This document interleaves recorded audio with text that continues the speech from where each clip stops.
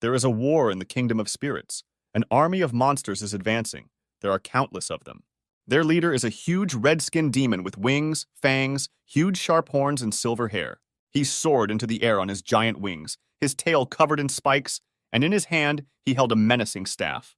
The demon let out a threatening roar and shouted that mid-rank spirits would never touch him. Suddenly, a huge red lion with blood-red marks on his face attacked him from behind. With lightning speed, he flew at the demon and with his sharp fangs bit into his hand with all his might, tearing it off along with his wing. At the sight of their wounded leader, all the other monsters were horrified. Before that, no one could harm him. Leo was joined by a bird of incredible size, which soared into the air and struck the monsters with lightning. With just one flap of her wings, many demons were burned, struck by a powerful blow. A huge white dragon appeared in the sky, with a young man standing on its head, holding onto its horns. He was surprised, because he asked his partners to wait for his appearance first. The guy noticed that the demons were more desperate than usual, because he was in the last dungeon, which means his role here had come to an end. Our hero realized it was time to finish, so he thanked his friends and called on his weapon. He grabbed his huge glowing sword in his right hand and raised it to strike. The guy stood very firmly on his dragon's head, casting special spells on his legs. He pushed with force from the mythical animal and headed down like a stone. The landing was so powerful that the entire earth bent under his feet. Our hero boldly looked at his opponents, because his closest associates fought behind him. Having finally defeated the last of the remaining demons, the guy found himself in front of a huge door. The dragon told him that since the entire spirit realm was beyond the threshold, now dungeons connected with the demon realm should not appear here. To which the guy suggested that it would be easier for him to go straight to the world of demons and seal the entrance from there in order to be sure that no one would come beyond the borders again. However, the dragon replied that divine beasts and spirits are different from people. They are weakened by demonic energy, so it is quite problematic for them to enter their realm. Only after this, our hero realized that he could not go further, so he thanked his friends. Finally, his long journey came to an end, with magical fairies flying around happily. The guy spent his last 10 years in this world, so he remembered how everything was in the beginning. The most ordinary day, when nothing foreshadowed trouble, he suddenly disappeared from his world. The last thing he remembered was his beloved mother, who saw him off in the morning with a smile on her face. His mother's birthday was coming soon. He was 25 years old then. He was everything to her. Due to the invasion of the demon kingdom, this world was polluted, so it needed a person who would not be affected by magical energy, so the guy was summoned, which made him very angry. However, after a huge amount of time spent in this world with his friends, the guy accepted him. Now it was time for the friends to say goodbye. They were very grateful to the man for his help. So the dragon pulled its paw forward and summoned a magical object. He said that the human world could use the seed of the tree of peace. It was a worthy gift. The guy promised to raise it as soon as he returned, but for now he hid it. He went through many hard times. He was often lonely. Now it's time to leave this place. The guy returned to his friends, waved to them with a smile on his face, and thanked them for everything. The huge, menacing lion was crying loudly because he had to say goodbye to his loved one. Our hero was embarrassed by this reaction, so he asked the animal not to cry because his tears could cause a whole river to appear. Not only were his friends sad, the guy also didn't know if he could get used to his new life. Will he have enough of a small restaurant where he will be a hero hiding his strength? A green light appeared in the sky above our guy's head and began to slowly descend towards him.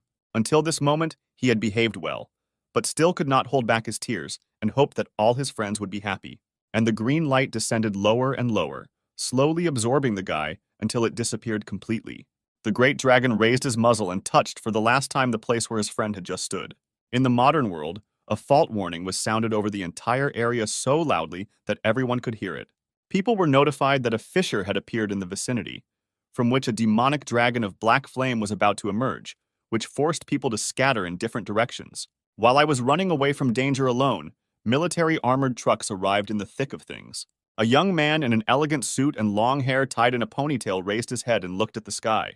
He commanded the nearest military that they needed to contain the demon as much as possible until the rest of the military arrived, because the rift was very large.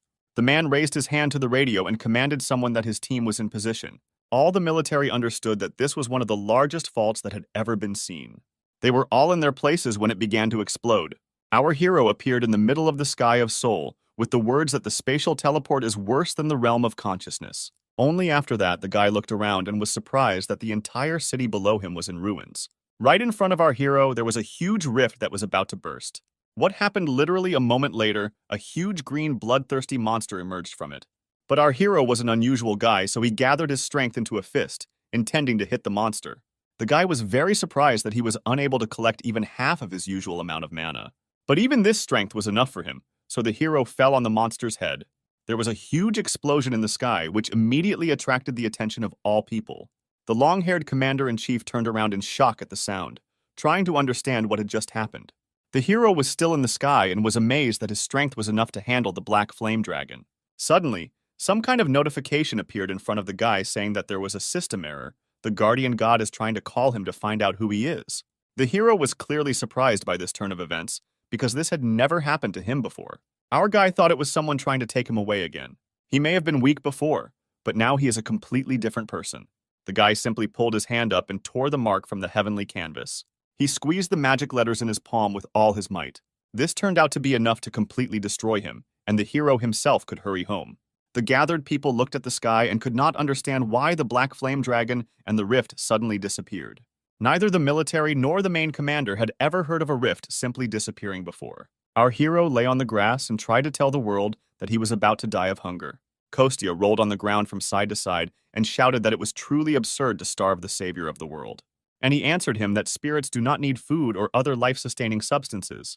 The guy tried to argue for some more time, but realized that it was useless, so he abruptly jumped to his feet. He screamed that this was why he needed to stop doing this for his own survival. He could not survive on fruits and vegetables alone. The guy demanded meat, so he ran off in search of him, leaving the great dragon alone. Kostya's mother stood and listened to the fact that in a couple of months the building would be demolished, so she needed to find a new place and prepare for eviction. The man tried to explain this to the woman, but she did not want to listen to him and turned away. He was very tired of these constant persuasions, because this area is a fault zone and it is very dangerous here. The compensation is very decent, so he was not interested in how anyone could refuse such a thing. But the woman did not pay attention to his words and offered to eat something before leaving. She packed the container and talked about how she didn't care about money. Her son disappeared 10 years ago, so she must wait here for him. The man was amazed by what he heard and did not know what to answer, so he stood silently. He sat at the table and watched as the woman prepared food for him. The man said that the police must find her son, and the woman could not do this on her own. These words made our hero's mother very angry. She turned towards the visitor in anger. The woman suddenly froze, opened her eyes in surprise, and could not say anything. It was at this very moment that the doors to her restaurant opened, and someone she had not seen for a very long time appeared in the doorway. Our hero returned home after a long journey and stood on the threshold with tears in his eyes. The woman was still in shock from what she saw. She could not say a word. She only slowly backed away. Suddenly, the strength left her legs, and mother slowly began to sink to the floor. After some time, evening came in the city and it became dark outside. The owner came to the door of the restaurant and hung a sign saying it was closed for the day. At this time, our hero was sitting at the table and felt embarrassed and joyful. He looked straight ahead and could not believe that his mother was here. The woman was very glad to return, but could not hold back her tears. She slowly extended her wrinkled hands towards the young guy and wrapped them around his palm. The guy was very happy about this manifestation of feelings, because he had not held his mother's hand for a very long time. As soon as he grew up, he tried not to do it because he was embarrassed. The hostess cupped her son's face in her hands and could not understand whether she was sleeping or whether all this was happening in reality. Kostya tried to explain to his mother that he himself did not fully understand where he had disappeared to. Apparently, he was sucked into the fissure. When he woke up in this world, it took him a while to understand what he wanted because of the ruins. The guy lied to his mother because he was afraid that she would not believe that her adult son had gone to save the world in the kingdom of spirits. The woman could not stop crying, but these were tears of happiness. At that moment, she recalled the time when she walked the streets and handed out leaflets with photographs of her missing child. They depicted a fairly old guy who smiled sincerely. Every evening, the woman returned home and walked into her son's empty room. At some point, she thought that he had run away from home on his own. Kostya hugged his mother and reassured her, saying that the worst was over. Using his magic, the guy decided to check the health of his mother. He was surprised that her stamina and energy were below average. Even processing did not give such an effect, which meant the woman was sick. Kostya suggested going to the hospital to check the health of his pale mother. However, she refused and seemed to know her body better than anyone. In fact, the woman realized that her cancer cells had spread in her body. She went to the hospital too late. This news greatly saddened her. The woman wanted to know how much time she still had left to live. The doctor suggested about 6 months, so the owner did not want to spend the rest of her life in the hospital when her Kostya finally returned home. So the woman smiled and shook her head from side to side, thus showing that everything was fine with her. She was very happy to see her son, who was considered dead, so she offered to set the table for him. Kostya realized that his mother was hiding something, but decided not to torment her with questions yet, so he pretended to believe it and went to his room. The guy calmly changed his clothes, sat down on the floor, and began to look around the room from all sides. He looked first at the ceiling, at the wall, at the dust that lay on his things. The young man realized that this place had also been empty for quite a long time, but he was pulled out of his thoughts by the voice of his mother, who was calling for dinner. Kostya went down to the first floor, and there on the table were several plates of very appetizing-smelling food waiting for him. The guy was amazed that his mother managed to prepare it all so quickly. The woman was only glad to hear such words, so she also put her son's favorite meatloaf on the table. She admitted that she was waiting for his return all the time because she didn't know when the guy would return, so she cooked his favorite dish every day. The hero was very embarrassed by these words. They warmed his soul. The young man decided to remember old habits and took a perilla leaf in his hand. He then began to carefully equip the chopsticks and place more and more different foods on it. In the end, there was some rice, meat, hot spices, and garlic on the leaf. Then our hero carefully rolled everything into a ball shape and put it in his mouth. The guy was delighted with the taste of homemade food, which he had not felt for many years. Kostya gobbled up the food on both cheeks, and his mother was only happy with his appetite. Suddenly, the guy stopped for a second from the feelings that he was overwhelmed. He was so glad to remain at home in the company of his beloved mother that tears rolled from his eyes. Our hero was incredibly grateful to his mother.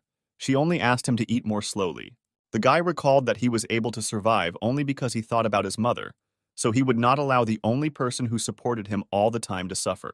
The rest of the evening passed with such sweet conversations. At this time, somewhere else, a huge white wolf was asking his master why he left the earth. Didn't he have a reason to leave the place of the guardian god to him? However, he only replied that the brave hero, who returned to his homeland, would have to defend the land. The wolf was surprised that the fate of the entire planet was in the hands of an ordinary person named Kostya. The owner continued to convey information about the new protector to his animal, but he still did not cease to be surprised. And at this time it was deep night in our guy's city. Kostya woke up, sat up straight on the bed and yawned sweetly, scratching his head. The guy looked at his mother, who was lying next to him, fast asleep. The hero was amazed that the woman's pain was so strong that she winced even in her sleep. The guy realized that he couldn't waste a minute. He needed to collect information as quickly as possible. Therefore, Kostya got out of the house in the middle of the night and went in search of any information. The guy stopped after he felt the demonic energy of the summoned dungeon. He had a very bad feeling, but he couldn't just let it go. Although the energy is quite weak, in the future he could emerge like a creature, so he decided to scout out the situation. He quietly got closer to the energy source and saw a group of people with strange equipment. The guy was surprised that the Koreans learned how to manage dungeons just 3 years after the Great Cataclysm. He guessed that was why the demonic energy seemed so weak. Kostya decided to find out everything anyway, so he pushed off from the building with all his strength and flew past people in suits with lightning speed. No one noticed anything, but one of them thought something passed nearby. And at this time, our hero was already on the other side of the magic gate. He found himself in something unknown to him, and a huge magic circle was shining in the sky, in the center of which there was something. The guy had never been here, but he immediately realized that he was in a summoned dungeon. Kostya knew that the hearts of ostriches have healing properties, so he would not need additional materials to neutralize the demonic energy. The guy was also happy that he had come up with an excellent dish for his mother. Our hero portrayed a good plan, so he smiled bloodthirstily. He walked calmly among these strange animals, and the ostriches hid their heads in the ground out of fear. This allowed our hero to slowly look around. After some time, the guy reached a huge magic circle that was located on the ground. In the center of the summoning circle, there was a small cabinet on which lay a magical artifact. The guy concentrated his power in his hand, collecting it in the center of his palm. Then he released all the energy and directed it directly towards the magical artifact. There was a huge explosion, which left a crater in the ground. After destroying the magical energy, the guy was about to catch several ostriches, but suddenly, a system notification appeared in front of him again.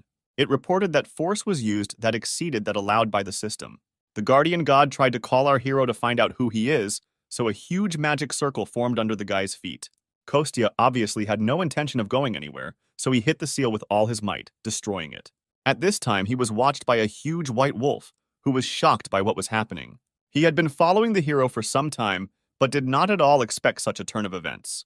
Kostya shouted to the invisible guard that if he wanted to see him, then let him come to his house himself. But not now, but a little later, because now he has other things to do. The guy needed to quickly collect the ostrich hearts before this dungeon disappeared. The animals clearly felt threatened when they noticed our hero, so they screamed in horror. They didn't have a chance because our hero rushed past one of the birds with lightning speed, easily tearing the heart out of its chest. The guy held it in his hand and was happy about such a large catch. He thought it would make a great breakfast, so he sent the heart to his hiding place. After all the business was finished, it was time to return home. Kostya pushed off the ground with all his might and headed back to the teleportation circle, landing in his world in the morning. He was too attached to this place to simply leave. Suddenly, the hero felt that something strange was happening around him. He began to look around and noticed that space was being distorted. Kostya immediately thought that this same guard had come after his soul. The guy tried to stop his movement because he wanted to get home, but he failed to do this. In the world, a huge white wolf protector god named Carnus de Lupus slept peacefully. Our hero has moved from modern soul straight into the universe of a huge animal. The guy immediately tried to look around and understand who called him. He noticed a huge white wolf lying calmly in front of him. He couldn't believe his eyes. The guy pointed his finger at the huge animal and said that it seemed too weak to him, to which the wolf remarked that all people were rude. He introduced himself as a protector who had been watching over planet Earth for 10,000 years. The guard could see that our hero was 35 years old. He had reached level 99, and all his other indicators were almost at the maximum, which he had not seen before. The wolf said that he didn't have long left, so he had to secretly monitor the man. But the guy was more interested in why he was chosen among all the people on the planet. The huge wolf answered him that he had received a divine revelation from his master. Humans are selfish creatures who don't care about anyone but themselves. Even knowing this, he kept his promise to his master and protected them for 10,000 years. However, he had already exceeded all his limits, magical power, and his life force was approaching zero and would soon disappear. The wolf thought that he needed to do what he himself wanted. It would be nice for the last moment of life while he was approaching death. Our hero immediately realized that the huge wolf was telling the truth. He was very angry. But these were just the words of a guardian who had already despaired and lost his essence. The wolf admitted that he changed his mind after he saw the karma of our main character. This is the ratio of bad and good deeds that people do throughout their lives. So 3 years ago, during the Great Cataclysm, the wolf felt a huge threat and gave all people a system similar to a game. So all people could easily see their karma, and the guard himself never set limits for its assessment.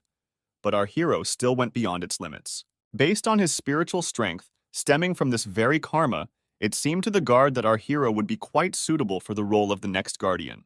He looked at Kostya and allowed me to ask him some questions. The guy said he had a few and the guard waited patiently. The guy just started shouting that the magician had gone crazy and was simply trying to give away the position of the guardian through the legacy. The huge white spirit was shocked by such an unexpected reaction from this strange man. The hero continued to shout that the work of the guardian was a complete scam and deception. He looked the wolf in the eyes and said with confidence that he was not going to do this. The guardian told him that it was too late to refuse this work. These words brought our hero into a slight stupor because he did not understand what was happening.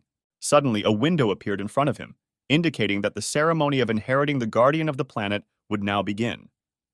But the hero did not want to become a guardian at all, so he tried to free himself. He summoned all his power into one place, trying to break the cycle of inheritance. Even the wolf was amazed at how powerful the energy was under the control of a common man. Kostya didn't understand why they were forcing him to go through the heritage ceremony without even explaining anything. He noticed something strange and realized that his wrist was chained. Not only the wrist, but all other limbs were shrouded in magical chains. It was a complex chain magic circle, so the guy couldn't just break it with his magic power. The wolf didn't understand what the point was in being so angry and wasting other people's time.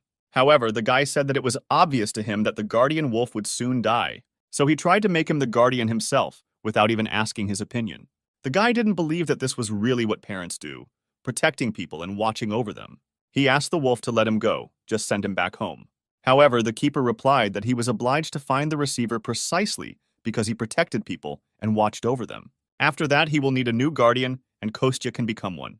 The guy noticed that the status of a guardian makes him immortal, so it was easier for him to stop and continue to be a guardian himself. The wolf replied that he was given eternal life in exchange for protecting the world. It is difficult for him to recover on Earth, where there is no longer any spirit or divine beasts, because the planet and the guardian are one. Even if he is destined to cease to exist, the Guardian cannot simply stand by and do nothing. After this explanation, Kostya admitted that he did not intend to be the Keeper's successor. He tried to call upon his magical power again and free himself from his shackles. The guy said he didn't want someone like a wolf to rule his life again. This time, making even more effort, Kostya decided to open the circle of movement. After that, his favorite huge sword flew from storage into our hand.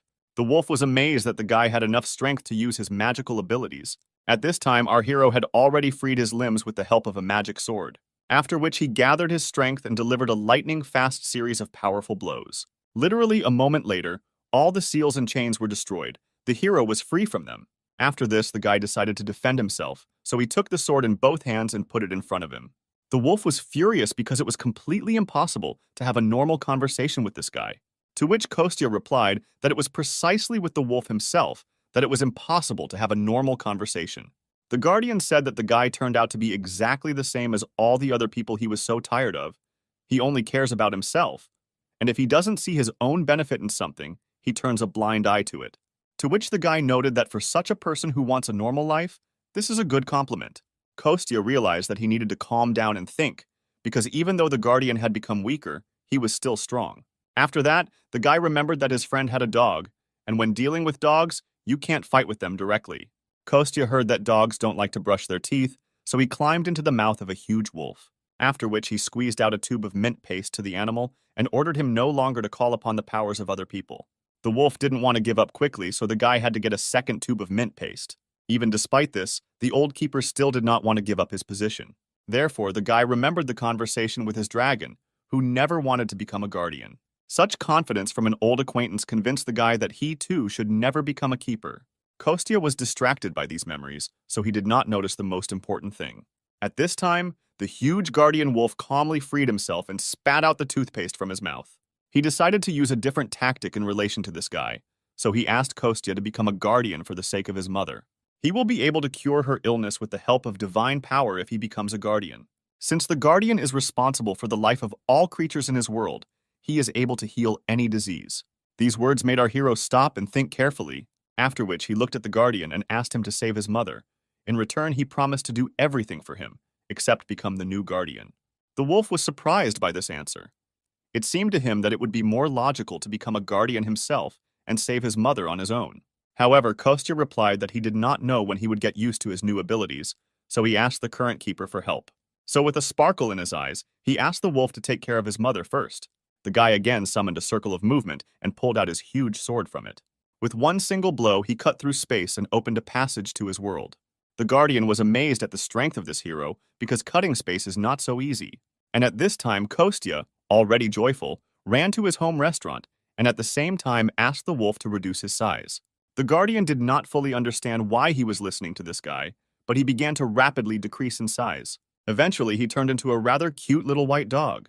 Kostya was satisfied with the size of the dog, so he asked first of all to look at the condition of his mother. The Guardian already knew that the sleeping woman did not have much time to live. With one look at her, the wolf immediately said that she had no more than 6 months left. The guy still refused to become the next guardian, so he thought about a plan of action. The cute dog sat next to him all this time and looked at him with a sad face. After which he said that he no longer has divine powers, so he uses his life energy to compensate for this, because it is too risky to use the remnants of life force without a good reason and receivers. Therefore, the guy needed to come up with a solution to this problem. After which Kostya came up with the brilliant idea that vitality is similar to endurance, so the dog just needs to eat something to help him restore energy. He agreed, but immediately warned that he was not going to eat dog food. Our hero had already put on an apron and went to the kitchen to prepare food. There were definitely creatures on Earth like divine beasts or spirits that possessed magical powers. They used to live freely, but the stupidity of people led to their disappearance. And now it was their turn, and the whole world was in danger. At this time, our hero stood calmly in the kitchen and thought about what to cook. And the little wolf stood next to him and did not understand what this man was up to. After these words, the guy woke up from his stupor and turned his attention to the furry animal. On the table in front of him lay the seed of the tree of the world, and the hero did not know what to do with it. Our man was surprised that the wolf immediately recognized this magical artifact. In fact, he didn't think that the guardian would only help such a magical object to be restored. It turned out that the guy did not understand the full value of this magic tree. Thanks to the words of the wolf, he found out that the seed of the tree of peace cannot be obtained anywhere on Earth. Kostya became hungry at the thought that this was actually considered a rare delicacy. But the wolf was still interested in where such a strong thematic artifact came from in the hands of an ordinary person. After which all the memories of the last 10 years immediately came to the guy's head. But first of all, he decided to get into his magical storage. Before this, he would sometimes prepare the magic tree, but if compared to preparing it for consumption, then to restore it, it would be more effective to grow it first. Growing the world tree and saving life with the help of the big world tree are the responsibilities of the guardian. The wolf said that he had 6 months left, and this time was not enough to fully grow the tree of the world. After these words, the guy came up with a great idea, so he asked the wolf to leave the kitchen. The guardians were not used to being treated this way, so he was surprised by such an order. He didn't have the patience to wait, so the guy simply threw the little dog out the kitchen door. The great wolf was dizzy after such a flight. He sat and slowly came to his senses. He just had time to think about everything that had happened, which is what the keeper was doing now. He wondered whether his master had made the right decision when he chose the hero who came from the earth. The wolf believed that he would never be able to believe in people after they, through their own stupidity, destroyed such a beautiful place. Meanwhile, in the kitchen, our hero turned on the gas and lit one of the burners on the stove. Then he began to fry something in a frying pan, even sticking out his tongue with zeal. The guy was glad that he still hadn't lost his cooking skills. He's done with the bulk of the work. Now it's his turn to tackle the special ingredient. These special ingredients contained the heart of a magical ostrich from another world. The guy was having fun because if you eat this heart just like that, you could die. He had to put a lot of effort into cutting it in half with his sharp axe. The guy skillfully wielded the knife, and blood flew in all directions. After some time, he came out of the kitchen covered in blood and called the keeper. The wolf was clearly not happy with this appearance of our hero. However, this still did not stop him from following him into the kitchen. And there was a wonderful portion of food waiting for him, which was put in a dog bowl and decorated with green peas on top. The great wolf was furious that they dared to offer him dog food, despite his appearance. The keeper immediately said that although the dish looks relatively normal, it is still the heart of an ostrich. He knows that it is all imbued with demonic energy and poison. However, the guy did not get angry or upset because of these words. He assumed that the wolf would say this, so he called the guardian Belyash, which again enraged him. The guy bowed to the white dog and asked him to try the freshly prepared dish. The guardian wolf looked at this man and did not understand what he was up to. He was sure that the guy would try to deceive him somehow in order to save his mother. In any case, he needed human help, so the wolf bent down and began to eat. After the first couple of bites, some strange feeling pierced right through him. The great keeper realized that this food turned out to be incredibly tasty. He didn't understand since when the heart of a magical beast became so tasty, because he was sure that because of the poison and energy it was not edible. Kostya was happy and understood that the whole point was how he spent the last 10 years. About 10 years ago, he had just entered the spirit realm. At that time, he was terribly emaciated. Bones were visible from under the skin. He spoke to his deceased grandmother right in front of the river Styx. She came ashore from the river and stretched out her flabby hands to him. The guy turned out to be so thin because there is no food in the spirit world. He ate only fruit for a whole month. The young man sincerely believed that in this way he would soon die of hunger. He was having a dialogue with his grandmother when he noticed something strange. Suddenly, she became enormous in size, her eyes glowing with rage because someone dared to starve her grandson. She ordered the young man to get up and promised to help him. This is roughly how our hero explained his cooking abilities to the great guardian. Despite the obvious nonsense of this story, the wolf's vitality began to recover. The guy promised that he would cook for the guardian as much as he wanted, as long as he didn't need to treat his mother or protect anything. The wolf was glad that they agreed on at least something. The keeper liked the dish so much that he asked our hero to give him a refill. And the guy was only glad that someone liked his cooking. That's why he called the wolf Belyash and gently stroked his head with his finger. A global company that is now at the top of the Korean economy and has a high status throughout the world. The second son of the executive director, Sergei, sits in front of us. Now he is once again faced with a difficult situation. At this time, in our hero's restaurant, he woke up his mother and called her to have breakfast. The woman woke up and saw in front of her a cute little white dog waving its tail cheerfully. She looked down at her leg and saw that it was all covered in dog saliva. A couple of seconds after this, the dog approached the woman and began to lick her leg. After a while, the woman dressed in her home clothes and went down to the kitchen. The dog was sitting under the table and eating from a bowl. The woman was surprised that the dog appeared, because her son had previously been afraid of animals. But the guy replied that the dog would not hurt them to protect the house. The woman was upset. She realized that they were living in very dangerous times. But the guy distracted her from these sad thoughts because he prepared a wonderful breakfast for his mother. In front of her were several plates, each of which was full of delicious food. The woman was amazed that her son personally prepared all this for her. She also immediately noticed that the guy began to cook much better than he had done before. The woman took the chopsticks in her hand, then carefully grabbed a piece of food from the plate, after which she slowly put it in her mouth and began to enjoy the taste of homemade food. She was lucky, because she had not yet seen the mess that was going on at the car wash. Our hero just remembered about him and realized that he needed to clean up quickly. The woman was so glad to have her son back that she could now trust him with her restaurant and relax. And he was glad that his mother could now live in peace. At this time, the keeper called him from under the table and asked for more. He said that he had done a good job and the woman should no longer be in pain. After all, he licked her leg all night and thus treated her for her illness. Mother just remembered about the new family member and decided to pat him on the head. The woman asked her son if the dog needed dog food, horrifying the keeper. Kostya promised to come by later for groceries and look for food for the dog as well. At this time, at the corporation, Sergei was sitting in a chair with a sad face. Then the door to his office opened and a young girl in a strict black suit entered. She said that she was unable to complete his task and find out the cause of the incident. The whole team was still sorting it out, but it had already become clear that the video surveillance system had not stopped working. Even the workers who were at the scene at the time said that everything happened just like that, without any reason. The girl listened very carefully to the testimony of each of them. Such a report from his subordinate clearly did not suit the young boss Sergei. The guy lowered his head to his chest and asked the girl if there would be any consequences this time. To which she replied that he would be called either a diamond spoon or the mediocrity of the family, most likely. But the guy thought that the girl was mocking him and not answering seriously. At the moment, he wished he didn't have a nickname at all, rather than have even more terrible ones appear. He had spent 500 billion won on this dungeon, so he was now worried about failing.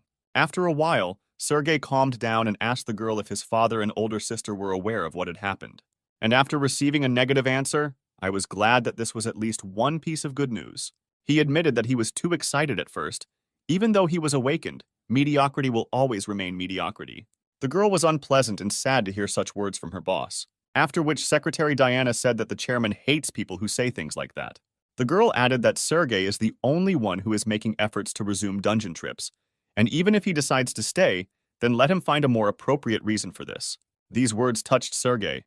He was glad that Diana was alone on his side.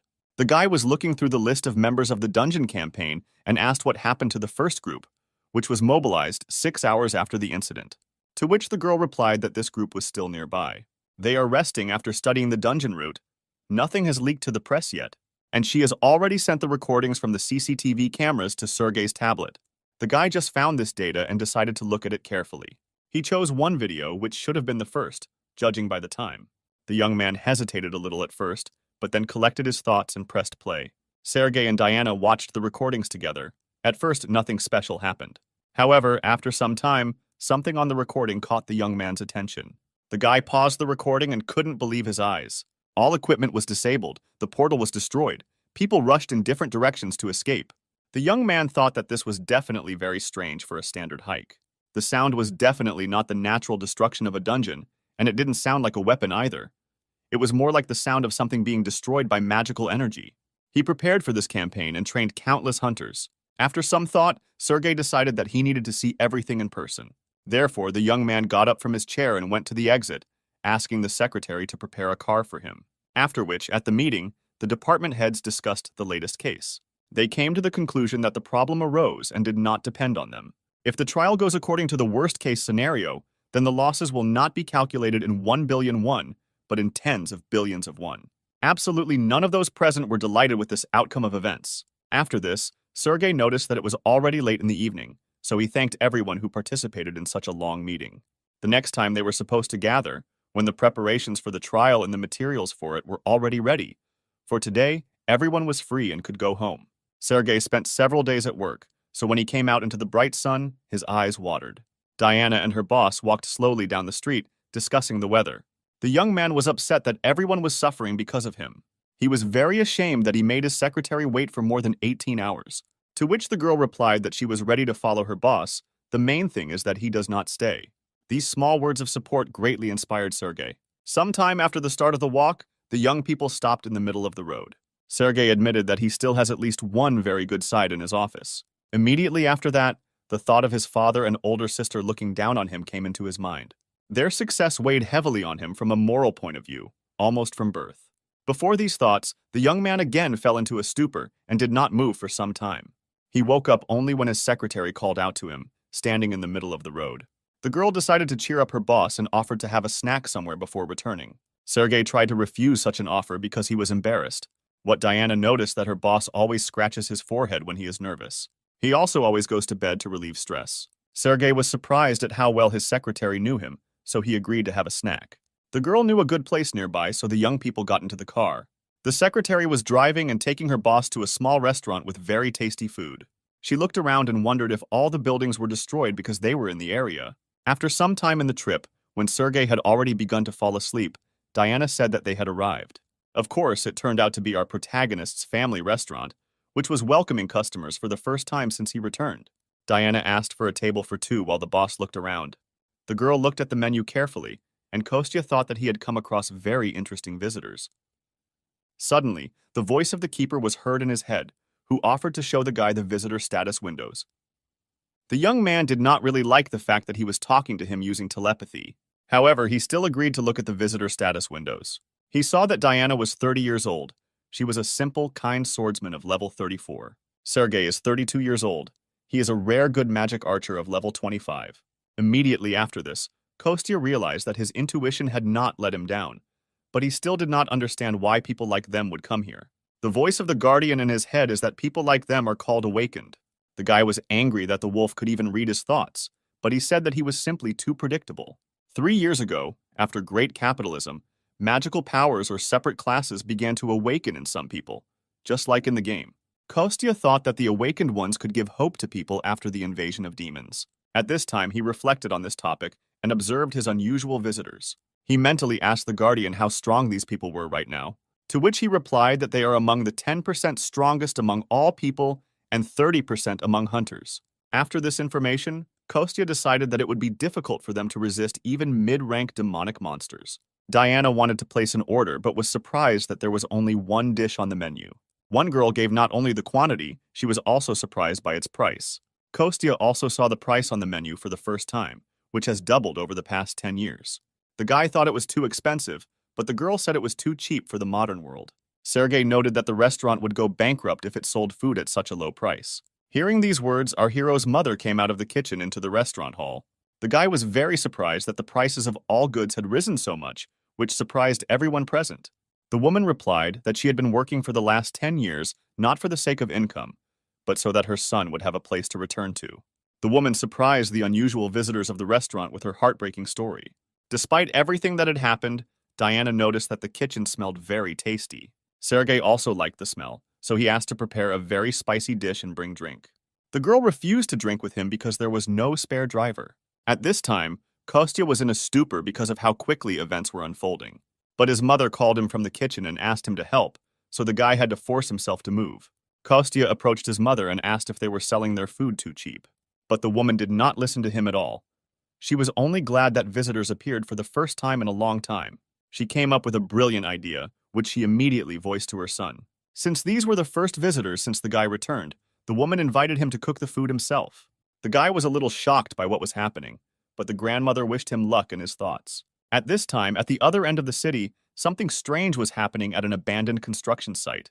The man smiled bloodthirstily as his victims begged him to spare them. He said they didn't have to make him out to be some kind of crazy person, just answer one question. He was interested in which of these two connected people loved the other more. None of them could say a word, they just bowed in silence. The guy was very amused by this reaction of this couple. He looked down at them, then straightened his jacket and grinned. The guy admitted that the absence of love is nothing to hide.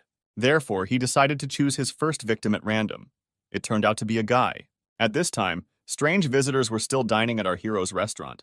Kostya put his hands in front of him and very persistently refused something. At this time, Sergei argued with him and, on the contrary, very persistently offered to take something. It turned out to be a check signed by him for 5 million won, which was simply a huge amount. Kostya was shocked that he had never seen so much money before. Sergei continued to persuade the guy to take the money, but he refused, citing his conscience. However, the unusual guest continued to insist that this was payment not only for food, but also for the time spent. For a person like him who can't even eat normally because of work. The guy had tears in his eyes and then said that perhaps today he ate for the last time. Perhaps this was the last cooked meal that even his father could not give him before he died. In addition, the combination dish that the chef prepared was very tasty. These words spoken to the visitors pierced our hero to the very heart. Kostya even took Sergei's hand because of how pleased he was to hear such praise. After these words, he gladly accepted the money, although it was still too much money. After this, the young man escorted the dear guests beyond the threshold of the establishment and said goodbye to them. He was immensely happy that his food was praised and that he earned money. At this time, the curtain pulled back and our hero's mother came out of the kitchen. The guy immediately ran closer to her and showed the check that the visitors had left for him. The woman wanted to praise her son for making some money, but something caught her attention. Seeing the amount of 5 million won, her eyes literally fell out of their sockets. The woman was amazed that her son was able to bring such a large sum. The guy said that they bought a food subscription, and they liked it so much that they are going to come here all the time, so they paid the whole amount at once, so they will have to serve them in the future when they come. The woman was so shocked that she believed this fake story. She returned her eyes to their place, and Kostya regretted that he continued to lie to his mother. The woman was still happy with this money, because she just needed to pay for the institute. Our hero didn't even immediately understand what kind of institute we were talking about, so he asked his mother again. The woman explained that she would need to inform him of his return, buy basic necessities and change clothes to new ones. The guy decided not to add to his mother's problems, so he went to the law enforcement center himself. Since people now disappear quite often, the procedure for restoring status is not so long. While Kostya was thinking about this, he came across a center worker who offered to help. The man looked at the documents and said that he had already collected everything he needed. He just needed to scan them. While he was telling this, the guy listened attentively, but something attracted his attention. The worker had a bracelet with a magic stone on his left wrist. The man said that everything was in order with the documents, and at 35 years old, Kostya looked quite young. After that, he asked the young man whether he had ever used magical engineering procedures, to which he received a negative answer. Kostya justified himself by saying that he had previously lived in the mountains for a long time, so he had never heard anything about them. The worker explained that magical engineering fully corresponds to its name. It is a new science that combines magic and the powers of magic stones. As an example, he demonstrated his bracelet, which was made with her help. However, this bracelet is not an artifact, although it is very similar. Only awakened ones who are able to control magical powers can use artifacts. But things made with the help of magical engineering can also be used by those who are not able to control it. Therefore, these bracelets can be called simple imitation of artifacts. After which the worker said that such items could be bought at the hunter's market. However, he did not have time to warn Kostya that he could be deceived there, and he had already rushed off. The guy walked away happy sometime after purchasing a mobile phone, but it turned out to be a hoax. The guy hoped that it was a bargain. He was not at all aware of the current prices, although he still had a whole 1 million won left, so he could go and buy his mother an artifact for protection. The guy walked through the city and tried to remember what the employee there told him about magically created objects. After some time, Kostya reached the hunter's market, where he could buy them. He held a small pebble in his hands, and was amazed that such a tiny stone cost as much as 3 million won, although they were lying everywhere in the dungeons of the spirit kingdom. He asked the seller if there was anything cheaper, to which he replied that they had the lowest prices in the area. After that, Kostya said that he needed protection from a person or from a middle-ranked demonic monster. The seller noticed that a few million won would not be enough to protect against a mid-rank demonic monster. It would require at least several 100 million won. The guy was amazed that the rubbish that could be found just walking through the realm of spirits was so expensive here. Suddenly, the voice of the guardian was heard in his head, calling him very persistently. The wolf was still angry about his new nickname Belyash, which our hero awarded him. Despite this, the keeper still warned Kostya that a looter had broken into their restaurant. The seller was surprised that such a young guy managed to share something with the looters. After all, the marauders are the awakened ones who, over time, have lost their way. But before he could finish speaking, the young guy who had just stood in front of him disappeared. The man didn't even have time to notice when he disappeared, because just a moment ago he was still standing right in front of him. And at this time, Kostya was already rushing home as fast as he could to protect his mother from danger. The young man tried to run as quickly as possible, afraid that he might not make it in time. He had just returned home, had just reunited with his family. How could he lose them the very next day? At this time, the villain who had just recently killed the couple was holding a red candy in his hands. He opened his mouth wide, then put the ball on his tongue and swallowed it without chewing. He then licked his fingers, which still tasted like candy, after which he bent over, slowly stretched his back and stiff joints. He grinned at some thought that had just occurred to him, after which he began to laugh under his breath and walked with a cheerful gait away from the murder scene, closer to the city center. The guy was clearly in a good mood. He was singing and dancing, carrying something in a black bag. The main character's mother was cleaning the kitchen when someone entered the restaurant. The woman at first thought that it was her son who had come, so she was surprised when she saw another man on the threshold. He was also surprised that he was called by a different name. In fact, his name was Misha. The guy calmly entered the restaurant and was amazed that only one dish was served there. But the woman's attention was more attracted by the fact that he came here with a suspicious package in his hands. The guy didn't care about this at all. He just clarified whether the restaurant specialized in this one dish, after which he calmly walked up to the table, pushed back the chair and sat down on it, and threw the black bag directly on the floor next to him. Something in this package haunted the woman, the smell or its color. At one glance at this bag, from which hair was sticking out, the woman fell into a stupor and could not move. Misha immediately realized that the woman had noticed what was in his package. Therefore, he said that if the food in this restaurant was tasty, then he would kill her painlessly. And if he doesn't like the food, then the boss's mother will end up just like these unfortunate people. The woman immediately went to the kitchen to cook. The marauder continued to smile and sat calmly at the table, crossing his legs. The guardian immediately felt that this man was clearly a marauder, so he became very angry. He looked at Misha and used his ability to see the window of his skills. The guy was 29 years old. He belonged to the class of ordinary assassins. He was evil and had level 33. Judging by Misha's karma points, he didn't try very hard to hide. This is not the guy who was worth getting into without using divine punishment. At that moment, the marauder also noticed the puppy, so she decided to play with him and called him to her. He didn't even have time to do anything when the door to the restaurant suddenly opened with force. At this time, Misha's attention was distracted by the guardian, who lay on his back and pretended to be a cutie. Therefore, when our hero appeared on the threshold of the restaurant, the looter perceived him only as a noisy brat. He continued to call the dog, but he turned his back to him. Moreover, he demonstratively and without turning around, walked in the opposite direction, closer to Kostya, who had entered. Only after this did the looter pay attention to who entered the restaurant. All his clothes were covered in the blood of the people he had killed before. And from a black bag standing next to the chair, evidence of his atrocities peeked out. The hero silently, and with a menacing look, approached the marauder, mentally asking the guardian where his mother was. He also asked the wolf if he could erase people's memories, calling him by his real name for the first time. After this, the keeper realized that the guy was very serious about the intruder. After this, Kostya decided not to hold back any longer and released a huge stream of mana around himself. It was so strong that many objects began to rise into the air. The young man uttered only one word, but he put into it the firm intention to drive the looter out of this restaurant and protect his mother. A moment after this, Misha was pulled out of the room with such incredible force that he was slammed into the wall of the house opposite. He was slammed against the surface so that the guy instantly lost consciousness. With such force, it wouldn't be surprising if most of his bones were broken. But Kostya clearly did not intend to stop there. Misha came to his senses and tried to find out from the guy who attacked him why he suddenly did this. However, our hero replied that complete people like him should remain silent. After that, Kostya again used his strength and squeezed the marauder at a distance. The young guy had already left the restaurant and even summoned his sword, intending to finish what he started. At that moment, the voice of a guardian was heard in his head, warning him that after this, he would become a killer. The hero still did not lower his weapon but froze in place and listened.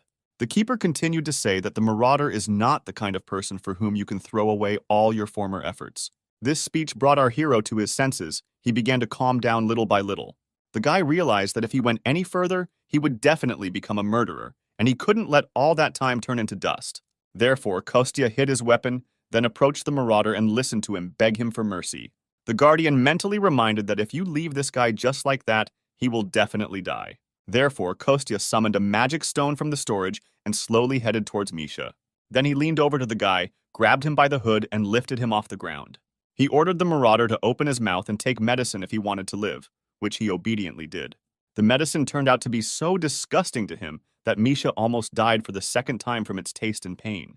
In fact, it was a medicine that could restore absolutely everything in the body. Despite the taste and pain, it worked perfectly because Kostya had already used it himself before. After this, the marauder was tied up all over his body and taken straight to the nearest police station. At this time, our guy was preparing further and reasoned that going straight to the dungeon would be difficult.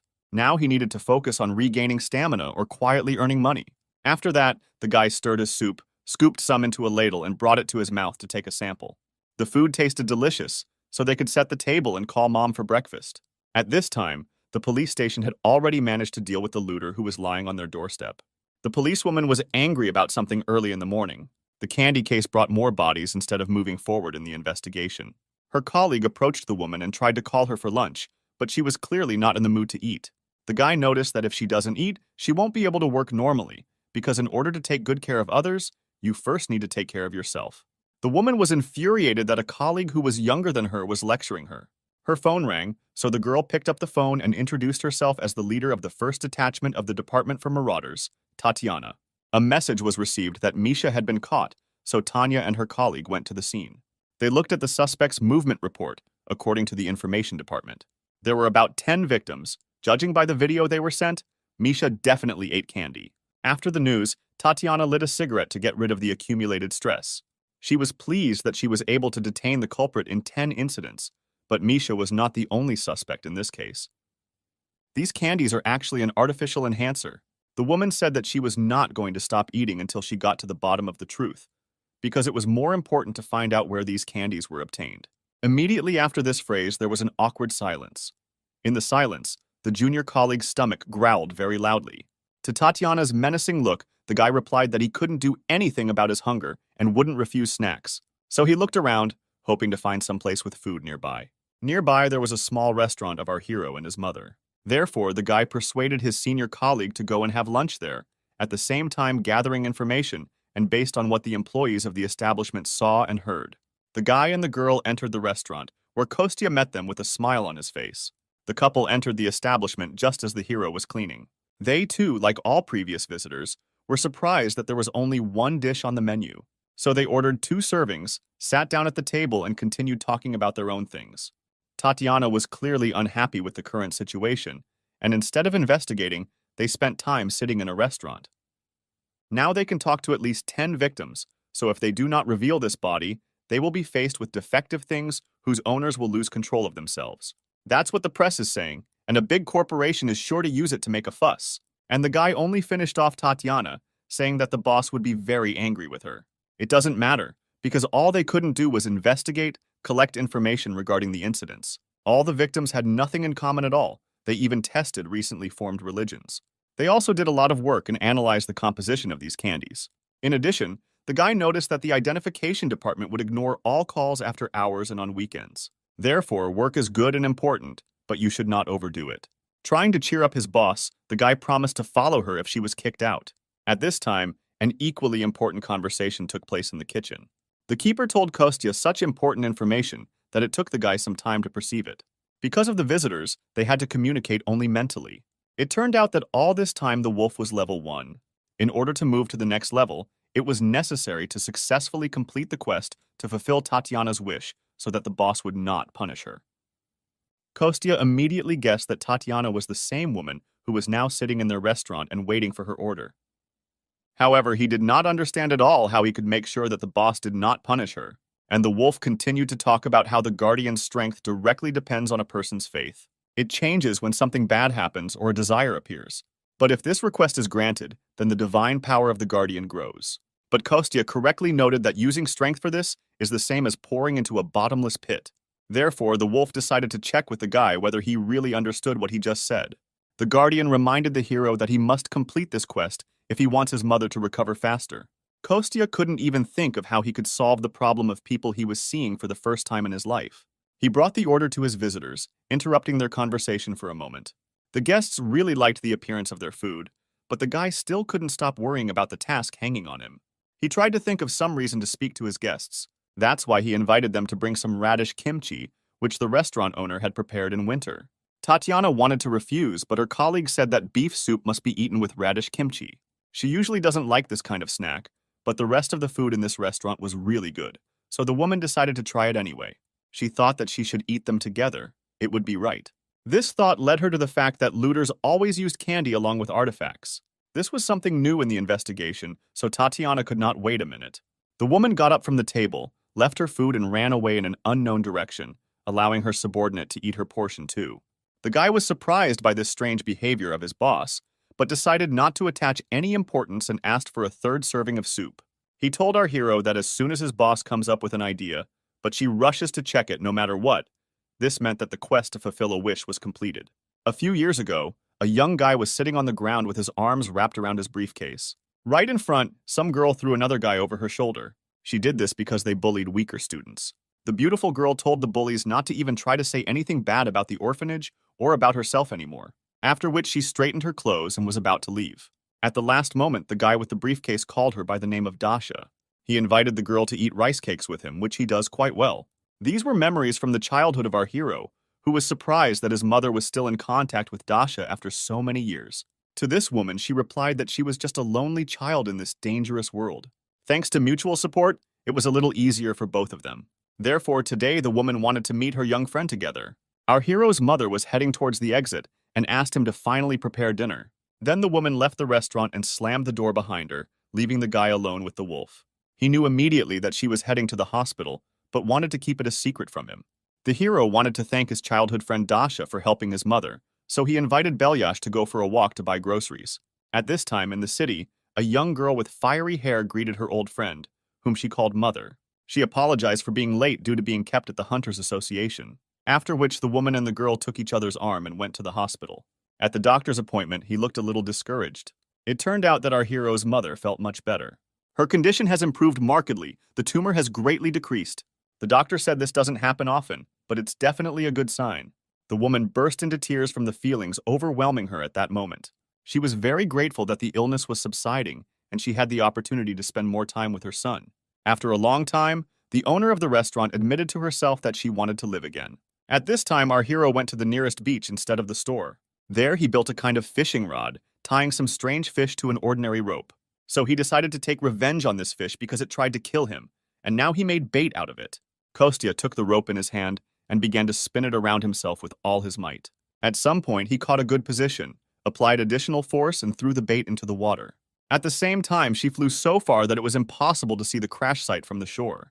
Kostya decided that this sea looks like this because of demonic monsters, which means there must be someone like the Kraken or something more interesting there. The guy complained that they now use ordinary freshwater fish for fish cutlets, but it is important for him that the taste reminds him of the sea. The wolf most likely didn't know, but the Kraken is very tasty, although its head and bones contain poison, so you can't eat a lot of them. While our hero was telling the keeper various ways to prepare Kraken meat, his makeshift fishing rod began to twitch.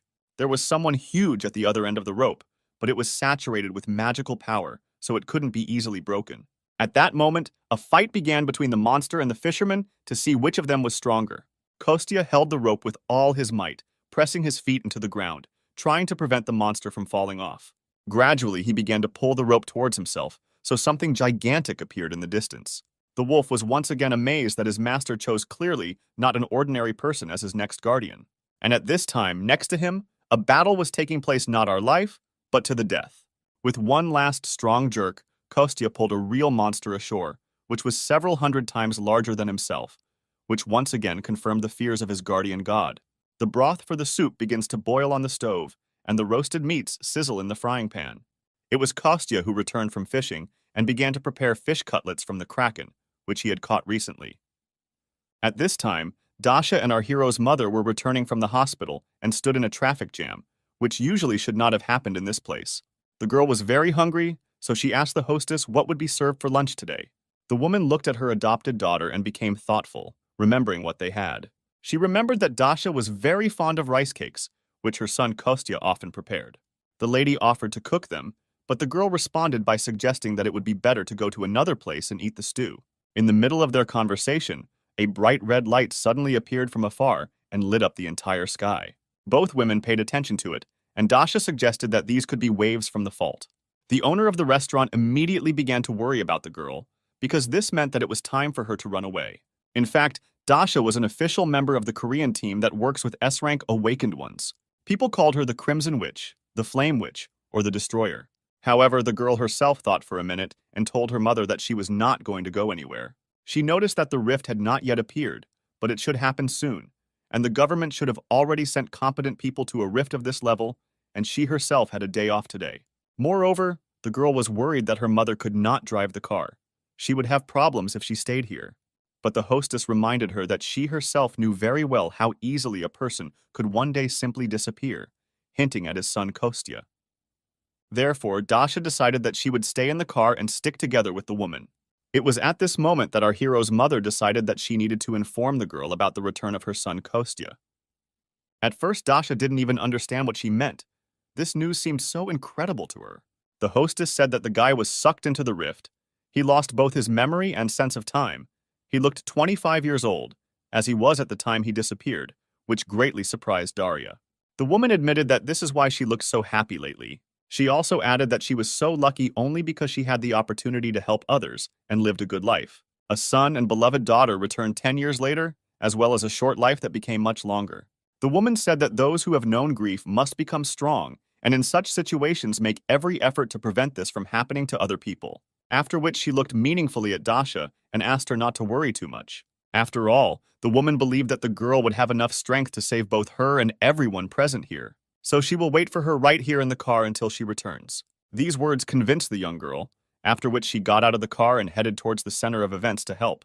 At this time, the people nearby were in a panic because the rift was about to open, and the awakened ones had not yet arrived. After that, they paid attention to a strange girl who walked right to the center of the danger and began to release fire from her palms. People watched as more and more flames appeared around the girl. Her red hair allowed them to guess that the Crimson Witch herself was standing in front of them.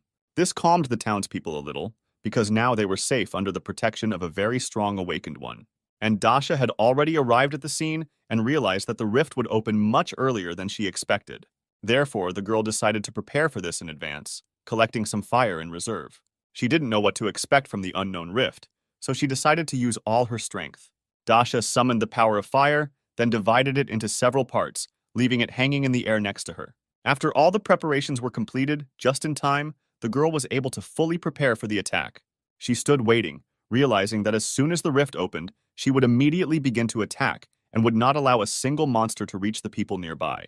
As soon as she thought about this, a crack immediately appeared on the fissure and the eye of the monster appeared. The people around also noticed that it was beginning to open up at once, so they rushed to the leak with even greater efficiency. At this time, a herd of gigantic nightmarish animals broke free. The Crimson Witch immediately recognized them as steel-horned goats, which were a very dangerous enemy even for her. Even though she was an S-class mage, the girl still shouldn't underestimate such opponents, because they had high resistance to magic and weak melee attacks. Dasha realized that in this situation, an awakened one specializing in close combat would be more useful. However, the girl immediately realized that there were no other awakened people nearby, and even if they made it in time, she still needed high-level fighters. Therefore, in order to protect the people close to her and the townspeople, the girl must stay and hold back the onslaught of monsters.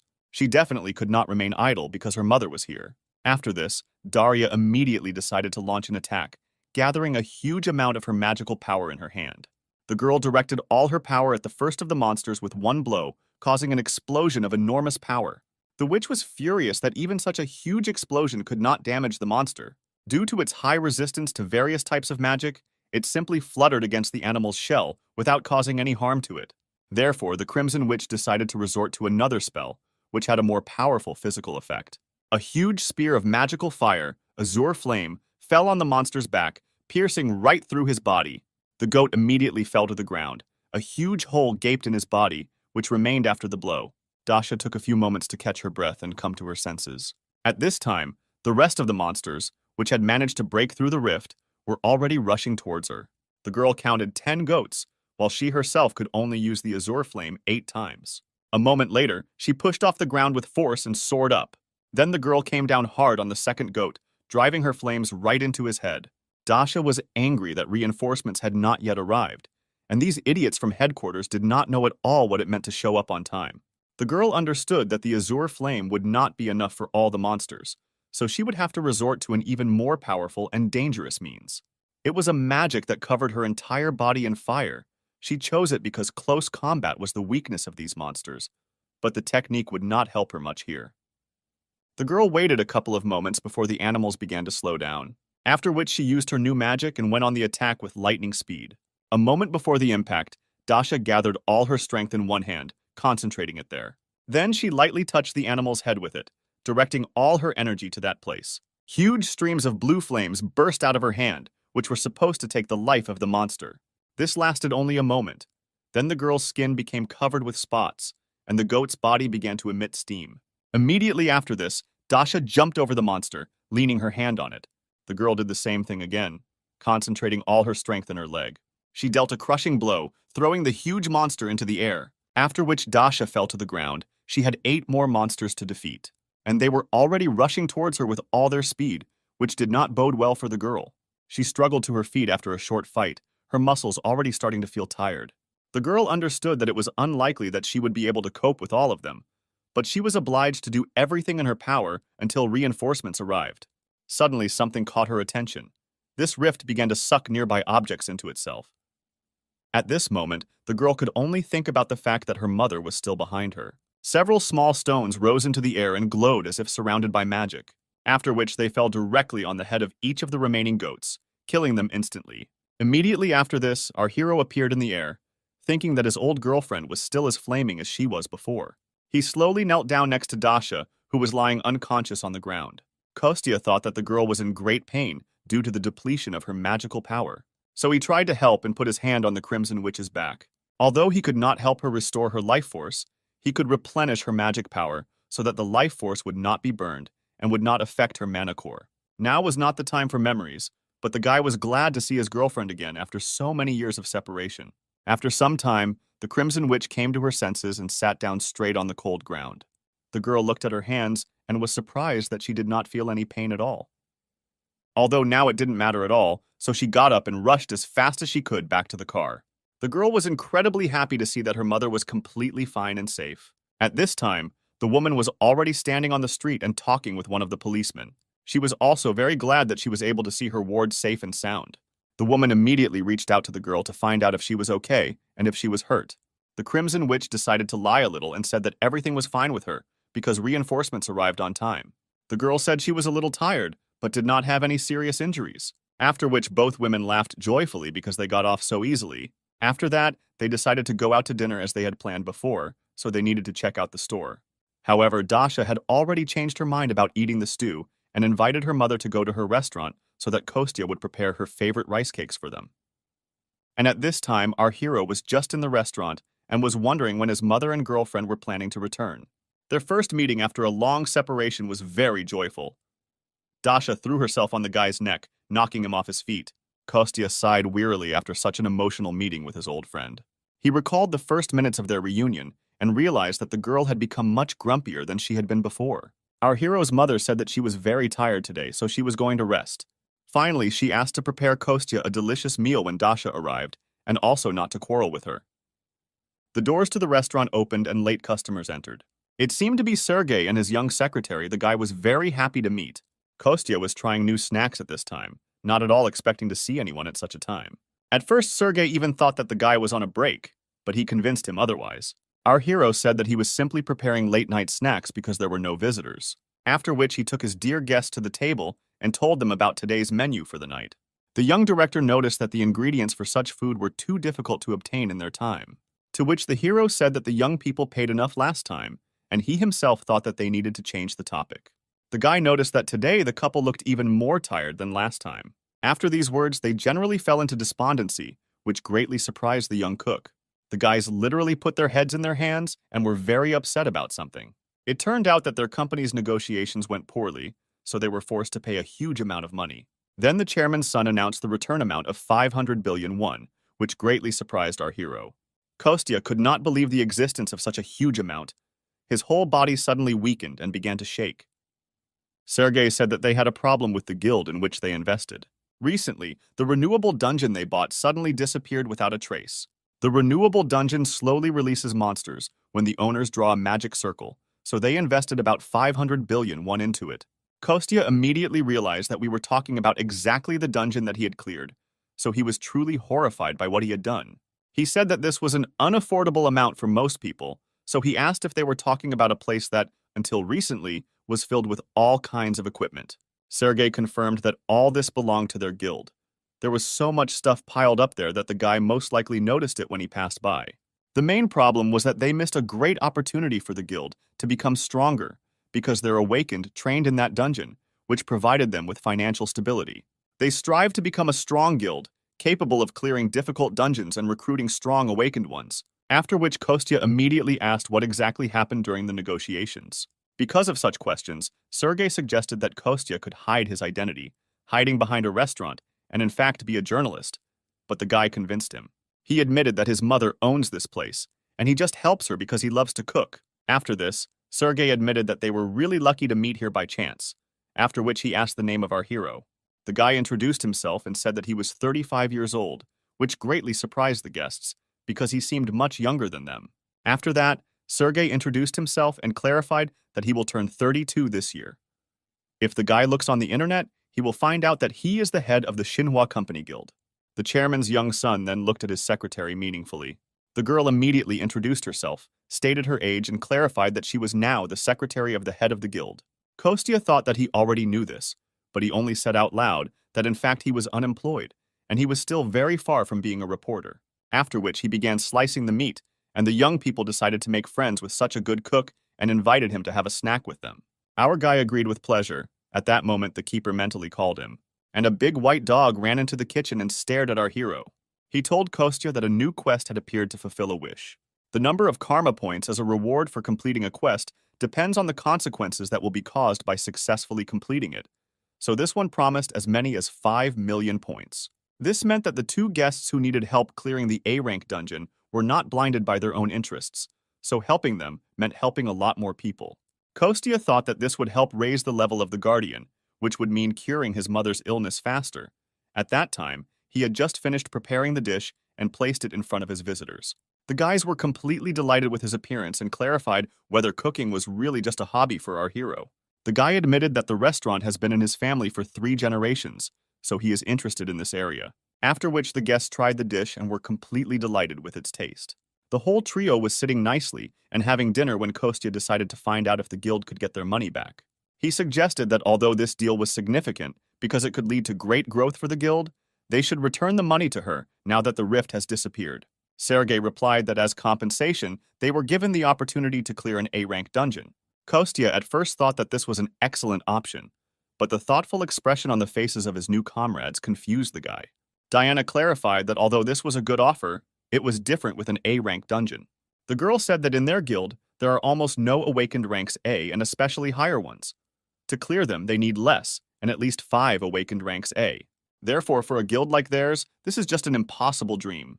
Sergei agreed with all of the above and added that if they had at least 1 awakened rank S, then it would be much easier for them to clear this dungeon.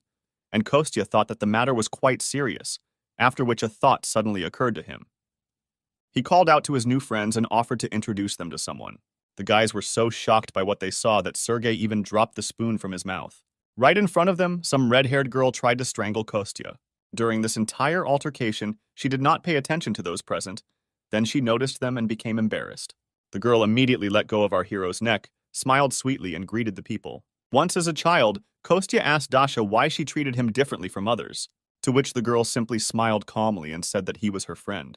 She continued by saying that someone like her is only friends with a certain type of person, and she added that our hero is one of those who could be her friend, which confused the guy. It was hard to believe because at the moment it was difficult to say. Dasha simply tied up her old friend and left him hanging upside down at the entrance to the restaurant. And at that time she was talking with Sergei and Diana, who offered her to help them clear the dungeon. The guys added that she could help them only if she had time for it, and in return, they would definitely not remain in debt.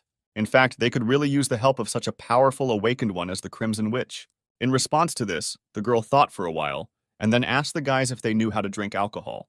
This unexpected continuation of the conversation caused surprise on the faces of the restaurant guests, but they agreed. After some time, Kostya was able to free himself from his bonds and return to the establishment.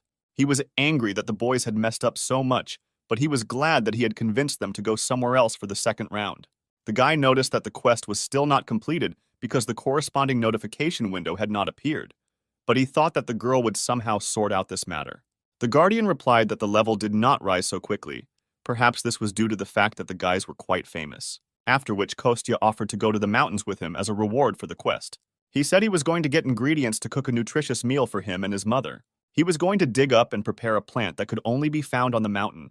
It was useful for those suffering from lung cancer. In addition, this mountain is considered a gray area, and Galgoro black bears have often been seen there. These are demonic monsters, the danger level of which reaches the first level. In addition, they have a rather nasty character and they capture a large territory.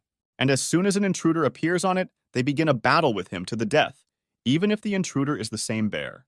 Therefore, the only race that can get along with them is the golden bees, which can hardly be called demonic monsters. The keeper clearly didn't like being put on a leash, but Kostya noticed that it would be difficult to move around the city without it, so he asked the wolf to be patient a little.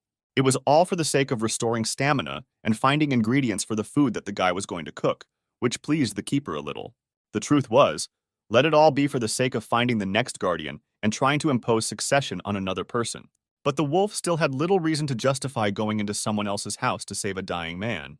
This behavior only meant that the guardian actually loved people very much, after which Kostya thought that he was really taking advantage of the kindness of his guardian god.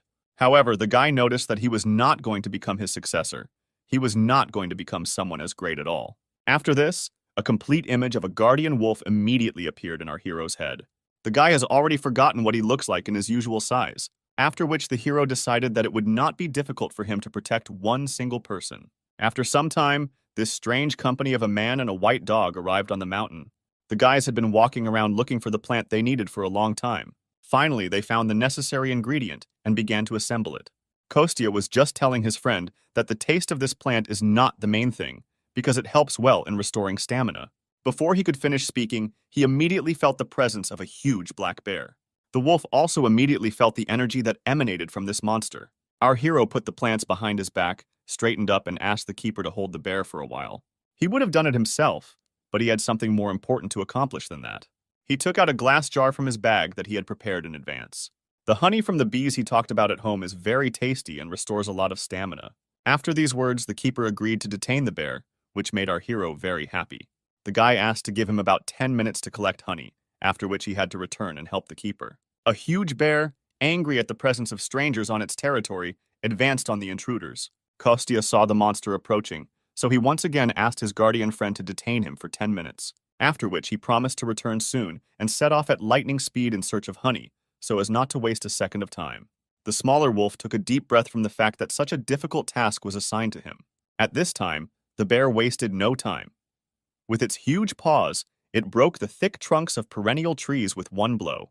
The guardian looked at his opponent and could not believe that he had actually agreed to this adventure. At about the same moment, Kostya had already reached the place he needed, so he was now sitting on a tree and thinking about a plan of action. The guy was still a little worried, but he was sure that the keeper would be able to take care of himself, and he had more important tasks now. From his mana, the guy formed small golden balls that were supposed to help him in his business. Then, still high in the tree, Kostya sent them to the nearby territory. He knew that even by lightly touching the bees with magical power, they could be forced to return to the hive, and it would not be difficult for him to find them. As soon as he thought about it, one of the bees fell into his trap. Thanks to this, our hero immediately guessed where he should go next. Therefore, he pushed off with force from the tree branch and moved after the insect. It was not difficult for him to find a bee among all these forest plantations thanks to his magic. After that, all he could do was follow her closely. After all, he will need about 5,000 bees to receive honey at least once a month, and in addition to the excellent taste, it also perfectly restores stamina. Therefore, Kostya was very happy that he was able to stumble upon a large flower field, which was completely filled with bees. The guy froze briefly in admiration for such a beautiful view that revealed itself to him in this forest clearing. One of the giant bees landed on his hand, and the guy realized that everything was fine with their size. He began to look around in the hope of finding the place from where they were all flying out. Having walked a little to the side and moved the branch to the side, our hero found what he was looking for. Not far from the clearing, among the small trees, there was a huge beehive.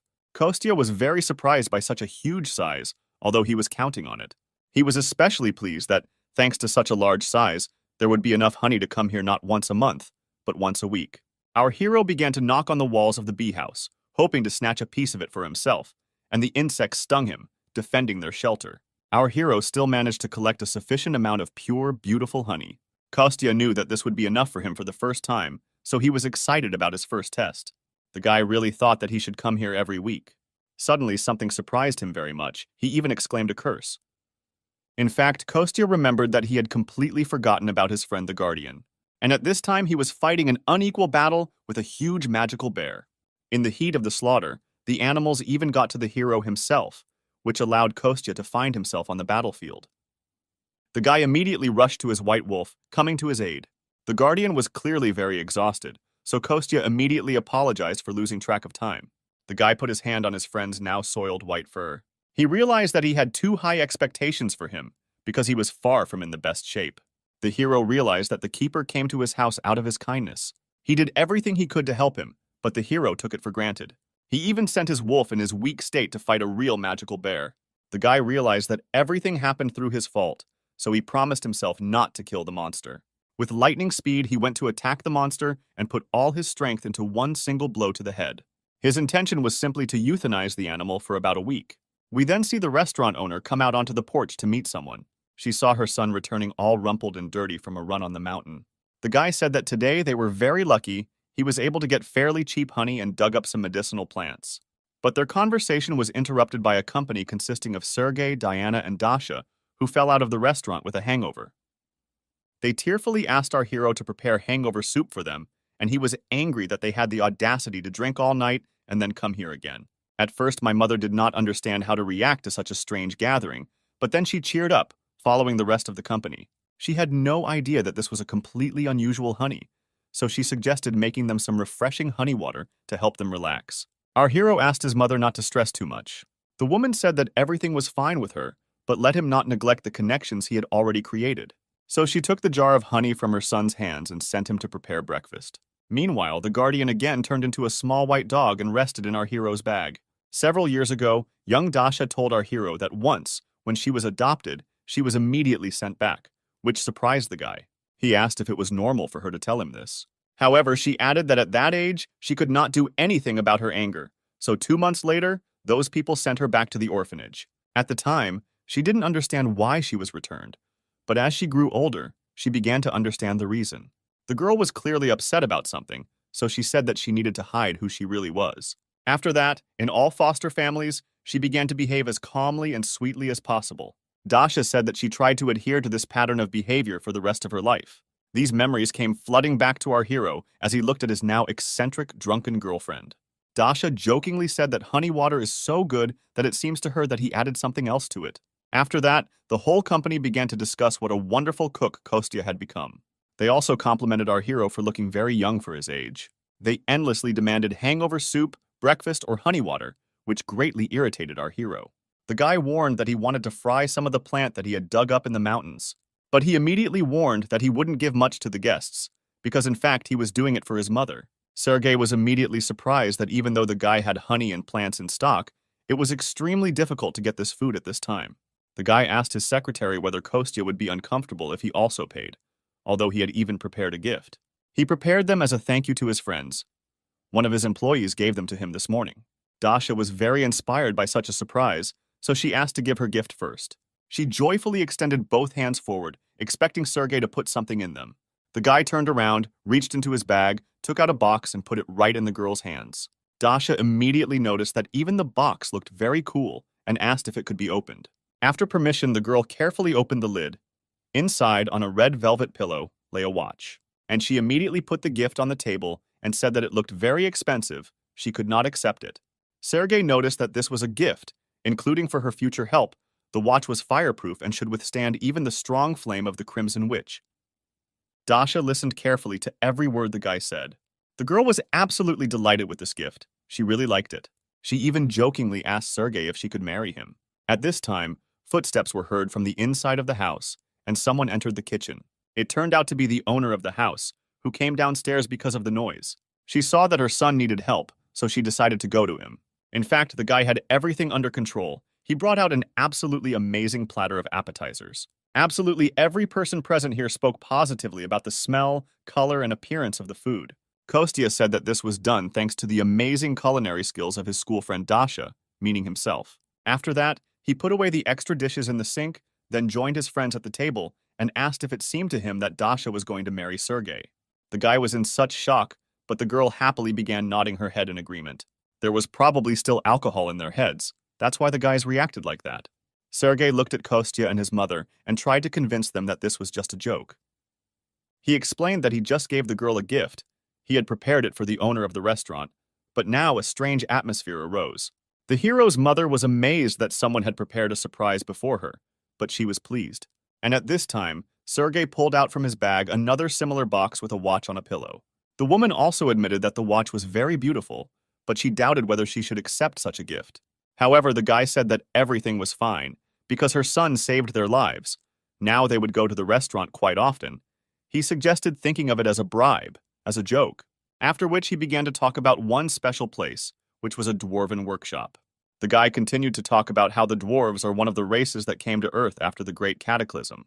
Sergei added that the Great Cataclysm was both a disaster and an opportunity for them too, since they could not find ways to return and decided to adapt to life on Earth because they had no other choice, so the government gave them a region to settle. The company recruited them to sell little things that they could make with their techniques. I didn't have time to finish when Dasha immediately understood what was going on. She said that they recently aired an advertisement, and a kitchen knife made from it looked very cool. The company is quite popular among housewives.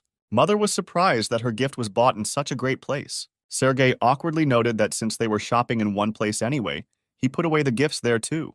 The guy began to talk about how it was always profitable, but he was afraid that he had upset his mother too much with his cold calculations. However, the woman still said that she would accept such a gift with gratitude. She admitted that if she refused, it would be rude to them, because they spent so much effort on getting this watch. Sergei was very pleased that such a wonderful woman thanked him sincerely. Before the guy could remember the joy, someone's strong hand grabbed him by the tie. Then the fist clenched forcefully and even began to cause some pain to Sergei. It was Kostya who put a threatening expression on his face and ordered his friend to be honest with him. Sergei was even frightened by such an unexpected reaction to this story, and Kostya, with a furious expression on his face, asked where the workshop that makes the famous kitchen knives was located. Sergei was confused. Even tears appeared in his eyes.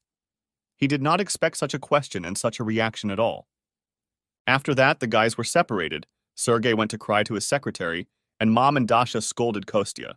This still did not stop the guys from going to that same dwarven workshop a little later. Kostya was in this area for the first time because he appeared during his absence. He expected it to be some kind of strange place, but it looks quite good. A fairly reliable building. He ordered the wolf to follow him, although he did not understand why he came here.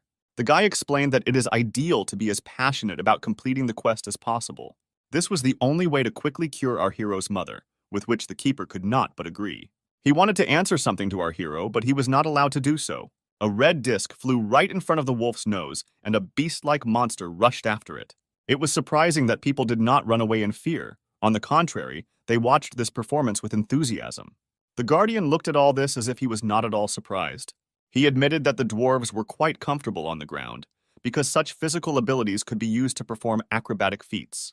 However, then he looked at how some human child was sitting on the neck of an animal, and added that they were a rather aggressive race, so their pride could be hurt. Kostya looked around and noticed one dwarf, whose fur color seemed familiar to him. Suddenly, a security alert sounded throughout the village, calling on all visitors to leave the place, but our hero clearly had no intention of following this decree. Kostya was almost caught by a guard, so he had to quickly go behind a tree and hide from his sight. The guy thought that sooner or later he would be discovered, so he needed to use the skill of stealth. However, as soon as he started using magic, someone suddenly attacked him from behind. The guy barely had time to jump away from the tree when a blow immediately fell there. If he had not managed to do this, then now his body would also be cut, but in several parts like this trunk. The monster held enormous power in his hands. Even the earth cracked under his onslaught. In fact, the monster sensed the use of magic, so it came to check its source. However, the guy replied that he knew him, even called him the Blue Fang tribe, and suggested that the monster's name was Tyler. The gray wolf was very surprised by this guy's strange reaction, and our hero noticed that the wolf was not so familiar with a large number of people, but still managed to forget him. The guy said with a smile that he just wanted to clarify whether it was really his friend, but it turned out to be him. After reuniting, this small company went to the dwarven home itself. While the wolf was calling to a certain old man, the guardians noticed that this guy also had a quest. Kostya replied that he first wanted to meet his old acquaintance, and then watch the quest itself. After some time, a small old man came to the threshold of the house and immediately recognized our hero. The guy was very happy about such a meeting after a long separation. He immediately stood up from his seat and said the old man's real name. This grandfather was also very happy to meet him and called our Kostya hero Choi. The men walked towards each other to greet each other. Kostya heard that the old man had moved to live in another place, but he could not think that this was Earth. To which the old friend noted that, in fact, they did not intend to live here in the first place. He said that one day 5 years ago, the hero Kostya Choi was called up. At the first meeting, the old man immediately drew attention to the hero's strange sword, which had a blade that was too large for his body, and the handle was too thick. He said that although the material of the sword plays an important role, it is also important whether the blade is suitable for its owner. After the old man tried to pronounce the hero's name several times, he suggested simply calling him Hero Choi. In gratitude for saving his family and tribe, the dwarves decided to upgrade his sword to better suit him. His little granddaughter came out behind them and screamed that her grandfather was called a genius, which appeared once every 100 years, so he was definitely telling the truth. Kostya was amazed at such a bold reaction of this little girl, so he could not ignore the old man's advice. He happily handed his sword to the master and offered to play with the children while the work was going on. In fact, his games were quite strange. They brought children to tears, because the guy was spinning these little dwarves on his shoulders with such force that their bodies simply could not stand it. He was asked to moderate his ardor a little, after which the guy calmed down a little and decided to talk with the older dwarves. The little girl replied that the dwarves did not stay in place until the ore was depleted, but they themselves were on the move and were almost at their destination. The world in which they lived, due to the invasion of demons, began to resemble ruins more. The magic of teleportation, which allows them to move between worlds, spends a large amount of bodily and magical power, and could have been trapped in the eternal universe if they had miscalculated. Therefore, they thought that they were very lucky to get into the kingdom of spirits until they were attacked by ostriches. The whole family was preparing for the inevitability of death until, at the last moment, a hero suddenly appeared and saved them. The granddaughter said that they all survived only thanks to him, but still she doesn't think they will stay here for long. After this, the guy admitted that he himself also did not belong to the kingdom of spirits. He is here only until they get rid of all the demons. In any case, the guardians of this place will not send him back until he wins and achieves his goal. The girl listened carefully to his story and offered her help. She said that she could return the hero back to the world from which he came, which greatly surprised him. I even thought that the guy didn't hear her, so she repeated her offer again. She said that she would need to ask the elders first, but since the hero helped them, she did not think that they would be against it. The hero didn't expect everything to happen so quickly, so he didn't know how to respond to this. He needed some time to think about her proposal and decide.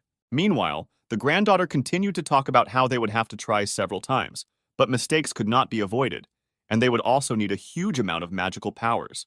The guy suggested that even with a huge amount of power, they would still need to complete the magic that allowed them to travel between dimensions.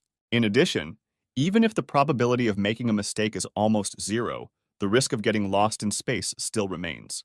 The girl was amazed that the guy knew a lot about their own magic. Therefore, Kostya looked at her with gratitude and decided to refuse their offer, because he believed that he would still be able to return to his homeworld.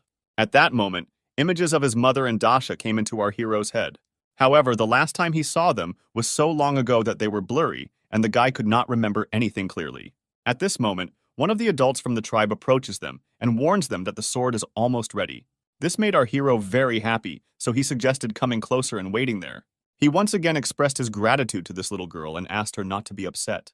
After some more time, Kostya was surprised that the dwarf family still decided to come to another dimension. The news was told to him by the huge lion, who himself heard it from someone else. Our hero was very happy for his friends, but at the same time he was surprised why they decided to leave so suddenly. Perhaps in that world there were many magical stones that the courtyards really needed. Most of the stones in this world are found inside monsters, and dwarves are not very good at fighting, so digging would be ideal for them. But in the spirit realm, this type of stone is difficult to find. After this conversation, our hero climbed onto the back of his friend the lion.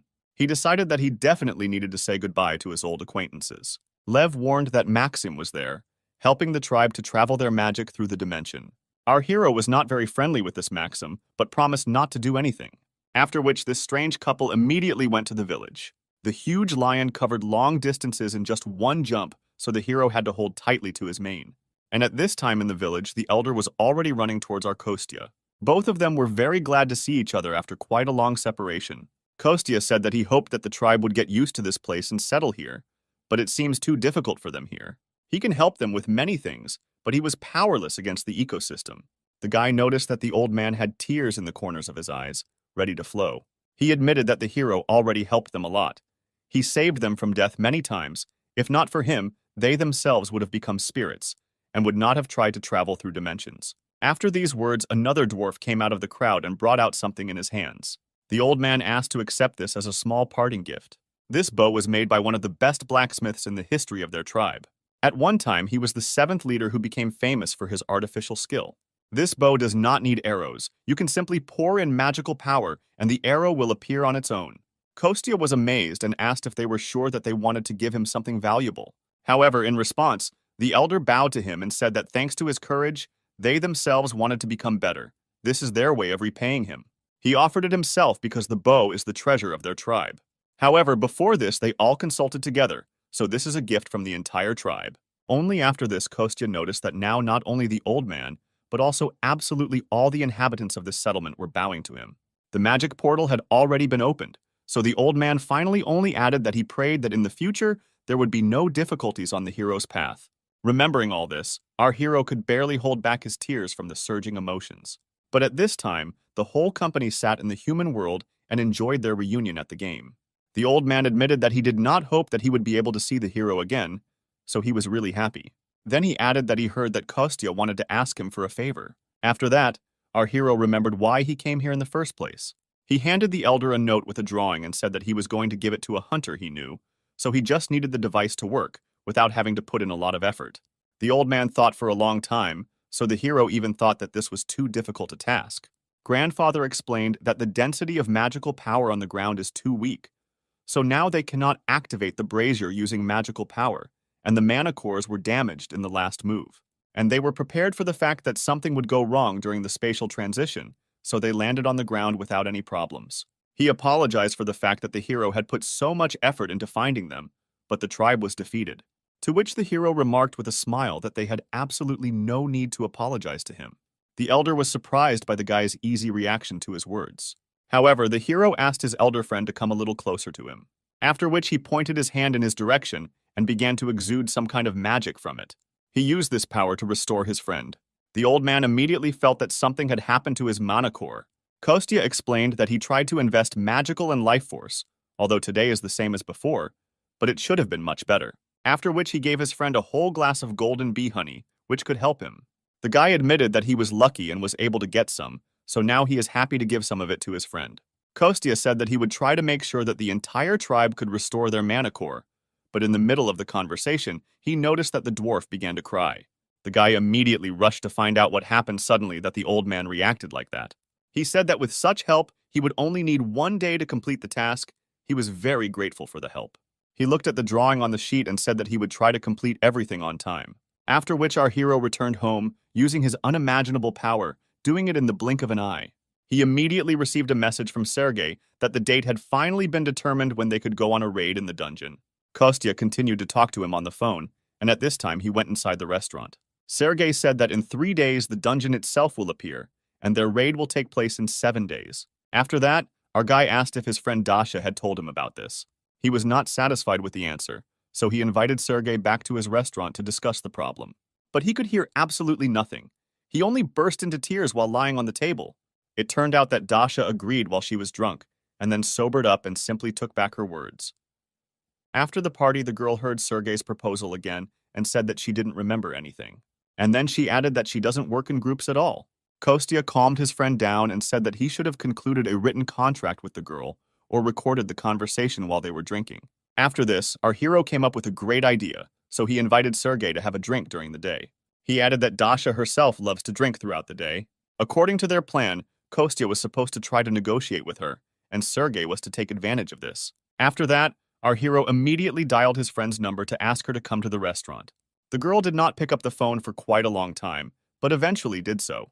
She immediately said that she had warned Sergei yesterday that she would not do anything for him. However, Kostya noticed that he had a different opinion about his friend, who had never broken a promise to someone before. But he himself called for a completely different reason. He just wanted to offer me a drink. After which they agreed on a time to meet and hung up. The first phase was completed successfully.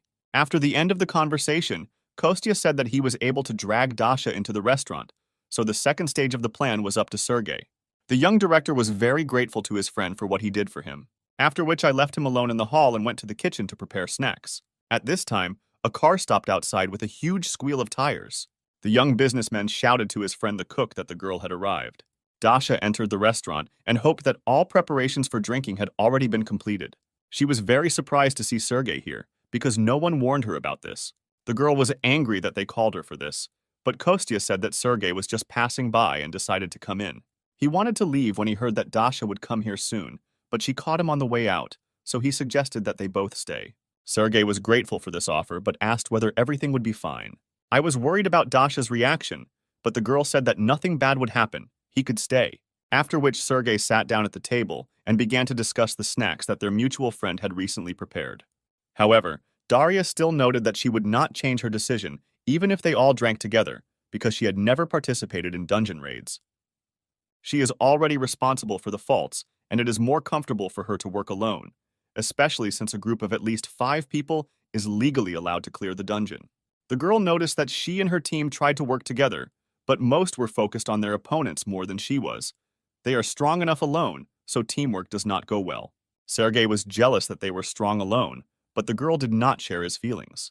In fact, she didn't want the whole world to know that the more she used her powers, the more crazy she became. If others found out, they would likely even publish an article saying that the Flame Witch had gone crazy. Before this, she had silenced people with money, but she couldn't imagine how to silence the awakened ones of this wealthy Xinhua guild and their workers. While they were all sitting at the table and eating, the girl muttered something under her breath, after which Kostya noticed that the girl easily breaks promises and refuses without even explaining the reason. He said that Sergei must please his father and not get caught by the yellow press. Everything is so bad that he is forced to ask for help from an unemployed guy from a street restaurant, so he asked to take all this into account. He added that even though what Kostya said was true, Dasha should not feel obligated. The girl tried to appear again, but the guy didn't let her do it. Sergei repeated his phrase, this time emphasizing the word obliged. Dasha immediately realized that she was simply being manipulated, so she was embarrassed. She noted that it was useless to try to put such pressure on someone who had no parents or other family members to impress. To which Kostya noted that in fact Dasha has him and his mother, so she has no right to say that. The girl replied that for a guy who had been missing for 10 years, he had no conscience at all, but she still thought about something. After some time, Dasha said that she would still help Sergei with the dungeon if he stopped behaving like that. To which Kostya noticed that the girl had been constantly changing her mood lately. However, she didn't answer anything. She just continued drinking and praised the taste of the alcohol. Our hero thought that sometimes he doesn't understand his girlfriend at all. However, I noticed a system notification that the quest to conclude a contract for a raid in a dungeon with Dasha was completed. He received 5 million karma for this. Literally a moment later, Dasha and Sergei were already drunk and went on a revelry. While the guys were resting and preparing for future work, Kostya went to the kitchen and decided to clean up a little. The guy was focused on this matter when he noticed that someone was about to enter his restaurant. And literally a moment later the door opened, an elder and a huge gray wolf walked inside. After that, the trio went to a park nearby to see something. Both dwarves were very surprised that in the middle of the city there was a tree of peace growing on the ground. Meanwhile, it had already grown quite tall, even sprouted several branches and illuminated everything around with its magnificent appearance. Kostya said that this is the same tree. The world gave him his seed before he returned. It grows quite well. The elder even noted that the spirit that is responsible for it must live here. Kostya admitted that he couldn't even grow a cactus himself, so he simply made a contract with a spirit nearby, then clapped his hands, urging him to come out. Immediately after this, a small spirit flew out of the crown of a small tree towards the friends. He was very cute. Kostya admitted that he called him Cricket because he was very similar to him. To which the elder noticed that this little spirit did not at all look like a cricket. These words struck our hero to the very heart. However, the grandfather admitted that the spirit had done an excellent job looking after the place, after which the cricket flew up to the wolf and handed him a golden leaf. It was real moongrass, which he never ate because it is very difficult to find. Kostya told him to try it, although the wolf will not be able to regain its true magical power, but it should restore a decent part of it. The huge monster looked at this small leaf, completely not believing in its miraculous powers. However, he still decided to trust his old friend and hastily tossed it into his mouth. As soon as he swallowed it, his mana core immediately felt a surge of power. The wolf noticed that this method worked. His energy immediately increased. Kostya noted that this is a temporary effect, but moongrass grows here, so the wolf can sometimes come here and take it. He also asked his old friend the elder if he could enter into a contract with spirits on Earth. But without waiting for an answer, Kostya stepped a little to the side, bent down and began digging in the ground. After which he pulled the small mole spirit to the surface, offering to try it on him first. He said that if something happened, he would help with his magical power. After that, both of them, the elder and our hero, extended their hands to the spirit. They laid down their magical powers in an attempt to form a contract. This method worked because the little mole immediately greeted his owner and asked for a name. Kostya noticed that as soon as the old man gave him a name, the mole would become his spirit. Grandfather was very embarrassed and decided to name his new mole Gray. Immediately after this, a contract between the old man and the spirit was concluded. That little mole turned into a shiny little ball and disappeared into thin air until he was called. The old man noticed that the hero constantly helps him even in this world. He said that the thing behind the wolf's back was what the guy asked for. Kostya took the burden off his old friend's shoulders and opened the box. He was amazed by the appearance and magical power of this beautiful bow. He was worried that the hero didn't like his gift, but the guy noticed that it even exceeded his expectations. After which our hero decided to try it out first. The guy supported the weapon in his hands and noticed that it was beautiful, like any work of this master. The old man and the wolf looked at their friend and one thought occurred to them. They realized that no matter how much time had passed, this guy remained the same hero they had once met. Looking at this guy, they realized that he most likely chose the right path. He allowed them to live peacefully, so all they can do is help him without question. At this point, the meeting was over. The guy said goodbye until next time. Immediately after this, our hero's phone rang. He thought it was Sergei. However, as soon as he picked up the phone, Kostya almost went deaf from the scream that came from the speaker. He was ready to kill his interlocutor for such a domestic attack, but he restrained himself. Sergei joyfully called him to report that everything worked out for them. He had just reported to his father, and since this is good news, he decided that Kostya should be the first to know about it. He also added that tomorrow he would have to meet his father. The hero was very glad that he could help his friend. His sense of guilt only grew with each new word from Sergei that this was entirely his fault. However, this was not all the news, because the young chairman once mentioned the hero in a conversation with his father. Therefore, he said that he wanted to meet with him. So on the day of the dungeon raid, the whole team would have a snack at their restaurant. This news was so big that Kostya was delighted and at the same time terrified of the upcoming cooking. A few days later, there was a raid. Kostya carried boxes of food on the road. He looked around and thought that too many people had gathered here. Even his mother was tired under the influx of such a huge number of people, so the hero sent her to rest until lunch. He told the woman he could do it alone, but in reality, the guy was terrified of how much work he had to do. Suddenly, a man approached him, wearing a very expensive shining watch on his wrist. He looked very good for his age. His appearance was clearly well looked after. The man introduced himself as Sergei's father and extended his hand to our hero for acquaintance. Kostya was surprised that usually people of higher status do not look at people of lower class. Sergei's father clearly noticed the confusion on our hero's face. When he turned to Kostya, he immediately thought that something terrible would happen. For example, he could order to stop hanging around his son because they live in different rooms. The guy had a low status. In the crowd, he had to humiliate him in his refined aristocratic manner, after which he and his mother would be forced to flee into exile, because that's what they do in the TV series. This happened only in his imagination, but Kostya had already begun to mentally apologize to his mother. He decided that if he apologized first, the man would be more lenient because he would take him by surprise. Therefore, the young guy immediately bowed to the man, hitting his head hard on the table, and instead of all this nonsense, he offered him to work for the company. Sergei's father was amazed at such a strange reaction of our hero, and the guy, who was bleeding from his head, did not expect such a generous offer at all. After some time, when the blood was stopped and ice was applied to the head, both men sat down on a bench nearby and began to talk. First of all, Kostya thanked his friend's father for his experiences and once again apologized for what happened. The man repeated that he would like to work with the young man, but noticed that he was going to refuse. Kostya really noticed that now he wants to devote himself entirely to his family, so he's not sure whether he can cope with his work. To which the man noted that they themselves like to read people by their facial expressions. Or rather, it comes to many people with age and life experience. So he looked carefully at the guy again and said that he makes people put their hopes on him. Kostya was very grateful for this assessment and was even a little embarrassed. They would have continued talking about their business if a whole crowd of people had not suddenly run up to the president. They informed him that a raid on the dungeon would begin soon. Reporters were already waiting for him. The president turned to Kostya and said that he had already understood from the conversation that he had rejected his offer. However, it still remains in force, so I asked our hero to think again, after which he said goodbye and left. After that, Kostya decided that he should go check on the guys just in time. Dasha looked so bad that Kostya even clarified what was happening to her, and the girl replied that she was so nervous that she might even vomit.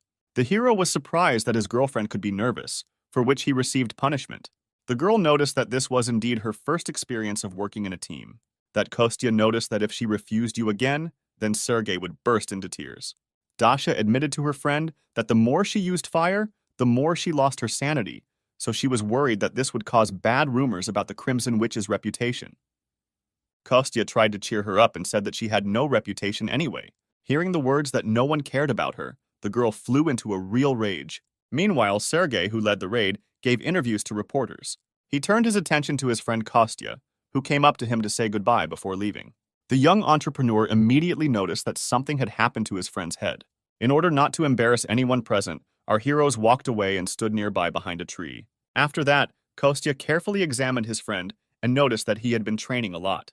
The guy was delighted that someone noticed his external changes. He admitted that he was a little nervous and wanted everything to work out, so he did a little preparation in advance. Kostya noted that Sergei always tries his best. This impresses him.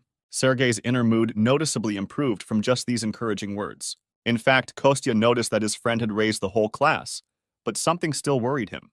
In fact, there was a suspiciously frightening aura emanating from their dungeon. Kostya hoped that this was all just his paranoia. By that time, all preparations for the raid had already been completed. Sergei and his team set off, finally asking the cook to prepare food for them before returning. Kostya waved goodbye to his friend, hoping that everything would go well for him. However, after some time and a huge mountain of prepared food, the guy only thought that if his friend returned alive and unharmed, he would kill him himself. Just then his mother finished counting and packing the boxes. The awakened should have already returned, so the guy had to hurry up and clean everything up. Suddenly, a strange feeling of anxiety and danger pierced the entire body of our hero. He was not the only one who felt this, because even the birds decided to leave these places. Kostya looked at the flying flocks and agreed that he was experiencing a frightening feeling. At this moment, even the guardian began heart-rendingly calling for our hero. He was literally screaming that something was clearly wrong with the dungeon. But literally 8 minutes ago, Dasha stood in it, breathing heavily after the fight. The girl had just single-handedly defeated a whole crowd of giant scorpions. She was so strong that everyone else in the raid didn't even have to make any effort. The Crimson Witch at that moment was worried that people were looking at her like she was crazy. After which, Diana noticed that they entered the dungeon only 6 minutes ago. Sergei was also amazed at how strong his new friend turned out to be. After that, the guys went as close as possible to the Crimson Witch to help her if she needed anything. The girl noticed that there were no more monsters nearby, so Sergei allowed her to go outside with the others. He promised that he and Diana would catch up with the remaining team members when they were sure that the cleanup squad had begun work. The Crimson Witch was satisfied with this answer, so she and several other people headed out. All the guys made a promise to each other that they would see each other outside. However, as soon as they left the dungeon, something strange immediately began to happen to him. It seemed as if the sky was covered with cracks and split into several parts. Our hero Kostya immediately felt that something was wrong. He noticed a strange energy. The technical team also detected an anomaly. A fissure appeared right in the dungeon, and in terms of indicators, it was at the level of a catastrophe. Kostya ran to the specialist and tried to find out whether his friends had time to leave the danger zone. The man immediately replied that most of the hunters had left the dungeon, but Sergei, Diana, and the cleanup group were still inside. After that, Kostya immediately threw off his extra apron and gloves and rushed to his friend's aid. At this time, a young businessman, his secretary, and a cleanup team found themselves inside the rift. They all also felt that something was wrong. Not far from them, in front of the cave, they noticed a fissure of frightening force. Looking at him, the guys could immediately tell that they couldn't do it alone, and the cleanup group, which was even weaker, was truly horrified by what was happening. Everyone present was very scared because they did not know what awaited them ahead. However, something had to be done, so Sergei decided to take command. He decided to calm his guys down and ordered them all to prepare for defense. He said that as soon as he and the secretary checked everything, then, if possible, everyone would head towards the exit. He also convinced people that everyone outside should already know about the rift, so once things calmed down, they could assess the situation. He asked everyone present to remain calm and on behalf of the entire company, declared that he would not let anyone die here. Immediately after this, Sergei and Diana went to reconnaissance of the situation. Sergei admitted that no matter how much he ignored the fact of the strength of this fault, there definitely should have been a bladed panther there. The guy seemed absolutely right, because a huge white predatory cat came out to meet them. The young head immediately realized that this was a catastrophe on the level of the first great cataclysm. The last time in such an incident, there were more than 6,000 victims. 2 entire islands were completely turned into ruins. The chance that the two of them could defeat her was close to 0, but the guy didn't expect to win anyway. He only believed and hoped that all his painful training had not gone in vain. They only needed to hold out until reinforcements arrived and the rest of the people were evacuated. At this time, our hero Kostya had just made his way into the rift unnoticed. Finding himself in the dungeon, he immediately found himself on the battlefield. At that moment, Diana stepped forward to hold back the beast's attack, asking the head to cover her from the back. Kostya thought that if Dasha had been here, they would not have been able to take control of the situation. However, if he intervenes, he will then deal with the consequences. Therefore, he urgently needed to figure out how to help his friends. And at this time, literally with one blow, Diana went flying and crashed into a rock. The blow was so strong that the girl clearly suffered serious injuries. Sergei was horrified that even his strong friend was so easily injured. Now he was the only one who needed to protect them both. Seeing such reckless actions of his new friend, Kostya could no longer sit on the sidelines. He took the gift from the elder and threw it with all his strength right in the middle between the monster and Sergei. This caused the young director to jump to the side and lose his balance for a while, but then a voice rang out in his head, ordering him to take the bow in his hands. The guy absolutely did not understand where it was coming from, what kind of bow he was talking about, until he saw a weapon stuck in the ground in front of him. Only after this did the young man notice that the voice was coming from this very bow. He did not know that his friend Kostya was speaking to him through him, who was ordering him to take up arms. Sergei had no choice but to obey this mysterious decree. Then the voice ordered the guy to collect all his mana in one place. Concentrate it in your hand and turn it into the image of an arrow. Sergei himself did not understand how this happened, but as soon as he thought about the arrow, his energy also turned into it. The guy didn't hesitate for a long time, launching his outfit straight at the beast. The arrow flew quickly, hitting the huge panther right in the throat. It had such a strong impact that Sergei immediately lost his balance and fell to the ground. At this time, outside, the father of the young director was shouting that he did not care about the condition of the dungeon and any expenses. He only asked that his son be saved. Things weren't so bad at the rift. The panther was hit with just one blow. Sergei himself was shocked that he managed to defeat such a strong monster so easily.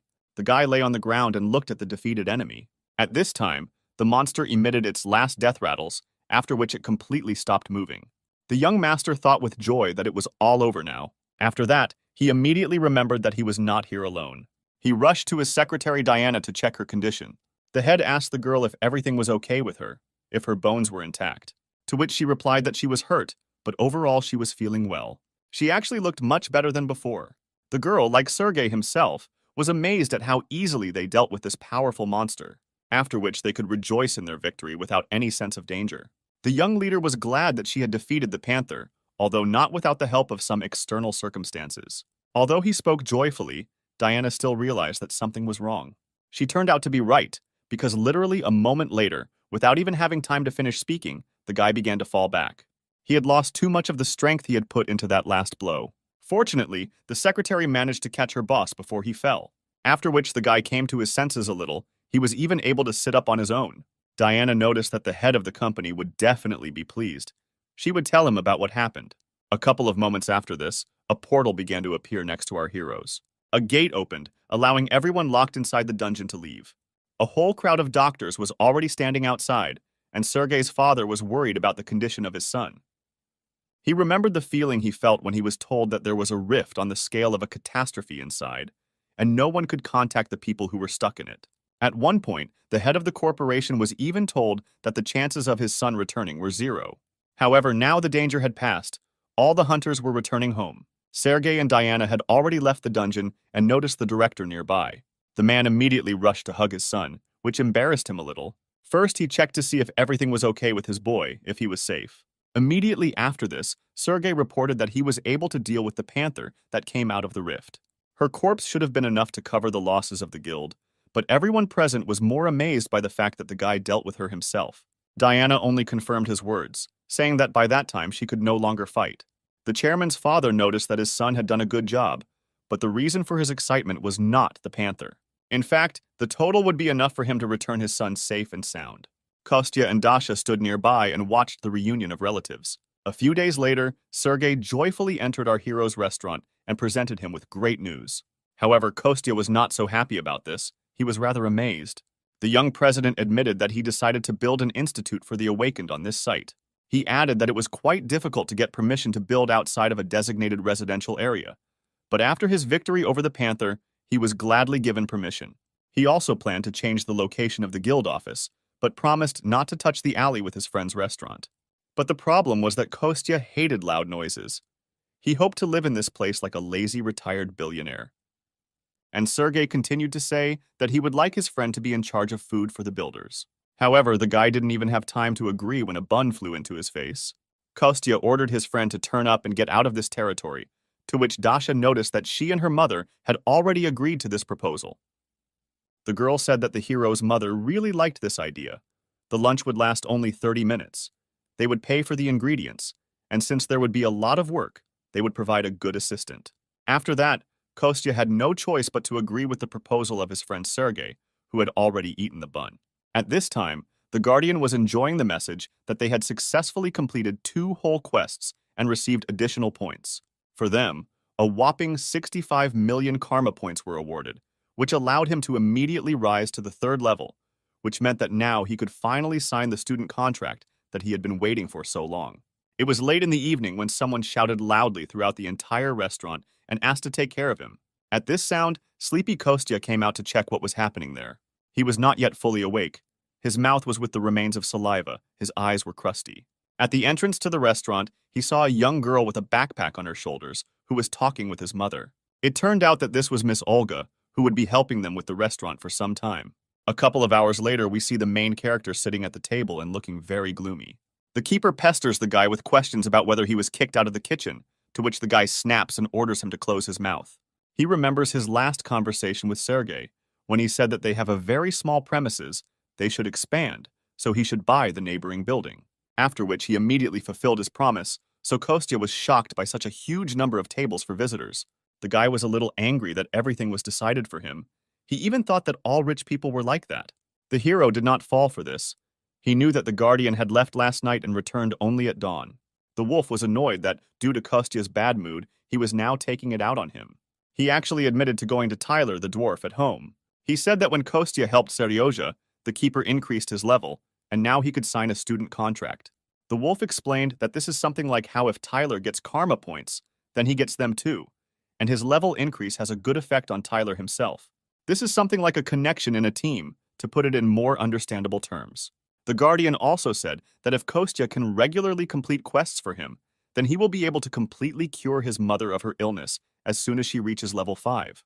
The guy was very happy with this news because it meant that he could help his mother faster. While they were talking to each other, not noticing anything around, the door to the restaurant opened and someone entered it. Kostya had to pretend that he was actually just playing with his dog all this time. In fact, Diana and another man came to the guy because they wanted to turn this premises into a restaurant. He understood that everything depended on the business for which they bought the land, but still clarified what they needed from him. Diana explained that after surveying the entire area, they discovered a vegetable garden in the backyard of this restaurant. Perhaps it should be destroyed. Kostya remembered that he had recently argued with Sergei about this. He didn't care about the safety of this place, but he was worried about the tree of the world. So he said that they grow vegetables there for the restaurant, so he would like to keep the garden.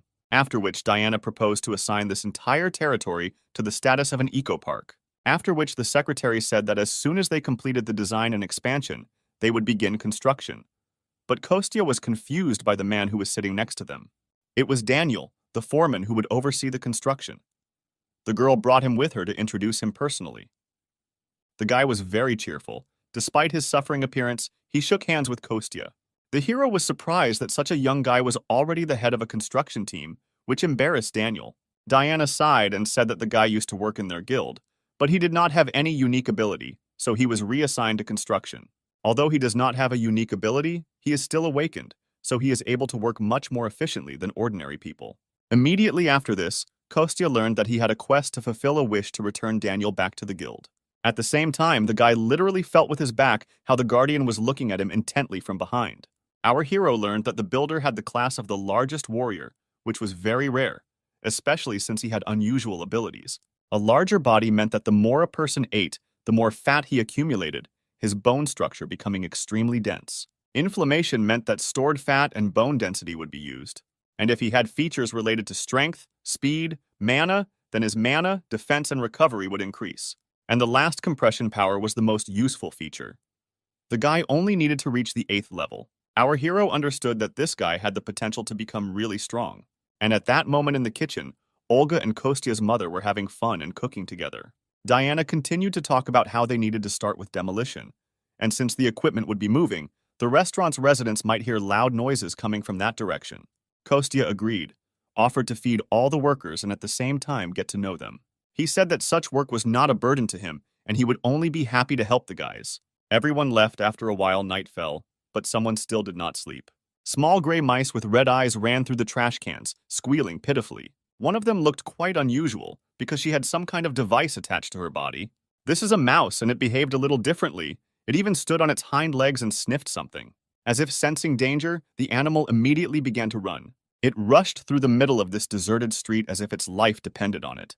But in fact, the mouse had well-developed intuition, because all this time a strange green cat was watching it. However, the animal did not manage to escape, because the predator overtook its prey in one jump.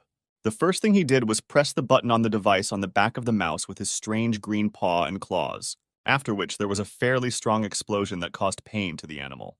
Licking its wounds, the cat reasoned out loud in a human voice that it was a self-destruction device. He walked literally a few meters, after which he stopped, sat on his hind legs, and began to glow. Suddenly, the same green wings began to appear on the cat's back. A few moments later, there was no trace of the animal left. Instead, a bird soared into the sky. After some time, construction was in full swing. Cranes and building materials were delivered. Workers scurried back and forth, laying out their plans and discussing construction. At this time, life in our hero's restaurant changed dramatically. Every day it was visited by quite a lot of workers who really liked the food in this small establishment. The guy was only too happy to feed all these hard workers, because he really liked to cook. But that didn't change the fact that he still needed to discover Daniel's secret ability and complete the quest. Therefore, between work, our hero ran and looked after his ward. This time, just as he wanted to come up and talk to the guy, something stopped him. In fact, it was one of the brigade leaders who ran up to Daniel and asked him about his well-being. It turned out that just recently Daniel was injured very seriously, which could even lead to a fracture, but there was not a scratch on him. Although the guy was not sure that Daniel was seriously injured, he dissuaded him and calmed him down. After that, Kostya's short break ended, and he went back to the restaurant to cook.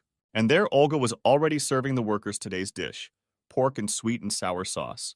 While the girl was serving everyone at dinner, our hero did not stop watching Daniel. He lost sight of him for a while, but after just a couple of minutes he found him again. Kostya climbed onto the roof of a building under construction and looked down at his charge. It even seemed to him that sometimes he was going overboard with all this surveillance. The guy was worried about his traumatic plan, but he knew that he wouldn't die from this anyway. Kostya was ready to use his strength and test his ward. But he was suddenly interrupted by the appearance of Olga, who came close to Daniel.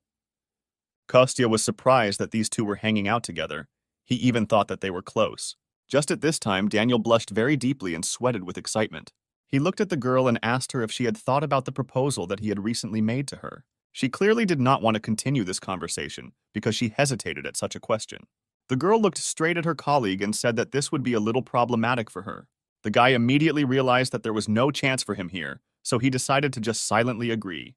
And Olga continued to criticize that although he is a good and kind person, she is embarrassed by their large age difference.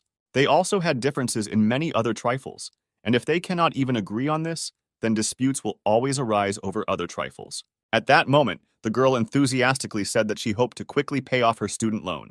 For some reason, Daniel began to apologize, which embarrassed the girl a little.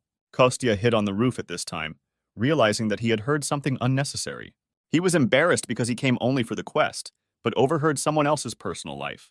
The guy looked down again and saw that Daniel was a little upset, so he decided not to touch him now. All he could think was that it was better for him to leave these two alone for now. However, suddenly something changed in his surroundings. There was a strange sound. Kostya realized that just a second ago he had accidentally used force and moved the beams a little. He tried to warn the sweet couple below, even shouted to them to move aside. However, the girl was very interested in the conversation, so she didn't even pay attention. But Daniel saw all the danger and reacted to it instantly. He immediately rushed towards the fragile girl, stretching his huge arms forward. With all his strength, this guy pushed the girl in the opposite direction. Although her landing was not very soft, it still helped Olga avoid meeting the beams falling on her. There was a deafening blow, after which the girl could not see anything for some time through the rising dust. After a couple of minutes, these clouds dissipated, presenting a terrible picture. At the loud, piercing, desperate cry of the girl, all the people in the area began to come running. Olga sat on her knees and, with tears in her eyes, tried to move the huge, heavy beams to the side. The girl kept calling Daniel, trying to understand whether he was still alive or no longer alive. Her hands were bruised, her nails were broken, although not such serious wounds, but she was also injured. After some time, the rest of the workers reached the scene of the incident, and Kostya looked at this whole picture from top to bottom and realized that it was his fault. At this time, builders used various methods and devices in order to free their colleague from under the rubble. Our hero was suspiciously calm and thought only that these sufferings and difficulties would become the basis for achieving his goal. A few minutes later, when the ruins were dismantled, a strange picture appeared to the eyes of the builders. Even Olga noticed that it had become suspiciously quiet around, so she decided to see what was happening. Everyone was amazed that instead of the plump Daniel, there was a very thin guy with his appearance lying on the ground. Just by this time, an ambulance arrived, quickly examined the guy, and took him to the hospital. A few days later, Sergei, Diana, and Kostya came to visit him, who were worried about their foreman. On the hospital bed sat a rather thin and athletic guy with long hair, who turned to the window. Having heard his name, he turned his head towards the visitors and greeted the head of the company. From that moment on, everyone was in absolute shock, because they expected to see their old, plump Daniel. A little later, the guy said that he thought it was his peculiarity. He squeezed hard. He recalled that due to the fact that he constantly and continuously ate breakfast, lunch, and dinner, he could not get rid of weight. During rehabilitation therapy, his body only stopped getting thinner when he used a lot of force. He admitted that he even jumped off the roof once to make sure of this. Although it was reckless, it was able to confirm the guy's expectations. At that moment, the door to his room suddenly opened and an excited Olga appeared on the rock. Daniel was very surprised by the presence of this girl here, and everyone present was also a little shocked by how exactly she appeared. And at that moment, the girl herself stopped and threw all her things onto the floor. After that, with tears in her eyes, she rushed towards the hospital bed. She ran close to the patient and leaned on his bed, asking if he was okay. Daniel was shocked that the girl even knew where he was. He wasn't worried about himself at all, so he decided to ask the redhead if everything was okay with her own hand. The girl cried all the time and only said that her hand was completely unimportant now. And they continued to bicker cutely with each other, while our hero in the background made bunnies from red apples. After this, Sergei decided to intervene in their conversation, as the head of their company and employer. The girl was amazed that the guy mastered the hunter only thanks to his powers, and this is his real appearance. In fact, she was worried that the guy had lost so much weight due to severe operations. After this, Daniel asked his boss and said that he had one more feature that he would like to show him, after which he freed one hand from the long sleeve, then extended it forward. The guy began to concentrate all his power in one place gradually. It was after this that his hand began to glow and acquired a purple hue. Daniel said that he initially thought it was just a morphosis, but in fact, it was a slightly different feeling, as if something, ready to explode at any moment, bit into his hand. It's like there's a magical force around him, even though he can't use it. Kostya thought that its potential usefulness and opportunity were simply amazing, and at that time he himself made a butterfly from a red apple. Daniel continued to say that with such a feature, he would be able to do a lot. Sergei stopped him, saying that he understood perfectly well what he was getting at.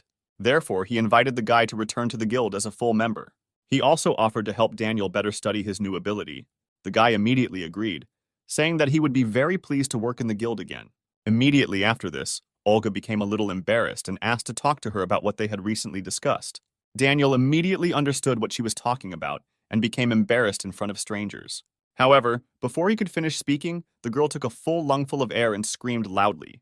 She came close and admitted to the guy that she agreed to be his girlfriend. They were in a rather piquant situation. The girl continued to ask for only one date. Daniel was surprised because earlier she had told him that she was very busy. But all this was only because she is in a guild and has to work hard. To see the guy, the girl told him her entire short life story. In fact, she admitted that she had never been in a relationship before, so she wanted to fall in love at first sight, as happened in many films and books. While the couple was explaining to each other, our hero in the background made a whole cake out of red apples. Olga at this time ended her speech by saying that all this love at first sight does not really suit her. So she invited Daniel to learn everything from scratch with her and go on a first date. After some time, everyone began to leave the hospital for their homes. Just at this time, Kostya thought that Diana looked quite distracted today, so he went up to talk to her. However, the girl was clearly not in the mood for conversation, so she politely said goodbye to him. Of course, Kostya couldn't take her word for it, but he decided to let her go for now. Instead of talking, our guy decided to simply follow Sergei's secretary. He was very surprised at the place the girl came to immediately after visiting the hospital. It turned out that she went straight to the guild's training center. Diana calmly walked up to the horizontal bar, attached her work pass, and walked on. Kostya couldn't just get into this building, so he approached and asked him to arrange a tour for the awakened ones. Immediately after this, he was registered and given a temporary pass. The guy just managed to go inside in time to notice how the girl changed clothes and went into some room. The sign on the door said that this was the guild's training room. Kostya used his invisibility skill and quietly went inside until the doors closed completely. There he saw Diana standing alone in the middle of an empty room, inside of which your power was growing. At this time, the girl was already fully prepared for battle, reaching for her sword that hung on her belt. Then, with a lightning movement, she pulled it out of its sheath and pointed it forward. She grabbed the handle with both hands and took a defensive position. To begin with, the girl began practicing the most basic movements with a sword. Kostya watched her and thought that her movements were good, and she was not deprived of talent. After that, he recalled the last case of the use of magical powers, be it Sergei with a bow. I even remembered Daniel's recently discovered new excellent ability. It took him quite a long time to compare all these facts. Kostya thought that the girl trains every day because he awakened so many people from her environment. After that, he waited until the end of the training and quietly left the center and went home to feed his guardian. The guy was sitting on the floor on his knees in front of the wolf, and his eyes literally glowed. The keeper looked at the huge portion of food on his plate and immediately thought that this was definitely some kind of bribe. Kostya fell in front of him in a low bow, saying that he had no hidden intentions. He admitted that during the quest he helped Sergei and Daniel, but did not help Diana in any way. Recently, the guild announced the possibility of increasing their rank, so the guy thought that the girl was so upset because everyone around her, except her, grew up as hunters. Kostya asked the keeper if he could help someone without directly influencing them. After that, he asked what method he should use to increase the hunter's rank, after which the keeper advised him to listen to the voice in his head. He could give clues, after which he began to eat. Kostya admitted that the girl is capable, and her equipment is quite good, so if she continues in the same spirit, she will be able to rise to the 5th level of swordsmanship. However, Diana could recognize his voice, so he asked the keeper to help him with at least some roses. Although the guy used to say that he did not want to help others, in fact, for him it was something like a habit. He wanted to help without personal involvement. The guardian did not think for long about this request from his new acquaintance, after which he decided to give a final answer. He promised to help if a quest appeared for Diana, because people have something like destiny. Meeting someone like Kostya is also a kind of fate, and a little extra luck. The hero noticed that these words sounded as if they were being spoken by some stubborn old man. After that, the keeper and Kostya went back to the training center to see the girl in action. They used the invisibility skill and watched her from afar, but they didn't have to wait long, because just at that time a quest from Diana appeared. They needed to increase its level in the next 7 days, after which the keeper promised that he would do it himself. The guardian promised to help the girl with the help of telepathy, so Kostya could go about his business for now and look back later. After such strange behavior, the guy noticed that the guardian's behavior very much reminded him of a tsundere. However, he still decided not to interfere with the wolf doing his job, so he went home. There, he decided to change clothes and go to the conference to which Sergei invited him. The guy quickly had a snack and said goodbye to his mother, after which he went to the company. The woman was glad that her son had been quite busy lately and had even found new friends. And at this time, the opening ceremony of a new office was taking place in the conference hall of the Manhwa Guild. Quite a lot of people gathered there who could cover this event in the media. Several individual journalists were invited, who had already set up their cameras and were ready to film. Kostya came almost to the opening itself, so he was amazed by a large number of people. He decided not to go down, but to stay alone on the balcony and watch everything from above.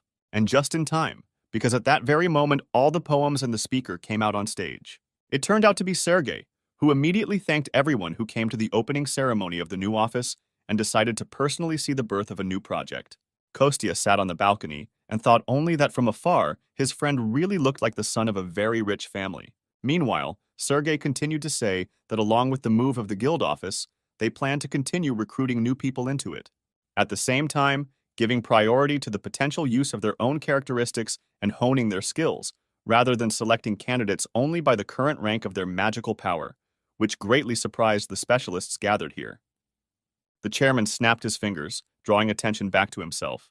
As a first step on this path, he announced that today what is happening is not only the opening of a new office of the Manhwa Guild, but the creation of a private educational institution for hunters. Immediately after this, a forest of hands appeared among people who wanted to ask questions. Sergei chose one of them and asked him to voice his question. One reporter rose from his seat and first of all congratulated the company on establishing a new office. He then said that it was previously mentioned that the company was opening an educational institute, so he clarified whether the criteria for admission to the institute would differ from the worldwide standards for measuring the magic rank of an awakened person. Sergei confirmed this information, adding that the criteria for admission to the institute will be the same as the criteria of the guild itself. Then the guy looked out from the whole crowd at one more person who wanted to ask something. He addressed a young lady in a formal suit and glasses who was sitting in the third row. The girl saw a report that said that during an unexpected awakening, Sergei heard a strange voice, and it was thanks to him that they were able to kill the Snow Panther. Because of this story, many low-ranking awakened people gained hope. More and more hunters who were quite weak before went to recheck their ranks. However, it is worth assuming that this can only happen to the head of the Manhwa Guild. Therefore, she was interested in whether educational institutes would not be just a simple squeeze of money from the dreamy awakened ones. Kostya was amazed that all the reporters asked such tricky questions. On the other hand, he understood that such questions do not arise out of nowhere. He understood that everything initially became possible only because of his help. However, Sergei was clearly not at a loss from such complex questions. He thanked the reporter and said that such thoughts are quite understandable because he himself constantly asks himself this question. It is possible that a miracle happened to him. Maybe he was so lucky only once in his life. However, he saw this opportunity, so he decided to grab it with all his might. Such a strange wording of the chairman's answer surprised Kostya a little. And the girl reporter herself also clearly did not expect such a detailed answer from the head of the company. At that moment, Sergei called an invited guest onto the stage, which surprised Kostya. And everyone present was also amazed at what appeared before their eyes. In fact, this very invited guest turned out to be Daniel. He stood next to Sergei and amazed everyone with his enormous size compared to him. The guests were clearly impressed by this huge man. Sergei continued to talk about how Daniel was one of the first members of the guild, and they could only find all the information about him by reading a couple of articles from that time. He admitted that the awakened C rank was a label that constantly followed him, as well as Sergei himself. Then he asked to bring to the stage the very bow that helped him in the last battle. Kostya was surprised that these guys were filled with such determination. And at this time on stage, Sergei defiantly took a bow without arrows and seemed to pull the string. On the other side of the stage, Daniel prepared to repel the attack. He took in as much air as possible into his lungs. After that, the guy also stood up, ready for battle. It took literally a couple of moments for Sergei to begin to gather all his strength together. Just like last time, it was not difficult for him to transform it into an arrow. After that, the guy took good aim and warned Daniel that he was about to shoot at him. All the assembled reporters and just guests were horrified by what was happening on stage. Literally a couple of moments, and after a short sigh, Sergei released the bowstring. An arrow of magical power immediately burst out of his bow and went to its target. Some people even screamed in horror that something traumatic would happen before their eyes. Even the cameramen left their cameras and looked at the stage with all their eyes. And at this time, the arrow reached its target and hit Daniel right in the chest. Sergei calmly lowered his bow and exhaled that everything went well. At this time, a cloud of smoke rose on the opposite side of the stage, hiding everything that was happening behind it. Kostya came to the dwarven village and looked for his old friend in his house. He was surprised by his arrival and asked to warn him next time, although he had said before that he could come at any time. After which the old man laughed and said that all this was said out of emotion. He was just heading to the workshop, so Kostya asked to go with him. The old man agreed to go there together, since the young guy wanted to look at her. After this, the keeper suggested splitting up. He himself wanted to go to Tyler. The hero was even glad about this course of circumstances, and smiled very much. The guardian looked at him and said that even without completing the quests, he was not so weak that any person would take care of him. At this time, the old man was completely oblivious to the fact that two people next to him were almost ready to fight. After that, the company went to the workshop, which was filled to the brim with various types of weapons. Some dwarves were just now engaged in forging new products. A huge magical furnace was flooded, which helped them in their work. The guy admitted that it was quite stuffy in the workshop, just as he remembered the last time. The elder announced a short break for all workers, but Kostya could not stand it, and even took off his shirt. After which the old man noticed that an ordinary person would not be able to enter this room because of the heat, because the average temperature rises to 80 degrees. After that, he summoned a huge piece of magic stone from behind the portal and asked him to make a shield out of it. The elder was delighted with the appearance of this stone, because it was an excellent material that would never be seen on Earth. Kostya admitted that he received it after a battle with that huge panther. He remembered that the world had really tried, since he had never encountered such a monster in the spirit realm. The elder looked at this huge stone and said that his old friend's request would be fulfilled. But he admitted that this metal is too tough for the local equipment, because to create an account you need a very high temperature. But due to the structure of the earth and the absence of the spirit of fire here, their capabilities are very limited. Kostya thought for a minute and concluded that they just needed a spirit of fire, like that cute mole. However, the elder noted that such a spirit of the earth was lucky to be born in this world thanks to the tree, and it is unlikely that they will be so lucky again. In addition, they also needed a place that could withstand such temperatures. Kostya was horrified at how expensive this premises could cost them. Kostya was actually indignant that people were so obsessed with money. However, he admitted that in their situation there is still no choice. Just at that moment, one of the workers called the elder over and they talked about something for a short time. The old man asked Kostya to look around himself, but he needed to go away for a while on business. The guy just had time to think about where he could get such a room. For this reason, he even decided to turn to his guardian, who just returned to him. He didn't look very happy, but after a while he admitted that he had an idea. These words were clearly given with difficulty, but the keeper still said that the fiery fox could help them. Kostya was surprised that this divine beast was still on Earth. However, the keeper also added that the fox was very broken, which greatly surprised our hero. The guardian added that the firefox core would give them the required temperature with extra reserve. However, there was one thing that confused the great divine wolf. The guardian clearly did not want to continue this conversation, but he understood that he had no choice. So he was silent for a little longer, then added that the firefox was broken and devoid of reason. He was once the first guardian apostle, named Ralph, who fought alongside him during the Great Cataclysm and exhausted almost all of his magical and physical power. He gave too much, it could not help but leave a mark on him. Kostya listened carefully to everything that the furry guardian told him. Then he decided that he should see everything with his own eyes. He admitted that they would still have to go to him to steal the fox core. After that, the guy squatted down and began to think about their further plan of action. The guardian said that the fox is in the west, in a black valley, where there is a mountain overflowing with demonic energy. There is not a ray of life-giving light there. That cave is teeming with all kinds of monsters. The guy was delighted that he now had the coordinates of Ralph's location. He decided to go there immediately, so he grabbed the keeper by the scruff of the neck, after which he pushed off the ground with force and jumped straight in the direction that the guardian had indicated to him. After some time, they landed not far from the required location. The divine wolf even felt a little seasick from such chaotic movement. However, he quickly came to his senses and began to look around. And there was something to see, because the whole ground was strewn with dead animals. And all this was done by one huge fiery fox, whose mouth was covered in blood. He stood over the small, lifeless animal corpses right in front of them. The guardian was surprised that his former apostle had already come to this. He looked at what was happening, and it seemed to him that he had guessed why reason did not return to Ralph. After all, when divine beasts that do not need food become weak, they instinctively begin to look for something to eat. If he tries to replenish his magical power by absorbing monsters, it leads to only one outcome. Demonic energy is like poison, so if a divine beast swallows a lethal dose, it will suffer an overdose of energy. But before he even had time to finish his sentence, an attack of hot fire immediately flew at him. It went behind him and exploded somewhere behind him, destroying everything in its path. If Kostya had not managed to dodge at the right moment, he would already be dead. The guy was amazed that the fire leaf detected his presence, despite the fact that the guy hit it. However, he was absolutely not going to give him time to think about further actions, preparing for the next attack. In this hot ball of flame, the guy managed to see something strange. He was amazed that divine beasts were using demonic energy instead of divine power. However, at the same time, Kostya needed to defend himself, so he also began to release his energy outward. He had very little time, since the beast had absolutely no intention of waiting for him to prepare. Kostya barely had time to create a shield and protect himself and the guardian from the blow. The wolf only shouted that the fox could not think straight now, so whenever possible, you just need to take away its core, without causing harm.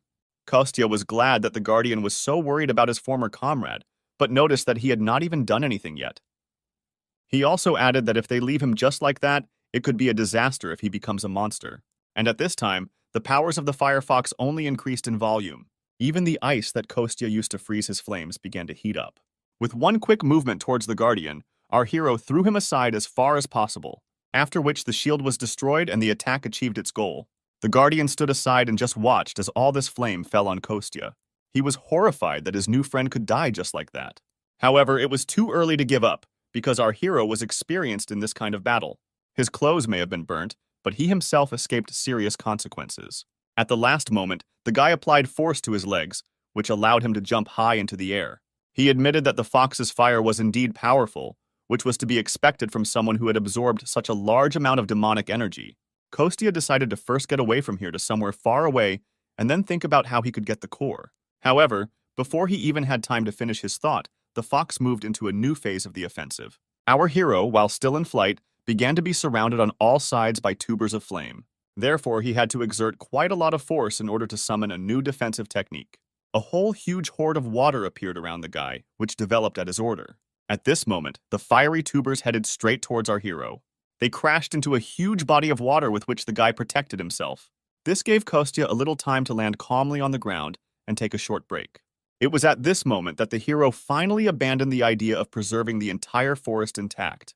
Even through such a dense shield of water, one of the attacks managed to break through and almost hit our hero.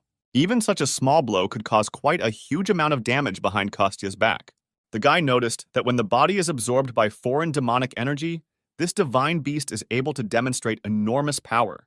At this moment, our hero was called by the Guardian, who had been standing at a distance all this time.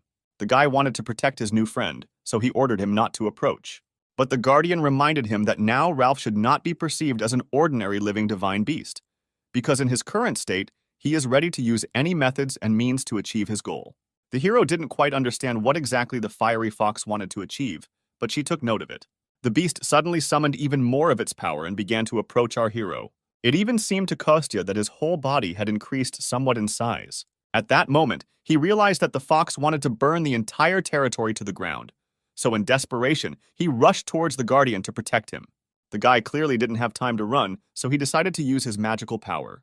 He imprisoned the Guardian in a small space that was completely filled with his mana. Then he placed it in a ball and sent it high into the sky. At this moment, due to the fact that Kostya was no longer using the name of the Guardian, the fox's memory began to revive the memories that he wanted to protect his friend, his master. Making sure that the keeper was safe, Kostya went on the offensive. He opened the portal again, intending to graft his weapon from it. This time it turned out to be his favorite huge sword, which the dwarves had once made for him. Ralph did not stop watching our hero for a second. He only became even more furious because he couldn't get hold of some pathetic person. This next boost made our hero dodge even more often. Kostya stepped a little to the side in order to gain a little time for the attack. He only had a few seconds to come up with his next strategy. The guy grabbed the hilt of the sword with both hands, swinging it with all his might.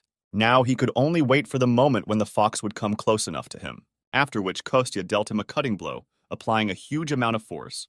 The guy thought that this attack would have at least some effect. However, he immediately noticed that there was something strange about the fox's paws that he had just cut. Literally, a moment later, the paws were reunited, as if there had been no injury. The guy realized that no physical residue would work on the firefox. At this time, he only in vain allowed the animal to get even closer to him. He was already practically inside the mouth of this huge monster. Kostya tried to unclench the jaws with his huge sword but failed.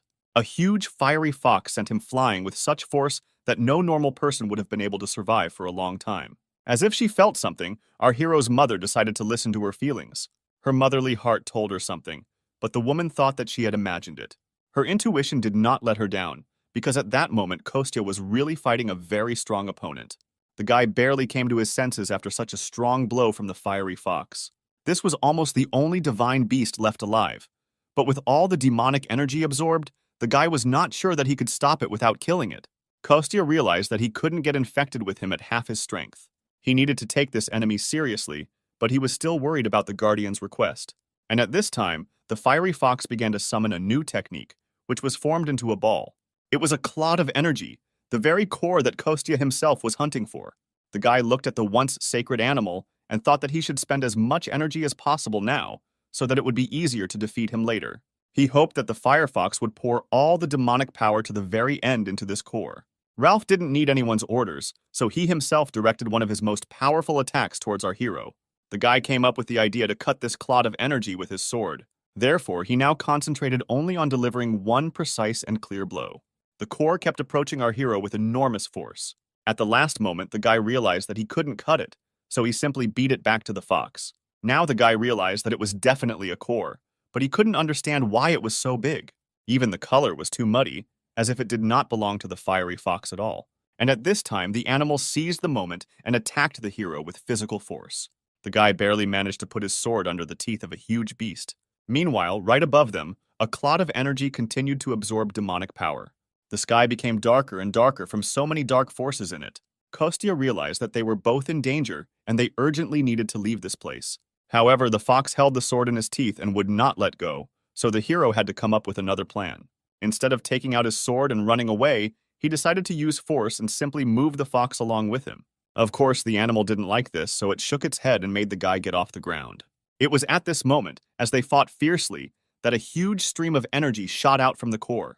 Both Kostya and Ralph were thrown with force in opposite directions. A moment later, Kostya came to his senses and decided to look at the place where the cannonball fell. Literally a few centimeters from his feet, a huge black crater was punched into the ground. Kostya had a hard time seeing from this place how things were going there, so the guy decided to get up and see what was happening there. Before he could do this, a huge stream of energy fell on him from behind. The guy managed to jump off him, then turn around and run into the attack. The fox did not waste time. While the guy came to his senses, he decided to attack. It was still hard for Kostya, but he was glad that the demonic energy had already weakened greatly. And even though you still had to put in a huge amount of effort just to dodge, there was light at the end of the tunnel. The guy dodged, delivered small blows, exhausting his opponent. Some strange feeling overcame our hero. He turned around. Some unusual energy came from exactly the place where the core fell. Now the guy managed to look at him closer, and he clearly realized that something wrong was happening. He knew that it was impossible to reach such a state by simply eating meat with demonic energy for a couple of months. The guy was sure that the fox's core was forcibly filled with dark energy because it was the embodiment of the soul of a divine beast. If the core is destroyed, then this is a big loss for the beast. If you kill it, the core will be destroyed. The guy tried to guess what kind of demon could do this. The hero heard the voice of a fiery fox, who wondered if he knew Karnas. Kostya was amazed that this beast still retained the remnants of its sanity. The guy decided to check this version, so he asked the fox why he was asking him about this. To which the beast replied that this was the only name that remained in his memory, and as soon as he thought about it, his head was splitting. At this time, the guardian, whom he had been looking for all this time, looked down at him. He was now in a different form and was enclosed in a protective bubble. Gradually, he came closer and closer to the face of the fiery fox, who raised his head up and looked at him. He called Ralph, tried to talk to him to help him recognize him. The fox froze for a while as if listening to his words. Kostya decided to take advantage of the moment and finish what he started. Since the guardian won some time, he had to use it wisely.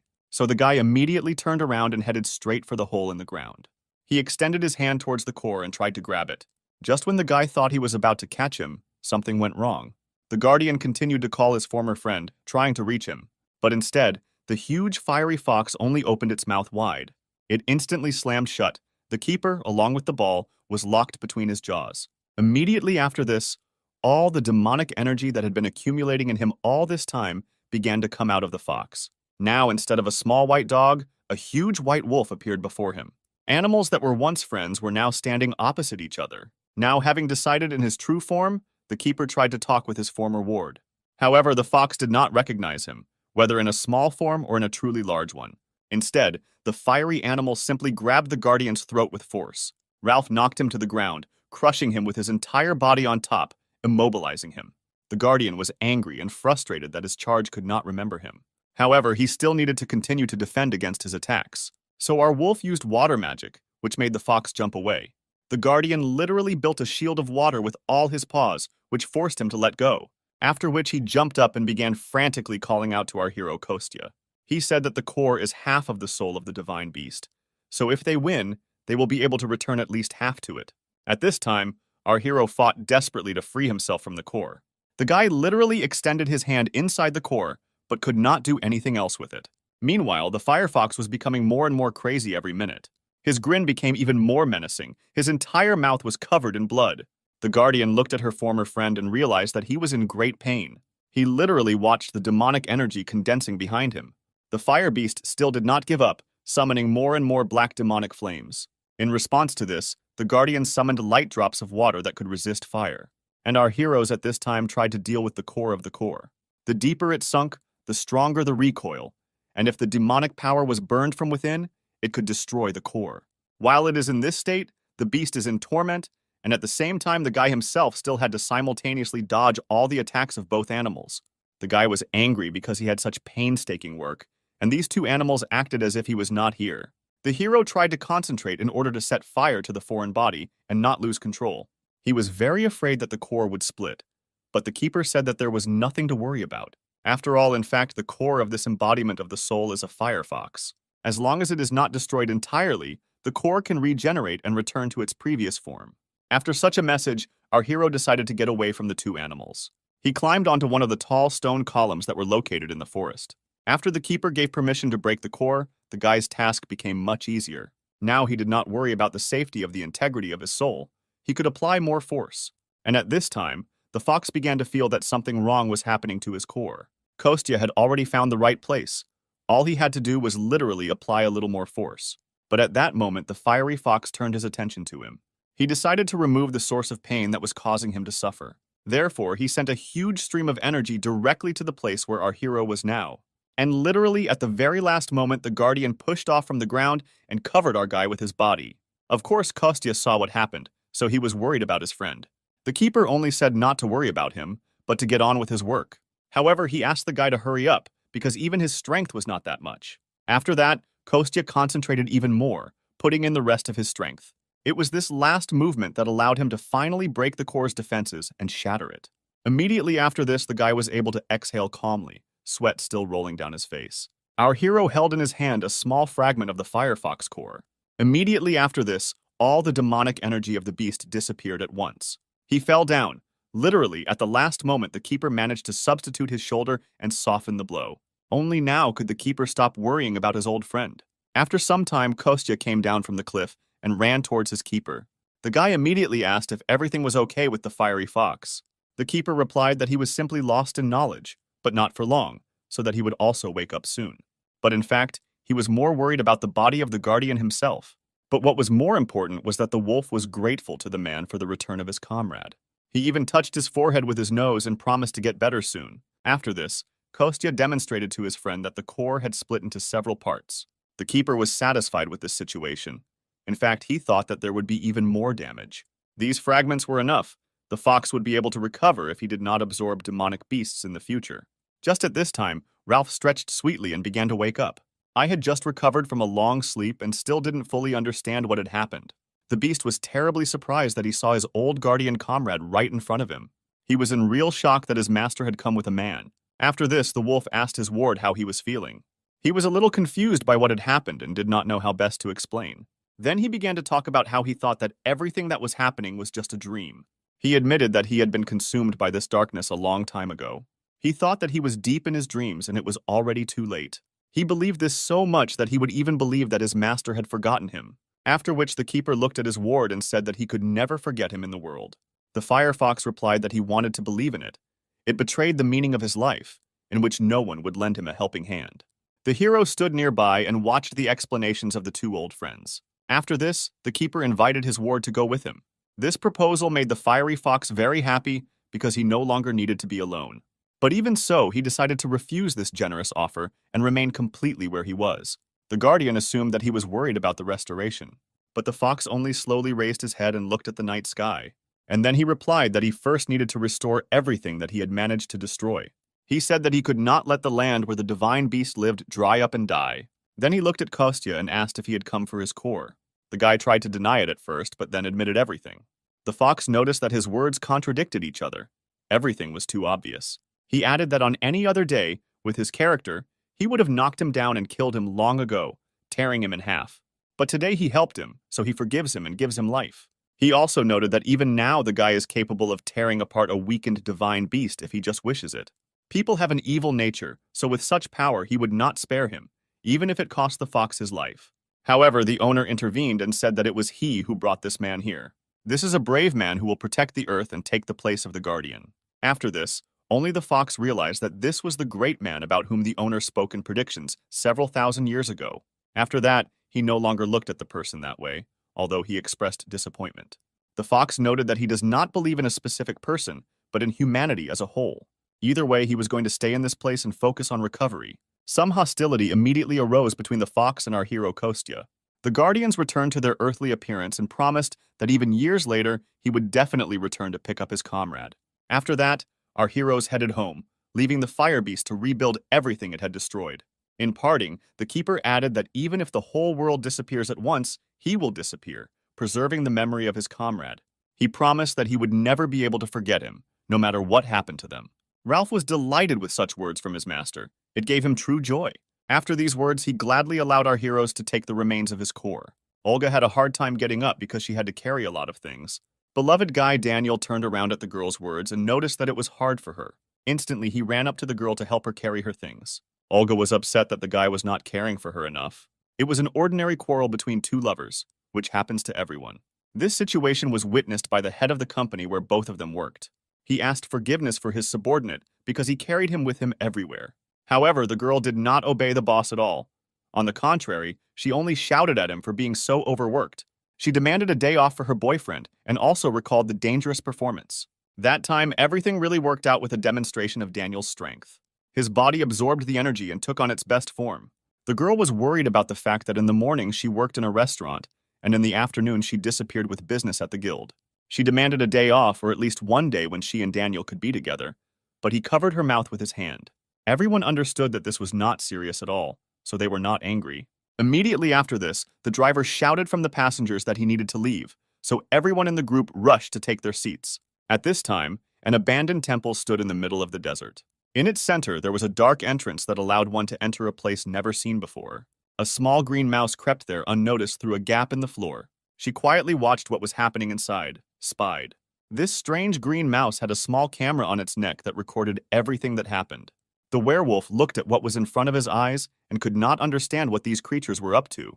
Very small people rushed back and forth with tools in their hands. A beautiful dark-haired slender woman commanded them menacingly. She was worried that the gate was almost completed, but Pasha was not finished yet. The girl was thinking that everyone was working too slowly at that moment when someone called her from behind. Another little man with glasses ran up to her and said that the gate ball was completed. Raisa looked at the small sphere in his hands and was very happy about it. Then she pulled herself together and praised Pasha for doing such a difficult job. She added later that after this she simply had to treasure him. This cute boy was incredibly embarrassed by such open praise. Raisa did not think that on Earth it would take only 3 months to create a ball, but now she held it in her hands. She added that this is only thanks to such a master as Pasha. Thanks to these words, the boy added that in the future, he would be able to make an even more effective device. He said that he understood the essence in general terms, so it would take him about 2 months. However, the girl turned her eyes and said that Pasha, with his abilities, would be enough for a month. The guy was again embarrassed by such praise and promised to try to cope in a month. After that, the girl smiled joyfully and said that this is exactly how she appreciates him. After that, Pasha went back to his laboratory, and Raisa stood and joyfully waved goodbye to him. She did this until the guy disappeared around the corner, after which the smile disappeared from her face. The girl straightened her hair. She was unhappy that she had to constantly persuade and praise the dwarves so that they would at least do something. Although she understood that for a traitor like her, there was no option to be picky. The girl slowly approached the gate step by step and thought that she would not have another chance. She came close to the stand and realized that even if she had created a gate, without the key and battery, she would simply have wasted her energy. She took the ball in her hand and extended it towards this strange installation. She mentally prayed that this would help them achieve what they wanted. As soon as the ball entered the groove, a gate immediately opened in front of the girl. She was incredibly glad that she managed to do everything right. The girl took the key back and thought that it could be used about 9 more times. She hid the ball in a small bag and secured it to her belt, after which she turned to someone and ordered them to go out and not crowd in the dark. Immediately after these words, boys and girls began to appear out of nowhere. They looked exactly like Raisa, but had different hair and outfits. She told them that she was able to achieve everything only thanks to the dwarves and resources. She also added that they all knew that they had an unenviable position. But today's success should have changed a lot. Her subordinates looked down at the girl and listened carefully to her every word. She stood confidently in front of her followers and talked about their successes. Raisa added that today she was more worried than she expected. Her subordinates did not even immediately understand what the girl was talking about. Literally a second after this, the girl sharply looked up somewhere. She directed the force of her blow to one of the inconspicuous corners in the wall. After that it was destroyed, the girl discovered a green mouse spy. She was furious that she hadn't noticed him sooner. She used her power again, trying to get the spy. However, right before her eyes, the green mouse suddenly sparkled brightly. Literally a second later, huge wings appeared. She rushed right next to Raisa, hitting her painfully somewhere in the waist area. The girl immediately noticed that this strange green bird had stolen her bag with the ball. The result of their long, painstaking work was stolen by some spy. Raisa understood that this could not be allowed at all. She was once again convinced that it was indeed a bag from her belt, after which she ordered to immediately mobilize all forces and find the green eagle. Her subordinates were not supposed to act alone, but to attack in groups. Immediately after this, all the boys and girls gathered here took up arms. They were in excellent physical shape, so they rushed in pursuit of the green bird. This werewolf was in the same group as Dasha, our hero's friend. Although he was unable to gather evidence, the situation was quite serious due to the fact that this group managed to build the gate. They were hunting him, and at that moment the eagle was only thinking about what catastrophe would happen if all the gates were activated. At the moment when he was already pressed into a corner, the eagle began to shine brightly again.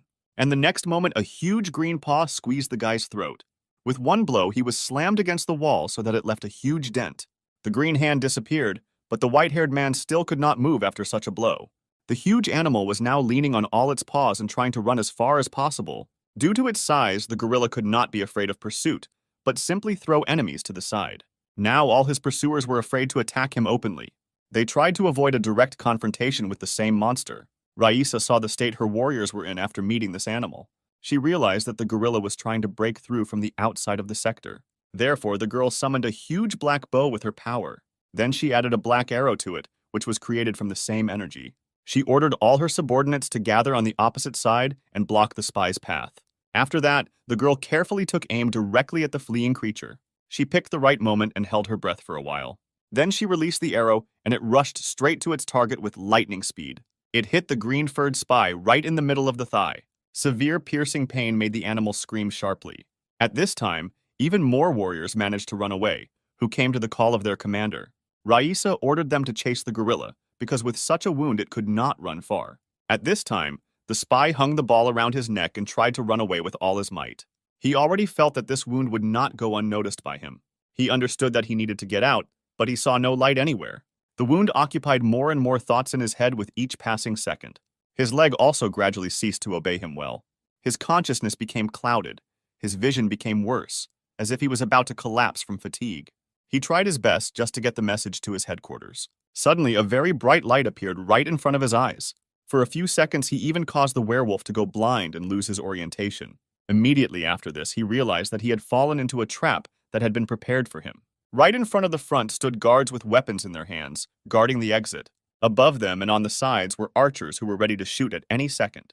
And most importantly, the commander of this detachment came out in front of him. Raisa stood and looked down at the driven green animal. She only shouted that the spy had nowhere else to run. It seemed to her that now he must give up, because there was simply no other way out. To her surprise, the huge gorilla only smiled triumphantly instead. The girl did not expect such a reaction at all, so she could not understand what he was going to do.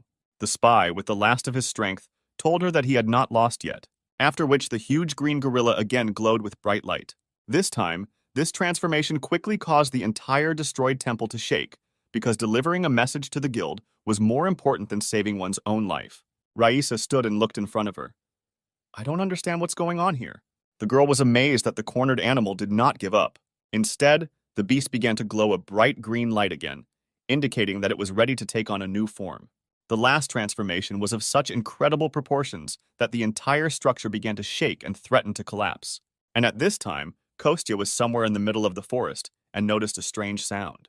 The keeper was surprised that the guy was using the brave man's sword to butcher horned pigs. The hero replied that such an artifact of the legendary class cuts like a legendary one. Thanks to the very abilities of this artifact, the hunt was extremely easy and successful. Kostya reported that he heard a strange roar of an incomprehensible animal and suggested that the keeper check it. Belyash was not delighted with such an offer because he had not even fully recovered yet. And the hero himself fell into this place on the way home and suddenly, for no apparent reason, began to chop up the pigs, declaring that they needed to finish for dinner. However, Kostya still suggested going to look at this beast because fights are the most interesting to watch. The guardian said nothing, but thought that the situation looked too serious to simply be an observer. A huge green tail, all covered with durable scales, developed from side to side. Instead of a gorilla, a gigantic crocodile appeared in the huge hall. He threw his opponents in different directions, swallowing some. The Dark Elves looked at their enemy and did not dare to attack. They would be amazed at how easily their brethren die in battle.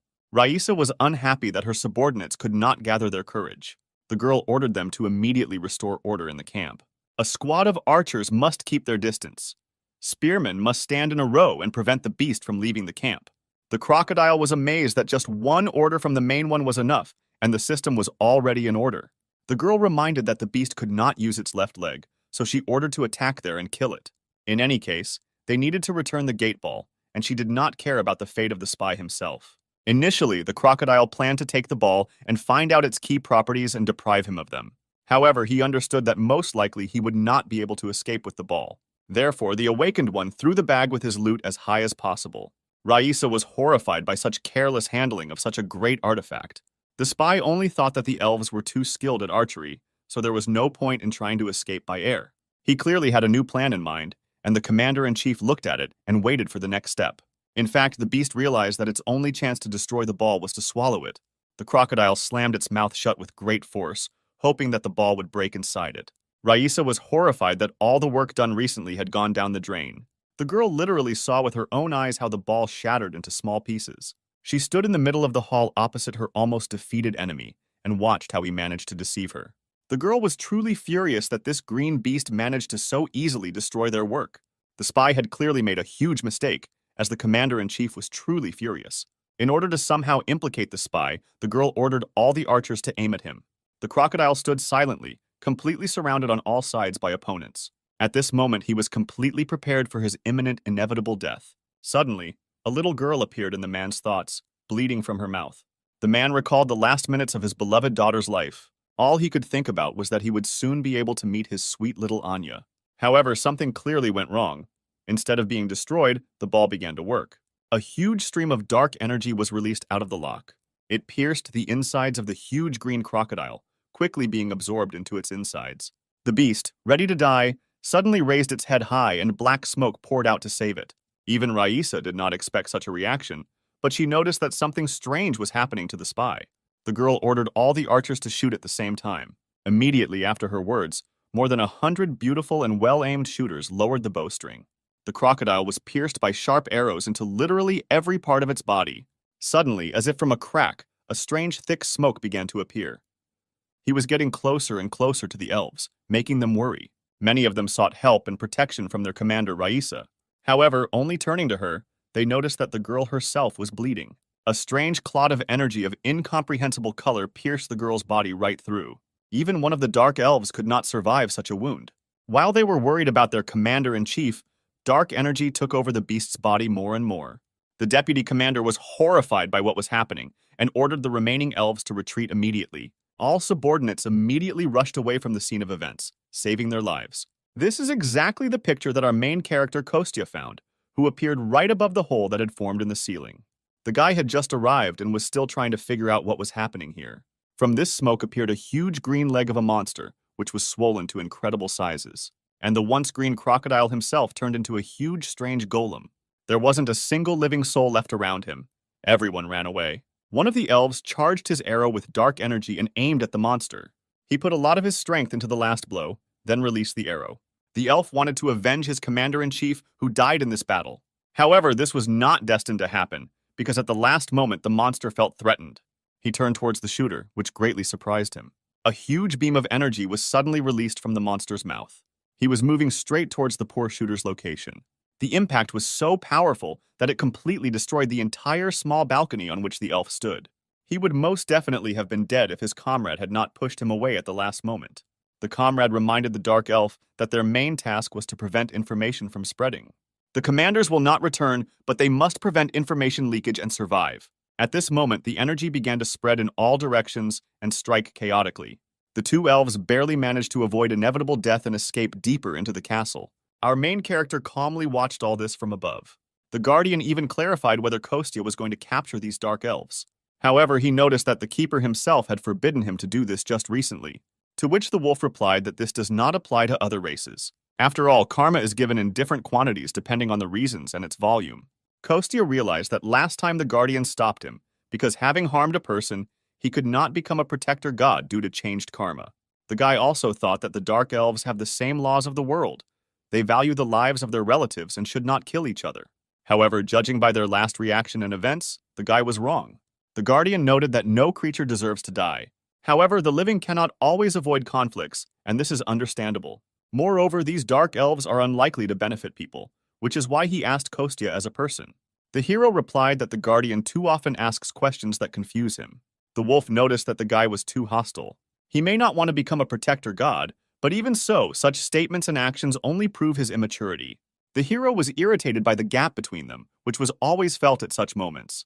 The guy spread his hands and said that he partially agreed with the words of the keeper. However, his main goal now is to save Dasha's colleague from a scrape. The guy did not hide the fact that the Dark Elves also bothered him. However, at the moment, what interested him most was the black demonic energy. After all, at the moment it was very similar to what had recently been hiding in the fiery fox. Kostya was simply interested in what kind of lousy demon was plotting these intrigues. It was unlikely that this was the work of the Dark Elves. In any case, the hero needed to save the man, so he jumped down. The guy carefully landed right in front of the huge green monster. He just noticed him and slowly turned towards the new enemy. Kostya was not at all afraid of his enemy, turning to Dasha's colleague, locked inside him. The guy called upon his powers in the palm of his hand, promising to free the man soon. Thanks to his abilities, small and large stones began to rise from the ground. More and more of them rose into the air. They glowed with a yellow flame. Gradually, the stones began to twist in a spiral, as if they were in a whirlpool. From such a strain of magical power, even our hero's eyes turned blue. Immediately after this, Kostya directed this entire gigantic flow of energy along with the stones forward. His improvised weapon came closer and closer to the monster, surrounding it. But he did not think of giving up quickly, and again released a clot of energy from his mouth. The monster aimed right at the middle of the stream, intending to reach the enemy. However, his path was blocked by sand and stones that blocked his view. Now he stood completely inside this vortex and looked around. The guy literally imprisoned the monster inside a cluster of stones covered with his energy. It was necessary to cleanse and free this man's core from demonic energy. Therefore, the guy clenched his hands tightly and increased the resistance of the wind and energy. It was a difficult confrontation. The hero decided that he needed to speed up. It must be faster than the cell division of the green beast. But the demonic energy that sat in the man's core was not going to give up. Even in this state, she forced her clots to release and attack our hero. One of them had already taken it out, inflicting a small wound on his left cheek. The guy only managed to dodge when several more new attacks were already rushing towards him. However, this reminded our hero of something from his past. He understood why this reminded him so much of the Firefox's situation, even though the circumstances were different. The guy spread his arms to the side, causing the diameter of the vortex to expand. After this, he noticed that the streams that had previously attacked him began to collapse. After this, the hero realized that he was now moving in the right direction. The time has come to begin the next stage of liberating the green beast. Now he unclenched his fists and concentrated energy in his open palms. The whirlwind gradually subsided, and only a small cloud of dust remained in the air. Gradually, the face of a man with green hair appeared, who was covered in cuts. Only now could Kostya breathe a sigh of relief, but he failed to do so. After all, his friend Dasha's colleague was still lying in front of him, covered in blood. The man was unconscious and clearly in very bad condition. The guy sighed wearily and told the keeper that he had assumed such an outcome of events. What interested him most now was why this man's blood was black. The keeper did not understand why the guy was hesitating. He even shouted at him. And Kostya, meanwhile, carefully squatted down in front of the man. He carefully touched his hand to the leaked black remnant of demonic energy and realized that it was someone's creation. However, the guy decided that he would deal with this a little later. Now he had more important business. Therefore, the hero grabbed the man who was lying unconscious in front of him by the clothes. Kostya carefully placed this man on his shoulder, trying to cause as little pain as possible. The guy noticed that this man's mana core was destroyed, so now he needs to restore it. First of all, it was necessary to find a deserted place, so the hero and the guardian pushed off the ground with force and got out in one jump. After some time, the man began to gradually regain consciousness. He clearly felt tired and overwhelmed, slowly opened his eyes and realized that he was in an unfamiliar place. The man was able to focus his gaze on the young guy who stood in front of him with a white puppy on his shoulder. The awakened one clearly did not expect to see such a strange picture, so he shouted sharply and loudly. Our hero also did not at all expect that the man would come to his senses so quickly, so he screamed along with him. They were lucky that they were in a house in the middle of the forest. Otherwise, someone might have heard them. It took Kostya some time to explain to the man what happened here. The guardian lay and listened all this time. The hero noticed that the man was in critical condition, so he offered to talk about the details after he swallowed the medicine. The green-haired man thought for a while, then asked to convey his words to the association. The man remarked with a resigned air that his life as a whole had no regrets left. However, the hero did not even listen to him to the end and interrupted, saying that everything was too easy for him. He noticed that he found a man just while walking his dog, and now he wants to die in front of him because he didn't save him, even though he could have. The guy respected the green-haired man's reasons, but said that he would not die today. The man noticed that the guy behaved very impudently for his age. However, the hero noted that he was already 35 years old, after which the man resigned himself and did not appear. He even agreed to take medication and be patient while our hero treated him. The man felt that something had split his mana core in half. Even the best healer from the Hunters Association could not cope with such a severe wound. Kostya knew all this, which is why he used one of the only 3 pills that he grabbed before his return. He ordered the man to put it in his mouth and hold the cloth between his teeth so as not to bite his tongue. The medicine, like a magic chain, must circulate throughout the body for it to be effective. Now the man's mana core is fragmented. The magic chains do not function. Therefore, Kostya himself was going to infuse magical power into the man and help distribute the medicine throughout his body. He added that this pill is like a defibrillator, only resuscitating the flow of mana, not the blood flow. As soon as the man took the pill into his mouth and bit into it, the guy suddenly added that now he should not lose consciousness. But it was already too late, because not even a couple of moments had passed before the awakened one passed out. Kostya remembered that he himself was preparing to die for the first time and fainted 100 times. However, this man could not lose consciousness, so the guy hit him sharply on the head. He ordered to endure until the last, because this green beast is one of the best in the country. He might die as soon as he loses consciousness, but the man already felt his body. He began to hear some strange sounds and was even preparing to die peacefully. However, Kostya ordered him to think about his family, which forced the man to go inside himself. The guy directed his hands to the man's body and began to gradually pour his energy into him. At this moment, a quest appeared from a member of the state-controlled Rainbow Six, the Green Beast, whose real name is Yegor. Often, when they talk about a person with a high position in government agencies and someone who is in the top 6 of the country, they immediately imagine his brilliant past. Yegor's life before becoming the Green Beast was very mediocre. He had a wonderful, loving wife and a beautiful little daughter. The man sincerely considered himself the happiest person on earth. Finally, he had everything he had dreamed of for a very long time. He was an orphan, and his name was firmly rooted in the first lines of the boys' registers. Not only did he not have a single relative, but his birthday was also considered the day he arrived at the shelter. The guy lived his days quietly and peacefully in an orphanage. But everything changed dramatically when one took even one step beyond it. A child without parents, whether a troublemaker or a quiet one, it doesn't matter. They were all called problematic. Because of this prejudice, he was unable to make a single close friend. Therefore, the guy grew up alone without a single close attachment. He felt it only in relation to animals. They lived on the mountain behind the school, where he climbed at every opportunity. Perhaps they were the reason why the guy later became a zoo worker. And to him, the man who preferred animals to people, wonderful words were later addressed.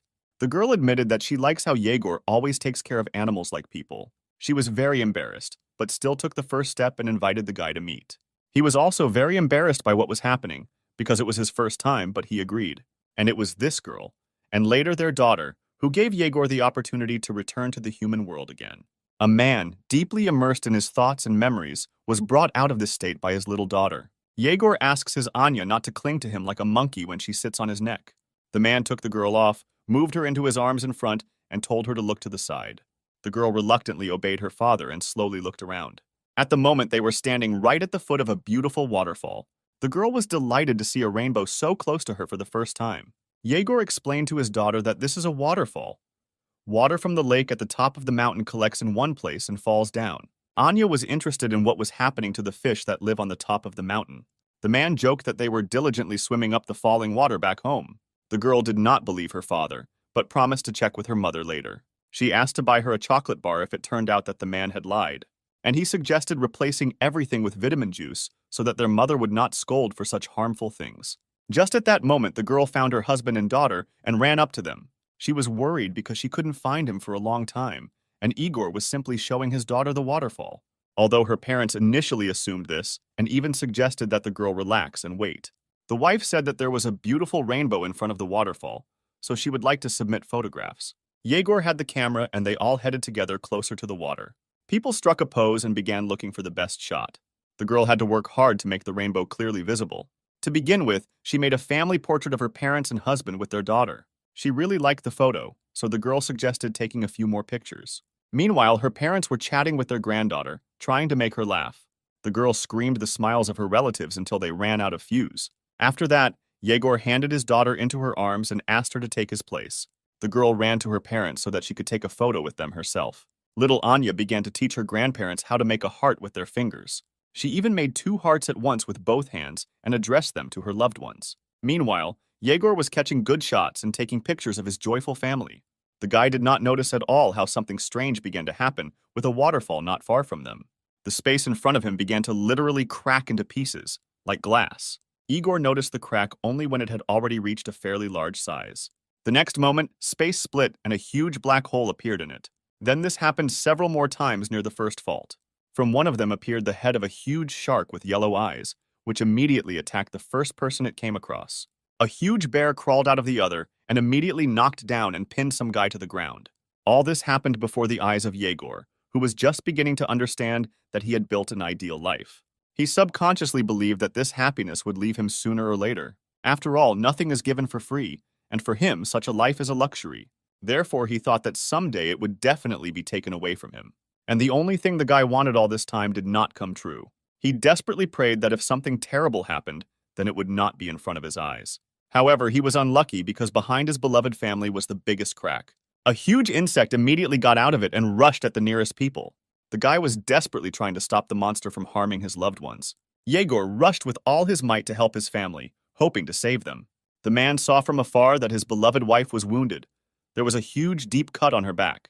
At first, the guy even tried to convince himself that the girl had simply gotten dirty in something.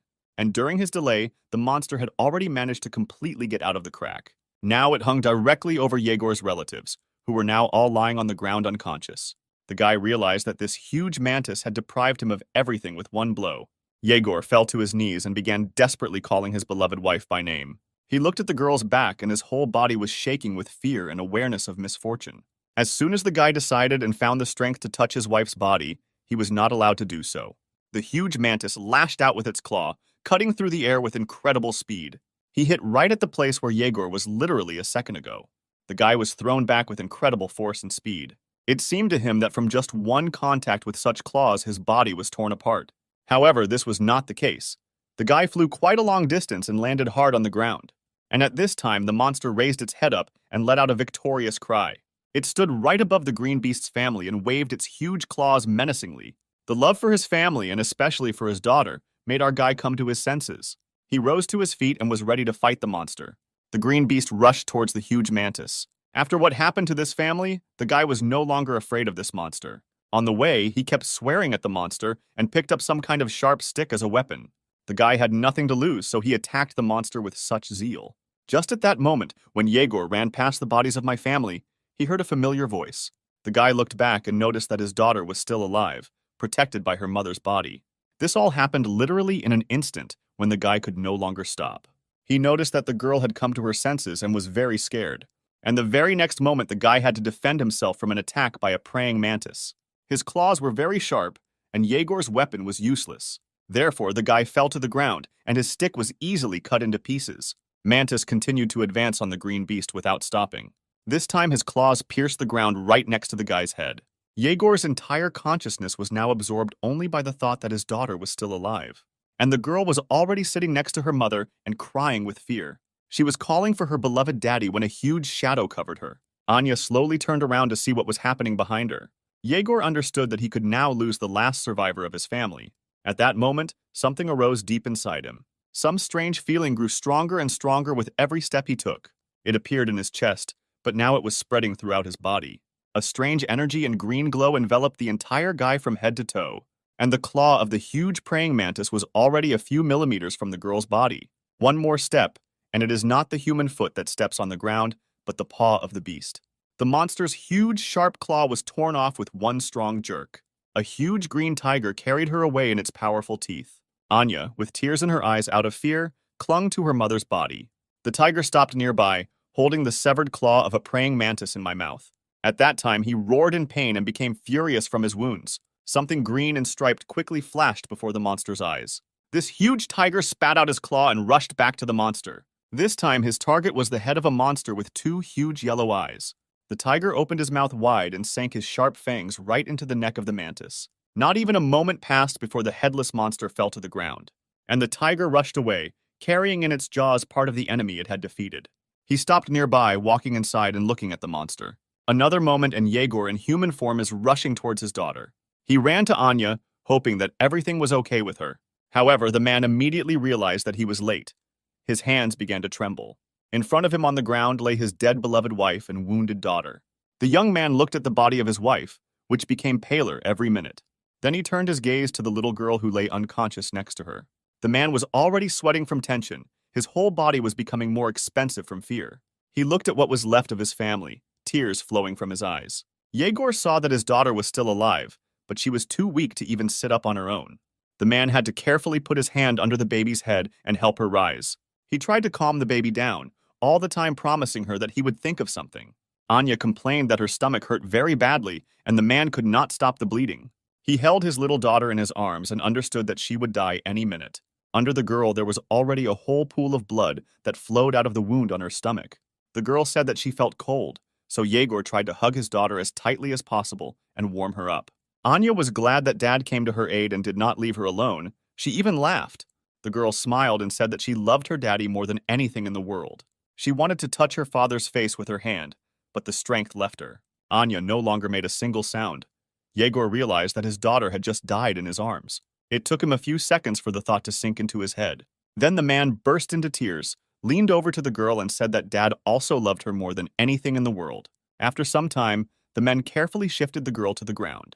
Now in front of him lay the dead bodies of his beloved daughter, wife, father-in-law, and mother-in-law. It was at this moment that Yegor dreamed that God, if he exists, would turn out to be an unsuspecting fool. He was ready to follow his will with pleasure if he, as a reward, would allow him to save the lives of the people he loved. Yegor was grateful that he was able to meet people born in love, and promised to devote himself entirely to this goal, after which he turned into a huge green elephant and rushed to protect the people remaining in the park. Kostya realized that this thought was driving the man when he burst into the dark elf base. He could see all this in the man's head while he lay unconscious and thought about his family. Finally, after some time, after the medicine took effect, the man came to his senses and opened his eyes. I asked the guy how long he spent unconscious, but Kostya replied that all the most dangerous things were left behind. Kostya looked at the man and was disappointed that he chose this path. Yegor just turned his back to the guy and added that he had nothing to say to such a boy. Kostya realized that the man felt bad. He was going to die. This was clearly reflected on his face. He was silent for a while. Why did he say that he recognized this feeling? I remembered myself at a time when I had only recently found myself in the world of spirits. It wasn't the same feeling, but he thought they might be similar and smugly concluded it. The guy recalled the feeling when he stood in the pouring rain, which helped hide his tears. He added that death leaves nothing behind. When someone dies, there must be someone left to remember the dead person. But now the only one who will remember all this is Kostya. All these little things that Yegor's wife and daughter loved, that made them happy, that made them happy. Now he alone remembers absolutely all these little things that make up a person's personality. These words made a huge impression on the green beast, who was still lying with his back to the heroes. For some time they remained in silence. Yegor lay facing the wall, and Kostya sat behind him. After which the guy sighed heavily and decided that he was minding his own business. He asked Yegor to forget about his last words. He simply said it for moral reasons. However, these words still had an effect on the man. He sat down and asked the guy to help him restore his mana core. Kostya was surprised that the man still chose to continue living. Yegor still could not immediately answer this question. He sat thinking for a long time. And then he said that he still has a lot of things to do, and there are people who rely only on him. Kostya was surprised by such an accurate answer, but agreed with him. A light came on in a house in the middle of the forest, which marked the beginning of a new life for the green beast. Some time later, Kostya was furious that they decided to throw a party in his restaurant to mark the release of the green beast 3 weeks later. Therefore, the guy had to urgently prepare a lot of food. His mother and assistant had to run around with boxes. He cursed at Dasha because his family wanted to live in peace, and she was throwing another party, although she reassured him that there should only be 3 people, herself, the beast, and Kostya. The hero tried to calm down, because he had a long history of friendship with this girl. If he starts to be indignant now, she will come running and mock him. Instead, he will suggest finding a more reliable place, because information from the conversations of such guests should not leak out. However, Dasha noticed that there is no more secluded and reliable place in Seoul than this restaurant. Therefore, the girl promised to come tomorrow and agree on the date and time of the reception. The devil's vine, its size justifies its name, is strong enough to swallow even a black bear, which represents the first rank of danger at once. She's just looking for a beast that the demons will keep as a pet. However, even demons can be in danger if they let their guard down before the monster of disaster. Kostya sits at the table, holding his head in his hands and thinking that he should have just ordered pizza. The keeper was amazed that the guy was awake simply because of some pizza. But for Kostya, this was very serious. He even asked Belyash what was most important in pizza. The guardian was not going to succumb to provocation and answer him. He ordered him to go to bed. However, he did not listen to him at all. He jumped up and shouted that the most important thing was cheese. That is why he needed the devil's vine. And the keeper did not understand how he came to this conclusion. Demonic vine, one of the disaster-class demonic beasts. Although in the human world this plant is called a cannibal plant. There are not many of them left in this world. They mainly grow on Gangwon Island. Kostya did not know that these plants still remained in their world, because he was sure of the opposite. The guardian added that the animals are specially lured to this area so that the plants will deal with them. The hero was amazed that someone was feeding these monsters on purpose, because they should have become gigantic. The keeper confirmed his assumption and was puzzled as to why the guy was so worried. Kostya explained that although this monster looks like a plant, it is still a monster, and with such excellent nutrition, he should very quickly grow to incredible sizes. After this, its roots harden, after which they replace its legs. This species is reaching the size of the Earth at this rate and is using all the planets as a pot. Neither the keeper nor our hero were absolutely happy about this prospect. There was even a slight panic. Kostya ordered the keeper to quickly call Taylor for help. He suggested giving the wolf some real training and at the same time hunting for cheese. Therefore, the guys went straight to Taylor and then towards the island they needed. The whole company stood on the shore and watched as the water flooded many buildings. This whole area basically looked abandoned. These guys also came at night. Kostya was warming up, the keeper was yawning, and Taylor was asking why he was called here in the first place. Kostya said that the wolf doesn't have to ask anything, just beat and destroy everything. Taylor looked around and was surprised that he was allowed to crumble everything. He was just glad, because he just didn't have a place to test his increased strength. The hero added that if a place left unattended suddenly disappeared, no one would worry much about it. Their beloved country has long closed its eyes to the existence of this place, and the main character himself promised to give the wolf excellent pizza in gratitude for the help provided. Taylor was confused because he had absolutely no idea what pizza had to do with it, and the hero explained to his friend that it was all about that same devilish vine. She had round bags located right under the big bud. Inside, they were so delicious that even blue cheese couldn't stand next to them. There was no flour in the spirit world, but all this time the guy desperately dreamed of cooking something. Since it's here, he can make a pizza that will leave a mark on the history of Korean cuisine. And although the keeper was unhappy that everything came down to pizza again, he could at least check how strong Taylor had become. Belyash added that if it were not for this opportunity, he would not even have come here. He looked at his student and told him not to worry about anything. Just do what is convenient for him. The wolf clarified whether a change in his strength could really affect the master. The keeper once again confirmed, adding that even if nothing comes of it, all he needs to do is force Kostya to complete several tasks. Our hero didn't like work, so he decided to conduct training for Taylor. After this, Kostya and the guardian began to quarrel again because the latter climbed into the hero's head and read what was there. Kostya sincerely believed that this was an abuse of power on the part of the keeper. However, the latter objected that this was just his ability, which had nothing to do with powers. However, before he had time to finish his last thought, he suddenly fell silent and froze. Someone's huge shadow bent right over our hero, covering him from the light of the moon. This would be a great opportunity for Taylor to test his new powers. Therefore, the wolf rushed to attack the unknown creature with lightning speed, delivering one strong blow, after which he landed with a crash on the other side of the monster. Now his claws were sharp enough, and his paws strong enough to knock down an enemy with one blow. However, this was far from the end. Now everything in the area was roaring and the earth was shaking. Literally a moment later, a whole horde of the same monsters appeared in front of our heroes. Kostya and the Guardian were both shocked by the huge number of monsters that appeared in front of them. This was great training for the wolf, allowing him to test his new strength. Still, even for him there were too many monsters here. Taylor was out of breath from the workload. The wolf stood in the middle of the horde of monsters he had defeated and asked if Kostya and the Guardian were okay. Our hero was impressed by the work done by his old friend. Taylor had become much stronger than he thought, which the Guardian agreed with. The wolf noticed that the guys were exaggerating. Now even his legs were giving way due to severe trembling. Then he noticed that Kostya himself dealt with half of all the monsters. At this time, the hero looked around and noticed that they had walked about 10 kilometers. Their destination was on a mountain with a popular hiking trail leading to the top. From a distance, it was noticeable that over so many years the plant had simply grown to gigantic proportions. The wolf noticed that, most likely, it was from this flower that all the others that filled this entire area came from. Kostya noticed that the wolf seemed to know about the earth even more than he did, even though he was born here.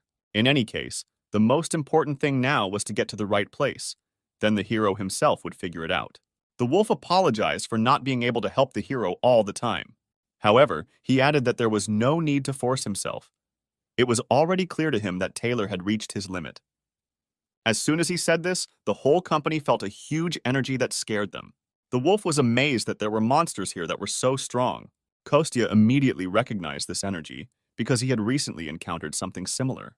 He wanted to warn his friend that there were many wolf-monkey monsters hiding here. But he didn't have time to do this because one of them had already dug into Taylor's neck and dragged him away.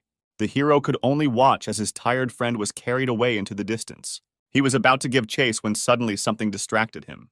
The whole earth trembled under his feet, and a new monster appeared from under it. It sent its tentacles towards the hero, but he managed to escape at the last moment. The guy pushed off the ground with force and soared high into the air. The tentacles crashed so hard into the place where the hero stood a second ago that they forgave the asphalt. Without wasting time, they immediately rushed back up, catching up with Kostya. It was obvious to our hero that they were targeting him and were not going to be left behind. It didn't look like the plant had eyes, which meant they simply decided to cohabitate together. Kostya decided not to waste time and summoned his favorite sword from his inventory. He realized that even in the spirit world, he had never seen a devilish vine of such gigantic size. The guy realized that they needed to separate, so he made a request to his guardian. He said he had to stay here and grab the devil's vine.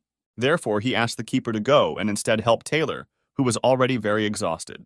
The guardian assured the guy that it would not be a problem to go, but he was not sure that the hero himself would be able to withstand the battle. After all, since he returned from the spirit world, his strength continues to weaken. The hero was sincerely amazed that Belyash managed to notice this. But Kostya wouldn't be Kostya if he hadn't joked at that moment. He asked if the custodian would be willing to remove him from the list of candidates for new protectors. With this, he enraged the white wolf and then placed him in a protective ball. The guy noticed that even when he trains and tries his best, he still remains human. And his body cannot handle all the power that only divine beasts and spirits can handle. He became stronger by passing through himself the divine spiritual power that exists in nature. Of course, unlike the spirit world, here the guy did not absorb divine spiritual power, so half of his original powers were gone. However, even taking these points into account, it was still very strong. The keeper listened carefully to the guy and did not know what to answer. In the end, the wolf decided to go to help Taylor, although he was still worried about the hero. Kostya carefully watched as the ball with the guardian headed in the direction where his student rushed off. The guy sighed heavily, because he didn't think that with his experience, there was still something that he didn't get to see. The situation was aggravated by the fact that at that time, he was on Earth. However, there was nothing to be done about this, so our hero could only act. He clutched his favorite sword tightly in his hand and rushed to attack the huge monster that was waiting for him at the top of the mountain. And at this time, the keeper was trying to mentally contact his student Taylor. After some time, he managed to get to his subordinate. He was fine. The wounds were shallow and insignificant, but he was worried about the number of enemies. Wolf monkeys are something like his ancestors, so he is very familiar with their habits. They had gathered a whole tribe, and now Taylor was not sure that he could cope with them. In this case, the guardian had no choice but to leave his protective cocoon. He appeared before his student in his true form as a huge white wolf. Now they could fight together against an entire army of bestial monsters. Taylor was no longer alone. His own teacher helped him, which means they had a chance to win. And at this time, Kostya was getting closer and closer to the top of the mountain where his enemy was waiting for him. He realized that the plants were using the entire huge mountain as a flower pot. The guy was truly amazed by the size of this huge carnivorous flower. He was glad that he discovered the plants right now, because in a couple of months they would even begin to walk. If this were the spirit world, the guy would have cut the flower with one blow thanks to his true strength. However, now he had neither divine nor spiritual power for this. The only option left to him was to get closer, gradually cutting off the parts. Before the hero even had time to fully come up with a plan, the flower immediately spat out a huge amount of some liquid material at him. Kostya literally managed to jump to the side at the last moment and return. The guy was shocked that even so, this strange mixture got on him. A small amount of this mucus stained the tip of his left slipper. The guy was truly horrified by the fact that the strange purple slime fell on him. It had a very specific color and smelled very strongly, which means it was obviously poisonous. Kostya even cursed at the flower because, according to the rules, it was forbidden to attack when the main character was talking or thinking. The guy wanted to forget about what happened, but this fetid smell did not leave him. He pulled his left leg closer to his face and sniffed carefully again, after which he removed his foot away from his face, because a disgusting smell really emanated from the shoe, even worse than it was in the spiritual world. The guy thought for a long time what this flower would emit on Earth, but it turned out to be the smell of rot. Up close, he infuriated him even more, so the hero forcibly squeezed his sword in his hands. He tried to concentrate and summon his strength from deep within his body. It was a fiery power that now surrounded the entire sword and developed from behind the hero's back. In fact, at this moment, the hero changed his body attribute to fire.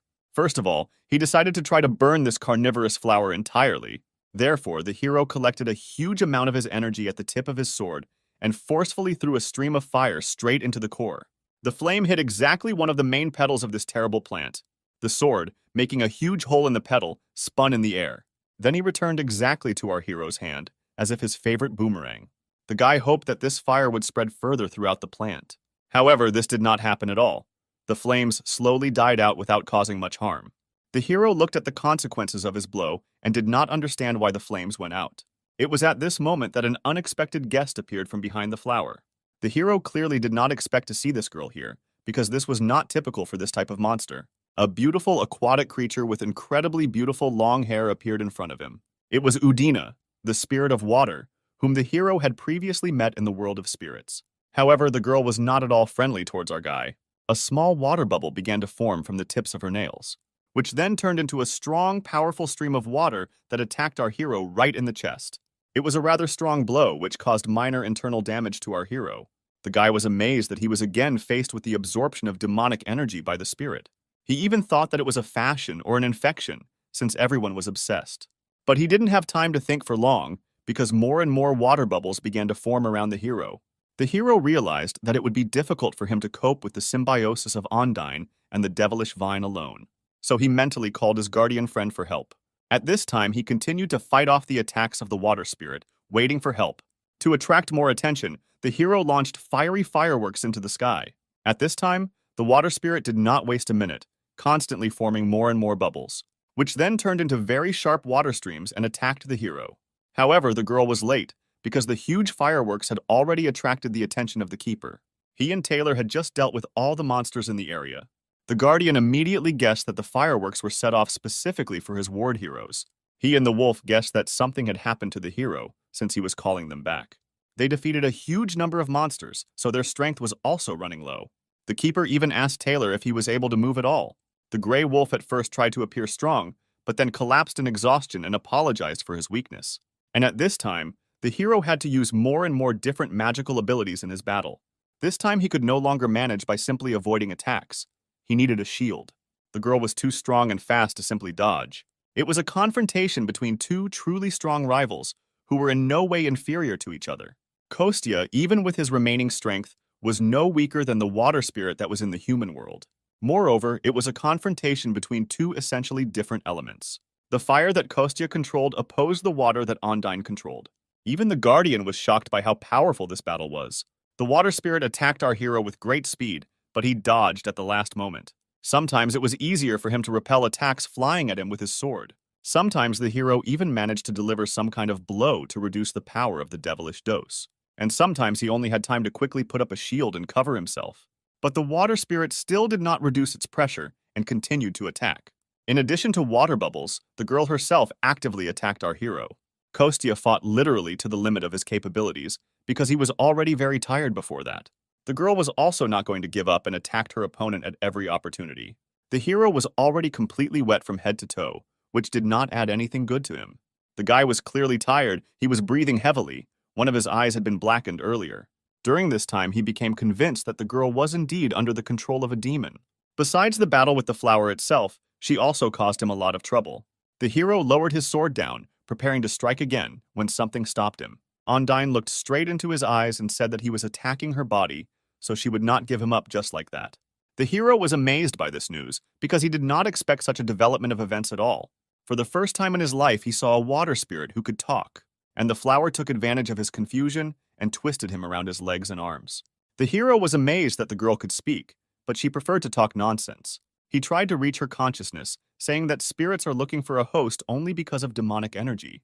The hero promised to help the girl and provide her with housing next to the world tree. However, she did not listen to him at all. At that time, she formed a huge clot of water energy.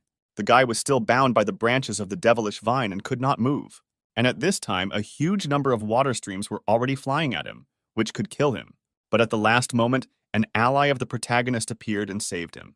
It was the guardian who took the brunt of the blow and covered the hero with it. The white wolf carefully grabbed our guy with his fangs and carried him away. The hero was glad at such a timely appearance of his guardian. He managed to notice that the man was fighting against an Undine, who was absorbed by demonic energy. The guardians carefully lowered our hero, giving him the opportunity to move freely again. The wolf agreed that a demon was directly involved in all the recent incidents. The hero asked the guardian to stop Undine's movement for a short time, so that the hero can get rid of the demonic vine once and for all. Having received the consent of his friend, Kostya began to accumulate a fairly large amount of energy, and then he again carefully let it through the hilt into the blade of his sword. And here again, our hero was surrounded by streams of scorching flames.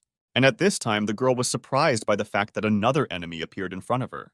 The guardian rushed to the water spirit with lightning speed and grabbed him with his powerful jaws. Without wasting a second of precious time, our hero concentrated all his energy into one blow. The guy needed enormous strength and spiritual concentration in order to carry out this attack. It was a real fiery whirlwind created by the inner strength of our hero. The attack was so powerful that the devil vine could not survive it. Even from afar, it was clear that a huge flame was shooting up among the mountains. A few moments later, the hero's sword stuck deep into the ground. The guy could finally breathe out calmly due to the fact that he had finally gotten rid of at least one enemy. Now he needed a second free hand, so the hero returned the shield back to his inventory. Instead, he concentrated his fiery energy in the center of his palm. The heroes rushed to cut across their guardian friend, who was still holding the water spirit in his teeth. The girl noticed the second enemy approaching her too late, so she could not do anything. And at this time, Kostya directed his energy directly to the center of the girl's body. This is how he hoped to bring her to her senses and rid her of the devilish energy. Immediately after this blow, Ondine found herself encased in a huge block of ice. The girl could no longer move and fell into a rather deep sleep. It took some time before she was able to wake up again. When the girl opened her eyes again, nothing was holding her back. The water spirit carefully and slowly sat down. She was waist deep in water. Next to her, on the nearest large stone, our hero lay exhausted. The girl looked at the guy and did not understand what happened here. She didn't even remember how she ended up here, and why there was a man sitting in front of her. The hero was amazed that the girl could actually speak. It only meant that Udina was definitely a spirit who was born on Earth. The girl was not at all happy with her awakening. She had a headache. Kostya noticed that he had to forcefully extract demonic energy from her body. In any case, he asked the girl what was the last thing she remembered. Ondine told our hero about how she met the demon. Then she remembered how she touched a huge flower. However, after this, no matter how hard she tried, the girl could not remember anything. At this moment, the guardians entered into a conversation and introduced themselves to the water spirit. He noticed that the girl lived a free and calm life here. If she doesn't mind, then he could prepare another place to live for the girl. Ondine listened carefully to this proposal and became thoughtful. Then the girl, still not saying anything, glowed and began to shrink.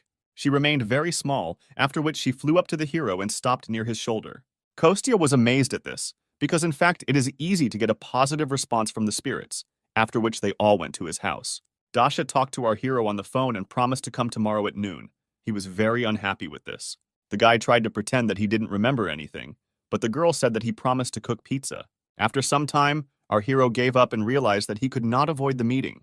The next day, the weather was clear and beautiful. The sun was shining in the sky. Our hero finally washed his favorite slippers after the battle with the devil's flower. Now it came to an amusement park, in the center of which there was a beautiful pond. He was grateful that this happy garden had been made for them. This was the initiative of Sergei, who wanted to thank Kostya and his family for their help. Our hero carefully looked around so that no one would see or follow him. Then he looked straight into the water in front of him and called to Ondine. Suddenly, a ripple appeared across the water surface, and a small bubble emerged from it. Gradually, he became larger and larger until he turned into a translucent girl. Her body became more and more dense until it finally recovered. Ondine was right in front of our hero and was glad to see him. The guy visited his old friend and asked if she was living well here. The girl looked back and looked at the tree of life, which protected and protected her. She admitted that she liked being near the world tree, even though it was a little boring. The only thing she does all day long is water various plants. The girl admitted that she was really annoyed by this and cursed, which surprised Kostya. The water spirit admitted that she heard these words from the red-haired woman. The hero asked the girl to be patient a little, because she would be able to enter only after she had fully recovered. And he himself asked her to do him a favor and give him some water with a good taste. He was going to use it later to make pizza. The hero, with a smile on his face, turned to the water spirit and asked if she wanted to come and try it herself. The girl was very bored, so she agreed, after which they all headed to the restaurant together. Ondine was sitting at the table with food on a plate in front of her. The girl had never tasted human food before, so she didn't know what it was. Kostya approached the spirit and asked if she thought this pizza was very appetizing. The girl looked at the substance in front of her, then asked the guy what this word meant. The hero tried to explain to the girl that this dish smells delicious, but she had no sense of smell. He racked his brain for a long time, trying to figure out how to explain the meaning of these words to the spirit. The girl was a little sad that so many people could feel these feelings. Kostya agreed with this because it was food that people eat. The girl added that the demon who devours in the darkness lived in her, and he has many demonic forms. Demons can easily turn into a person and accept all his feelings. And since she was one of them, she should also be able to do it. The girl suddenly lit up and her body began to change its shape. A moment later, a completely ordinary human girl with blue hair appeared in front of our hero. Ondine opened her eyes, and the first thing she felt was a wonderful smell, which she reported to the hero. The guy was glad that now the spirit would be able to try his pizza and note to himself that the girl was very beautiful. Ondine carefully took one piece of pizza in her hand and guided it into her mouth. Kostya literally stared at these actions of the girl, amazed by her beauty. After a couple of minutes, the girl finished a slice of pizza, then smiled sweetly and said that the food was very tasty. This compliment and the unearthly beauty of the spirit struck the hero to the very heart. The girl asked for another piece, and Kostya in response was ready to give her even his soul. Then Ondine wanted to try something else. The hero offered her cola from the refrigerator. So they spent the rest of the day. The girl tried more and more new dishes for herself, and Kostya watched her reaction. Towards evening, when the moon was already clearly visible in the sky, new guests arrived at the restaurant. The door opened and a young red-haired girl appeared on the threshold. It was Dasha, who came to visit her friends and found a rather unusual picture. A beautiful girl with blue hair was sitting at a table in a restaurant. Kostya was feeding her. Dasha didn't expect to meet more visitors here, so she asked what Kostya was doing. After this, the Crimson Witch realized that the stranger was the same spirit from the park, but looked like a person. The girl, to whom Dasha gave the nickname Ring, admitted that the hero prepared a lot of delicious food for her. The Crimson Witch looked first at her friend and then at Ondine. She looked from one to the other several times. From such a strange reaction, our hero began to worry. He even began to sweat. Dasha said that Kostya fell in love with the spirit, but he only admitted that it was because of her reaction to food. If Dasha says that his cooking is delicious, then he will cook for her day and night. Meanwhile, the spirit asked the girl what her words about falling in love meant. Dasha replied that Kostya thinks the spirit is amazing and wants to make her his partner, after which Ondine replied that she did not have a gender, but if she had one, she would prefer a male one. She greatly amused Dasha and shocked Kostya, who both did not expect such an answer. The Crimson Witch's laugh was so loud that it could have woken up someone from the neighboring house. The night has passed, a new day of life has come in our favorite restaurant. There was a knock on the door, then it opened, and the Crimson Witch, already well known to us, entered. Directly behind her was a green beast who had recovered from his injuries. Kostya went out to his friends and said that everything would be ready in just 5 minutes. They just needed to wait a little. At this moment, the green beast looked at the guy the Crimson Witch was addressing and stopped in shock. Kostya also looked at this man and realized that before that he had been hiding his identity. The green beast and our hero stood and silently looked at each other, while the girl did not suspect anything and calmly walked into the depths of the restaurant. Yegor grabbed his head, as if some memories were causing him pain. He turned to his friend Dasha, who did not suspect anything. He asked her in a whisper what her friend did for a living. The girl loudly replied that he was an ordinary slacker who suffers from nonsense all day long. In response to this, Kostya added that Dasha is his crazy friend. Then he looked straight into the man's eyes, extended his hand, introduced himself and said that he would be pleased to meet his female colleague. He added that he disappeared 10 years ago and returned only recently. These words struck the green beast, because this happened even before the start of the Great Cataclysm.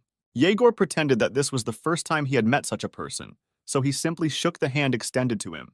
Kostya admitted that he was very surprised when he returned back to this world. When he woke up, 10 years had already passed, Seoul was completely destroyed. The guy heard that many people were injured or died during the Great Cataclysm.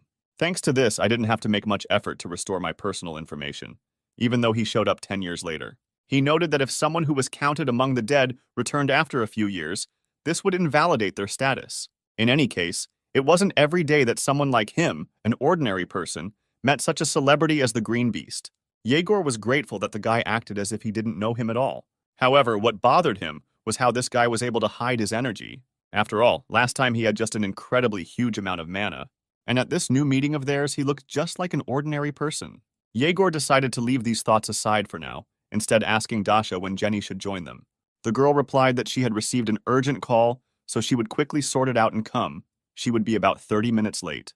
However, before she had time to speak this phrase, another pretty girl ran into their restaurant. It turned out to be Jenny who was supposed to be late. The girl immediately threw herself on Yegor's neck because she was very bored. She really didn't want the rest of their group to join them. The Supreme Sword and the Sun God hovered around and politely refused. Cyrena simply said that she could not come because of work at headquarters. Yegor carefully removed the girl from his neck and said that he would still like to listen to their opinion. Jenny was still hanging in his arms. She didn't want to tear herself away from him. She had already heard that Yegor witnessed an artificial dungeon. The guy was silent for a while, then answered in the affirmative. The truth was that even the smartest people on Earth were gathered there, but they could not find out how the dungeon gates opened, what conditions opened them, or the logic behind it. But this makes sense, because someone can still skip this whole process and immediately create a dungeon. The girl finally sat down on a chair and said that this story was hard to believe. Yegor agreed with this remark, because only he saw all this and could not obtain evidence. However, Dasha immediately noticed that they still believed their friend. Jenny also added that they were all here today only because of his words. When it comes to people's safety, Yegor could always be trusted. The other members think the same, because if it weren't for digging into the situation, they would have happily joined them at the restaurant. Yegor noticed that when he returned, the Black Sky shelter was already empty. Now that the appearance of an artistic dungeon has surfaced, they must be busy looking for the next hideout. The man didn't think they would clean up so well before leaving. He replayed the memories of that day in his head over and over again. After waking up, the man first wrote and submitted his report. The authorities carefully read this report and called him to their office. They told him they couldn't investigate the case without clear evidence. Jenny remarked that it sounded too suspicious, and everyone else agreed with her. Dasha even had the feeling that their superiors were openly hiding this. Since everyone in the world is hunting for this knowledge, it can be said that it is worth an astronomical amount. If a group of people attracts attention, it will be difficult for them to monopolize the creation of artificial dungeons. Based on this situation, it can be rightly said that the government is already involved in this, in which case the remaining members of the group will find it difficult to help the heroes since they belong to the headquarters. Therefore, the assembled trio, who are freelancers, must first figure this out on their own. An artificial dungeon must first be activated before it can become a resource. Yegor plunged into memories and noted that the artificial dungeon he saw was at the level of a disaster of such magnitude that they would have to sacrifice one city, even if there were 3 of them. Many people can die so many because they entered. Because it is such a valuable resource, the government will take the position of sacrificing many for the common good. Therefore, to stop this, they need to make the knowledge of the artificial underground public. The girls supported their friend's idea and said that it sounded very exciting. Kostya heard absolutely every word they said and was not entirely happy about it. He didn't understand why the guys were talking about such important things here. The guy didn't want to attract attention to his restaurant at all and dreamed of just living in peace. A few days later, when there was the same beautiful sunny weather, it happened at one of the Seoul subway stations. Somewhere in the depths of the depot, where it was dark and damp, gray rats were running. There, among the dirt and fetid odors, a detachment of elves passed. Their new commander-in-chief asked his subordinates how far they had come. The creation of the dungeon gate had finally stabilized.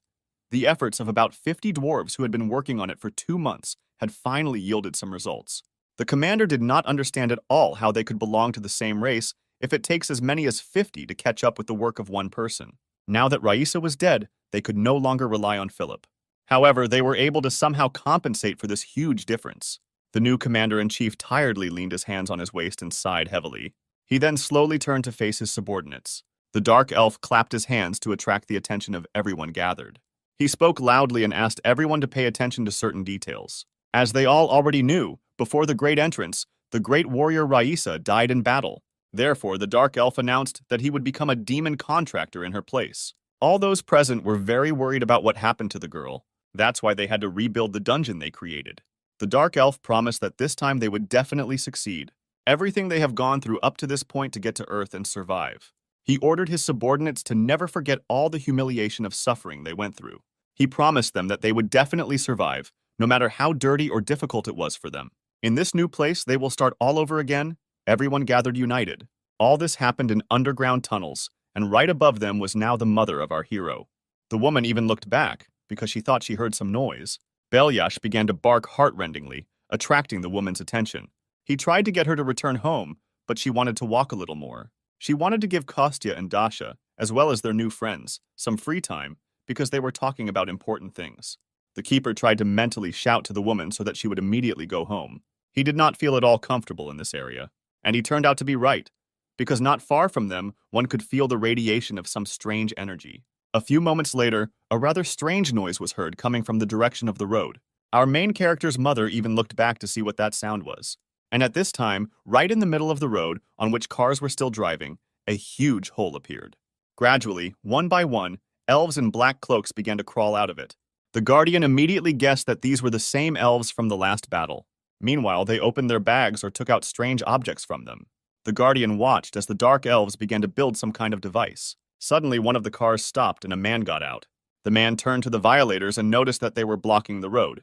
The elf woman just looked at him with a wild look, trying to scare him away. She wanted to force the man to leave, but another elf took her by the shoulder and told her not to worry about anything. The awakened man was furious at being simply ignored. Other people also began to stop and observe the situation. The awakened one looked around and realized that this situation was even better for him. After all, his throwing weapons will be very effective against the Dark Elves. He was glad that this happened. When people come home from work, many are now watching. The awakened one hoped that he would attract a lot of attention and the headquarters would send him reinforcements. Until this happens, he will be remembered by everyone as the main defender. Therefore, the man, without hesitation for long, turned his body into stone and turned to the Dark Elf. However, they were already tired of enduring his impudent treatment and this time decided to respond. Before the man had time to finish speaking, his body was pierced through by the same arrow. The guy didn't even immediately realize that he had been seriously wounded. He didn't mind such an insult and attacked first, although the others were not very happy about it. The first to notice the attack was a girl with bangs, who began to scream heartrendingly. Standing very close to her was our hero's mother, who was still holding the Guardian in her arms. The Dark Elves were no longer afraid to attract attention to themselves. People began to run away in horror in different directions away from this place. The elf girl lamented that she did not have the right to simply kill everyone.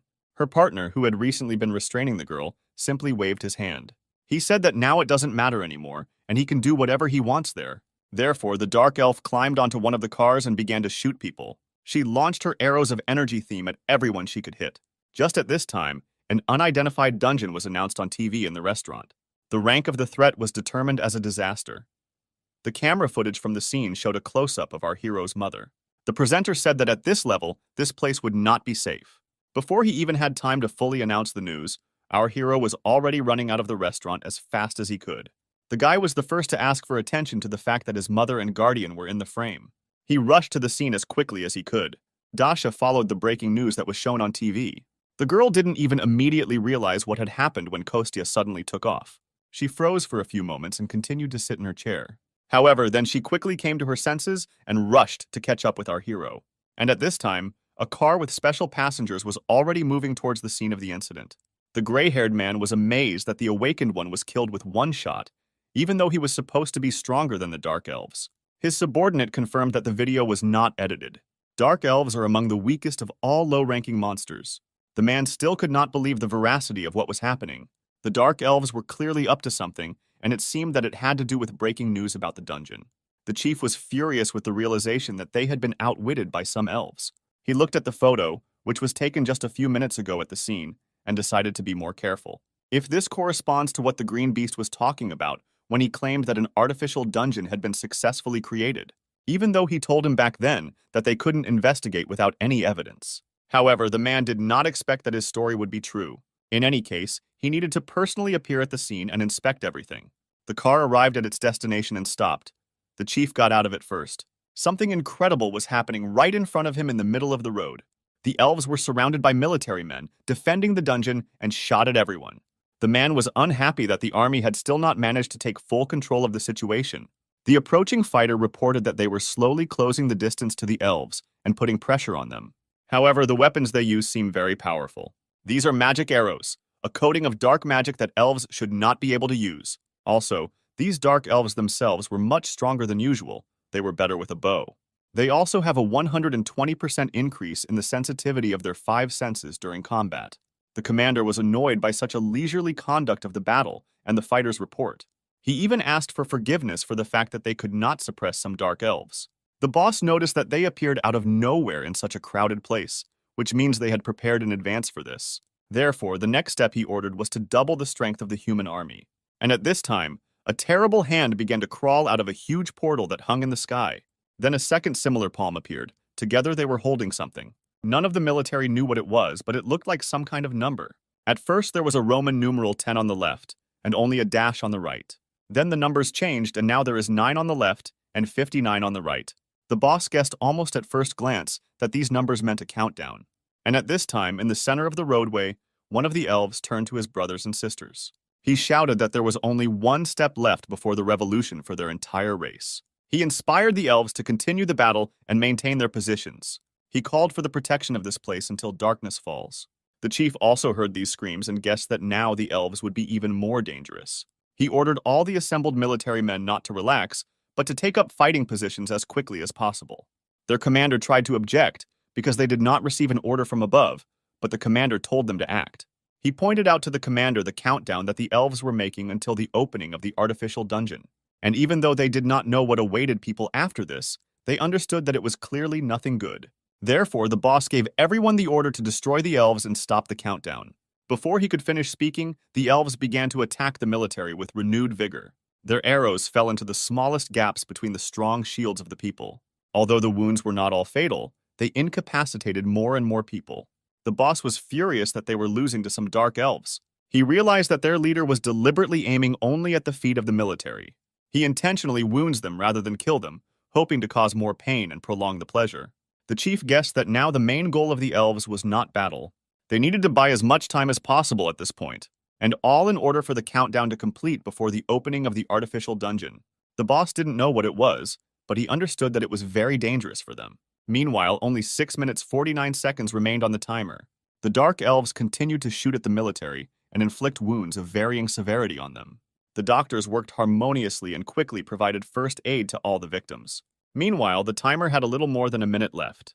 This greatly unnerved the chief of staff, who himself had already been wounded in the leg.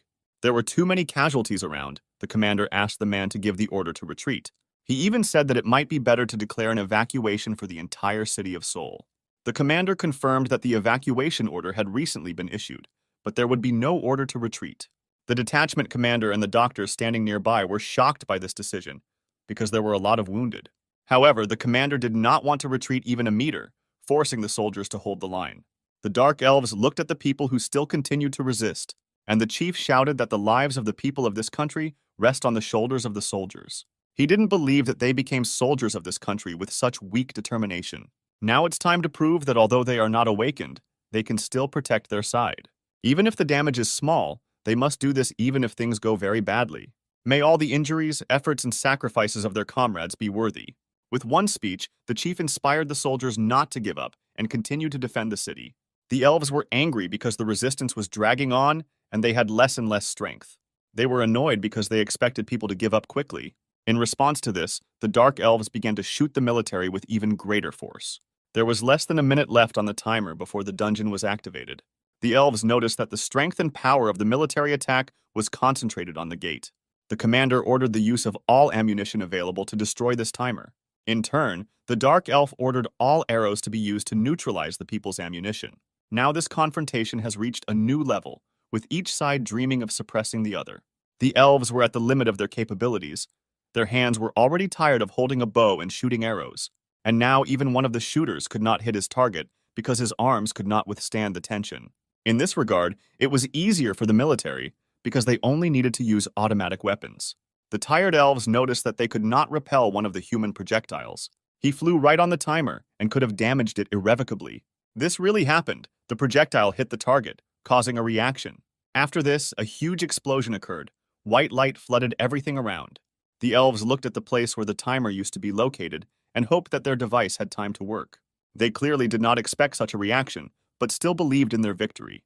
When the smoke cleared, it turned out that the timer had expired, but the space had cracked. Some kind of black slime was oozing from this huge celestial crack. The dark elves looked at what was happening and did not know how to react. The first to guess what was happening was their commander-in-chief, who turned to his brothers. He announced that their plan was a success. They had not risked their lives in vain. Even if they lose their lives here, they will still remain in history. At this time, a huge amount of black mucus began to gradually absorb everyone caught in it. At this time, a company was already running up to the scene of the incident, hurrying here from the restaurant. A green beast flew above the ground, turning its arms into wings. He was followed by Dasha, who helped Jenny get there. The guys stood on the roof of the building and looked down at what had happened in the last 5 minutes. They could not believe their eyes because the order to evacuate the city had been given just a few minutes ago. Jenny thought that she had never seen such a brutal massacre. Dasha looked at everything from above and was worried that they might not be able to cope on their own. Yegor was afraid that he would not be able to save his teammates if they needed help. In front of them stood a huge black block that exuded demonic energy. The first to go into battle was Jenny, who simply jumped from the roof. The girl had no plan, so her comrades were worried about her. They believed that they should at least wait and analyze the situation. However, the girl could no longer be stopped. She began to use her powers right in flight. And then a huge armored leg fell to the ground, easily crushing the asphalt. Little Jenny suddenly turned into a huge warrior in armor. She had a small mask on her face, and her eyes shone with light from within. The girl first turned to the monster, hoping to understand whether he understood her. The monster slowly turned around and looked straight at the girl. Then the place where his head should have been was distorted by a huge smile. The monster said that the girl looked more appetizing than these dark people who had gathered below. He hoped that the girl was very strong and therefore would be fantastically tasty. Kostya used his invisibility skill and watched the battle from above. He wanted to be there to help his friends and family, but he didn't plan on exposing himself whenever possible. He was sure that there must be several bomb shelters nearby. They are evenly distributed throughout the city to rescue people during natural disasters. At that moment, the guy noticed how his mother was arguing with some person. The man tried to force her to go to safety. However, the woman was eager to return and help the children who were still in danger. The policeman tried to reason with her and leave this matter to the special forces, to which the woman replied that these people were more concerned about a hole in the ground than the lives of citizens. Kostya looked at all this and dreamed only that it was not his mother. To begin with, the guy decided to mentally contact the guardian, who was still sitting in the woman's arms. He was very angry that the guy was delayed so much. Kostya even asked the guardian to make his mother lose consciousness in order to send her to safety. The guardian could have done this easily, but he was also worried about the children. Then Kostya admitted that he had already taken them to a safe place. Only after this did the guardian agree to use his power on our hero's mother. He gradually began to exude a small amount of energy that surrounded the woman. The policeman did not even immediately understand why this strange lady stopped arguing with him and became silent. He already thought that something had happened to the woman because she suddenly just fell to the ground unconscious. After this, the keeper was able to leave the woman in good hands and join Kostya. After that, grabbing the guardian with his own hands, our hero rushed towards the direction from which the dark energy was leaving. In fact, this was not the only thing that bothered him. Something else was bothering him. He was even going to tell the keeper about this, but at the last moment he changed his mind and fell silent. At this time, Jenny fought with a creature consisting of dark matter. In her full form, the girl had unusually high strength. This allowed her to fight huge monsters with her bare hands. Her blows were so powerful that they forced even such huge monsters to retreat. In this matter, she was helped by a green beast, which again turned into a huge crocodile. He used his powerful jaws to hinder the monster's movements. Also in his arsenal was a very strong tail, which delivered blows. Having made a series of blows, the guys stepped aside a little to assess the consequences. In fact, they had long noticed one small oddity behind this monster. Now their fears were confirmed, because not a single attack of theirs resulted in any damage. The guys realized that the monster had a sufficiently large concentration of mana and magic for them to take shape. His body seemed to consist of two parts, which had to be attacked simultaneously. They were desperately looking for a way out of this situation, because now their attacks were not working. The monster was not taking any damage despite their best efforts. The guys realized that he was waiting until they were completely exhausted. They guessed that the monster was going to absorb their energy after that, just like he had already done with those dark elves who summoned him. However, this did not mean at all that the guys would not try to attack further. On the contrary, they looked for and tried more and more new methods and ways to cause damage. So this time, the green beast turned into a huge bird and soared high up. Jenny concentrated a huge amount of energy into her palm. The lightning-fast girl came close to the monster. Then she crawled under his arm and took her opponent's body in a grip. The girl again used her serious physical strength. The monster of the earth tried to tear it off. At this time, Yegor flew high enough to then deliver a crushing blow. Jenny knocked her opponent over her shoulder, slamming him hard onto the asphalt. A second after that, Igor struck from above with a powerful blow. Jenny barely managed to roll to the side to avoid being attacked. Then the girl got up from the floor and began to call her friend the Green Beast. She made it possible for him to survive after such a strong blow to the ground.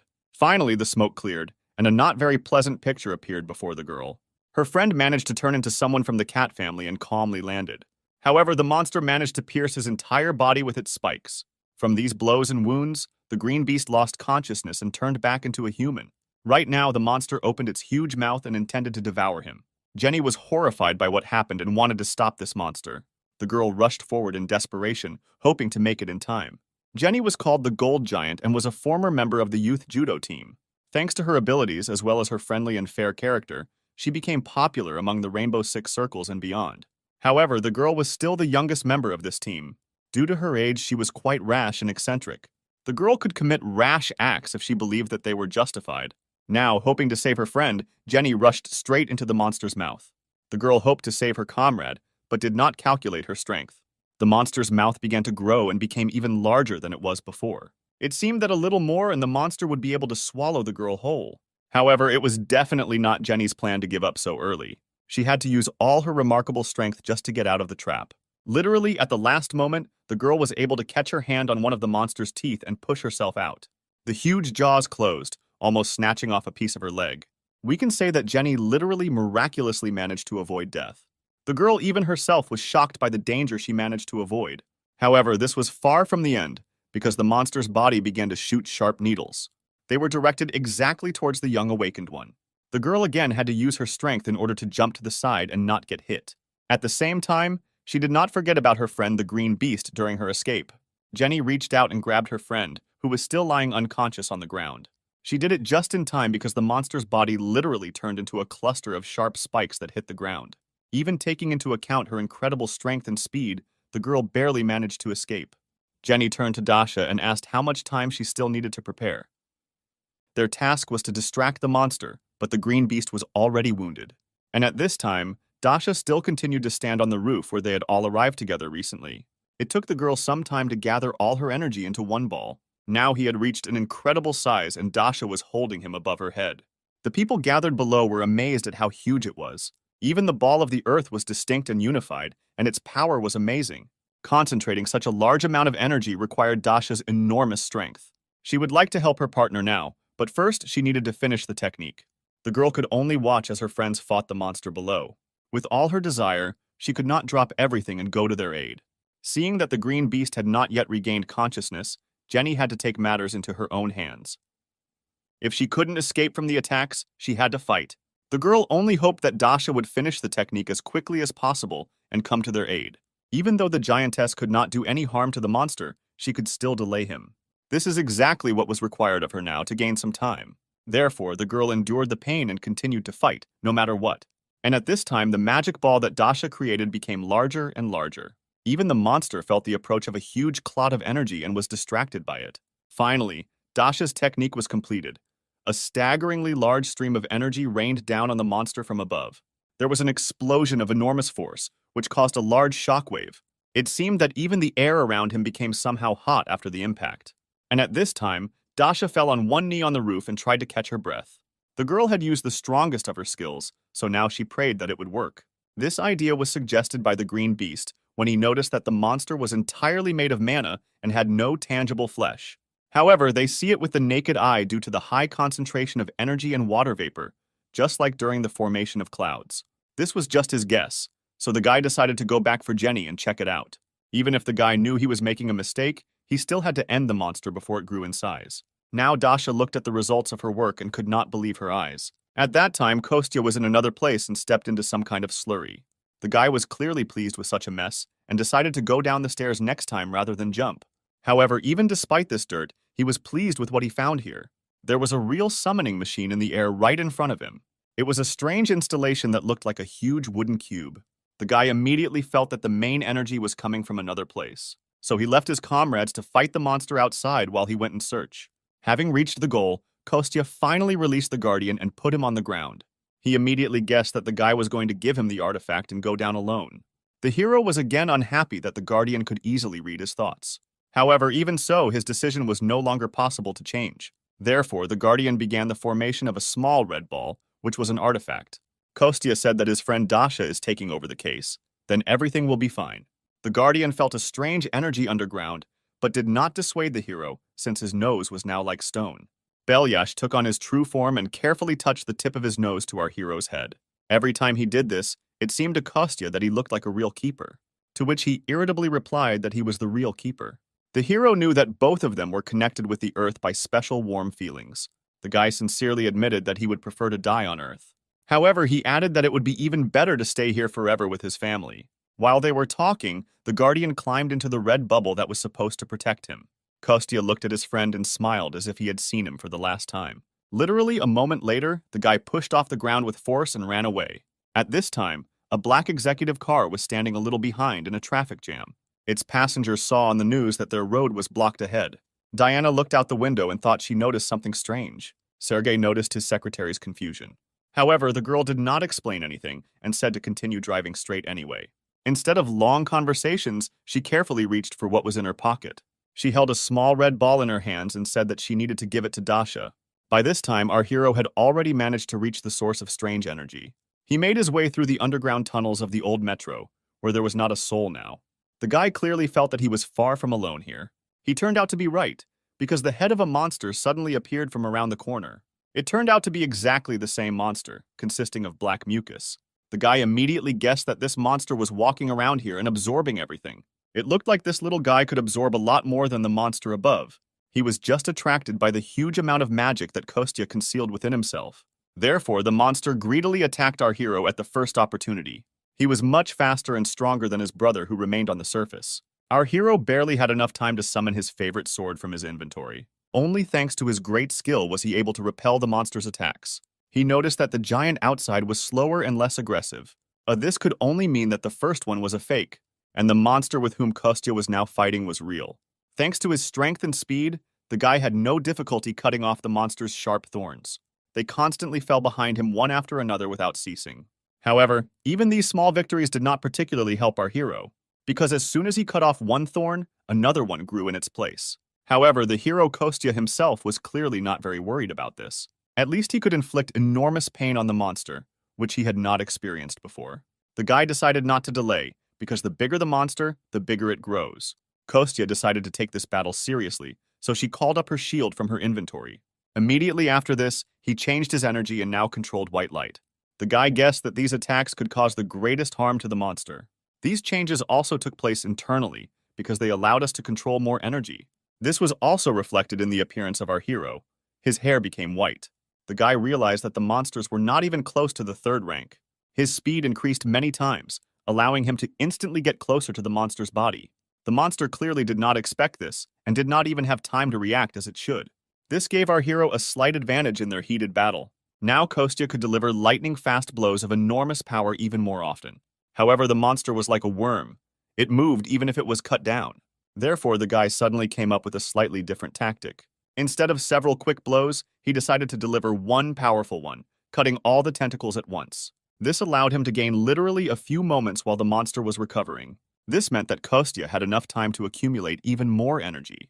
The guy intended to burn the monster to the ground with his white flame. He braced himself for it, then grabbed the handle of his ball tighter. Then he rushed to attack the monster until he finally came to his senses. However, what happened next was something the guy did not expect at all. Literally, at the last moment before the strike, the monster screamed and asked for help. Our hero was surprised by this behavior of the monster, but did not have time to do anything. With one strong blow, he cut the monster in half, and that childish voice did not come from his head. And during this time, Sergei and Diana managed to get to the scene of the incident, and were now trying to get closer. The policeman stopped them from going and said that entry into this area was currently prohibited. Sergei said that they need to come in early and study the situation before the hunter unit arrives here. The young man introduced himself and said that he had the right to command the guild's troops. However, the policeman still refused to make an exception and corrected it and let him through. While they were trying to negotiate, Diana simply stepped aside and broke through the fence. She shouted to the policeman that she had already broken the rules, so she would be held accountable later. And now the girl, deftly pushing away from various obstacles, headed straight into the depths of the battle. Sergei looked at the behavior of his subordinate and did not understand where such agility came from in her. However, he noticed that now a falling building was flying straight towards the girl. Diana no longer had time to jump to the side and was preparing for a strong blow. However, the same Sergei came to her aid, charging the magic bow with his energy. The guy fired one accurate shot, which he rushed far ahead. The arrow, which consisted of energy, carried like a whirlwind across a huge distance. She easily broke the falling building exactly in half. This allowed Diana to move on to her destination unhindered. The cop was impressed that the guy managed to cut through the building with one blow. He was also struck by the girl's fearlessness, who rushed straight into the center of danger. Dasha also continued to stand on the roof of the building and look down at the monster she was fighting. Diana landed on a nearby building, not far from the girl herself. She took a deep breath and screamed with all her might, trying to attract Dasha's attention. The Crimson Witch did not even immediately realize that someone was calling her name. However, then the girl began to look around and look for where that sound came from. After that, she noticed Diana, who was on a nearby building and was calling her. Despite everything dangerous, the girl climbed here in order to give her something valuable. Diana swung with all her strength and threw a small red ball towards the Crimson Witch. Dasha had natural dexterity, so it was not difficult for her to catch the artifact. The secretary shouted that this thing has the ability to increase the strength of its holder, which means she could help the girl fight more effectively against the monster. Dasha looked at the small red ball in her hand and couldn't believe it.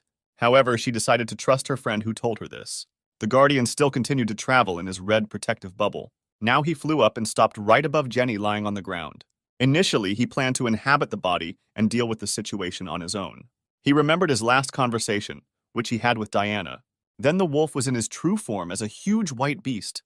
Diana thought that this was the same dog that helped her develop her skills. Gratitude for this, the girl promised to hand over this item to Dasha herself. This allowed the custodian not to waste time and do other things.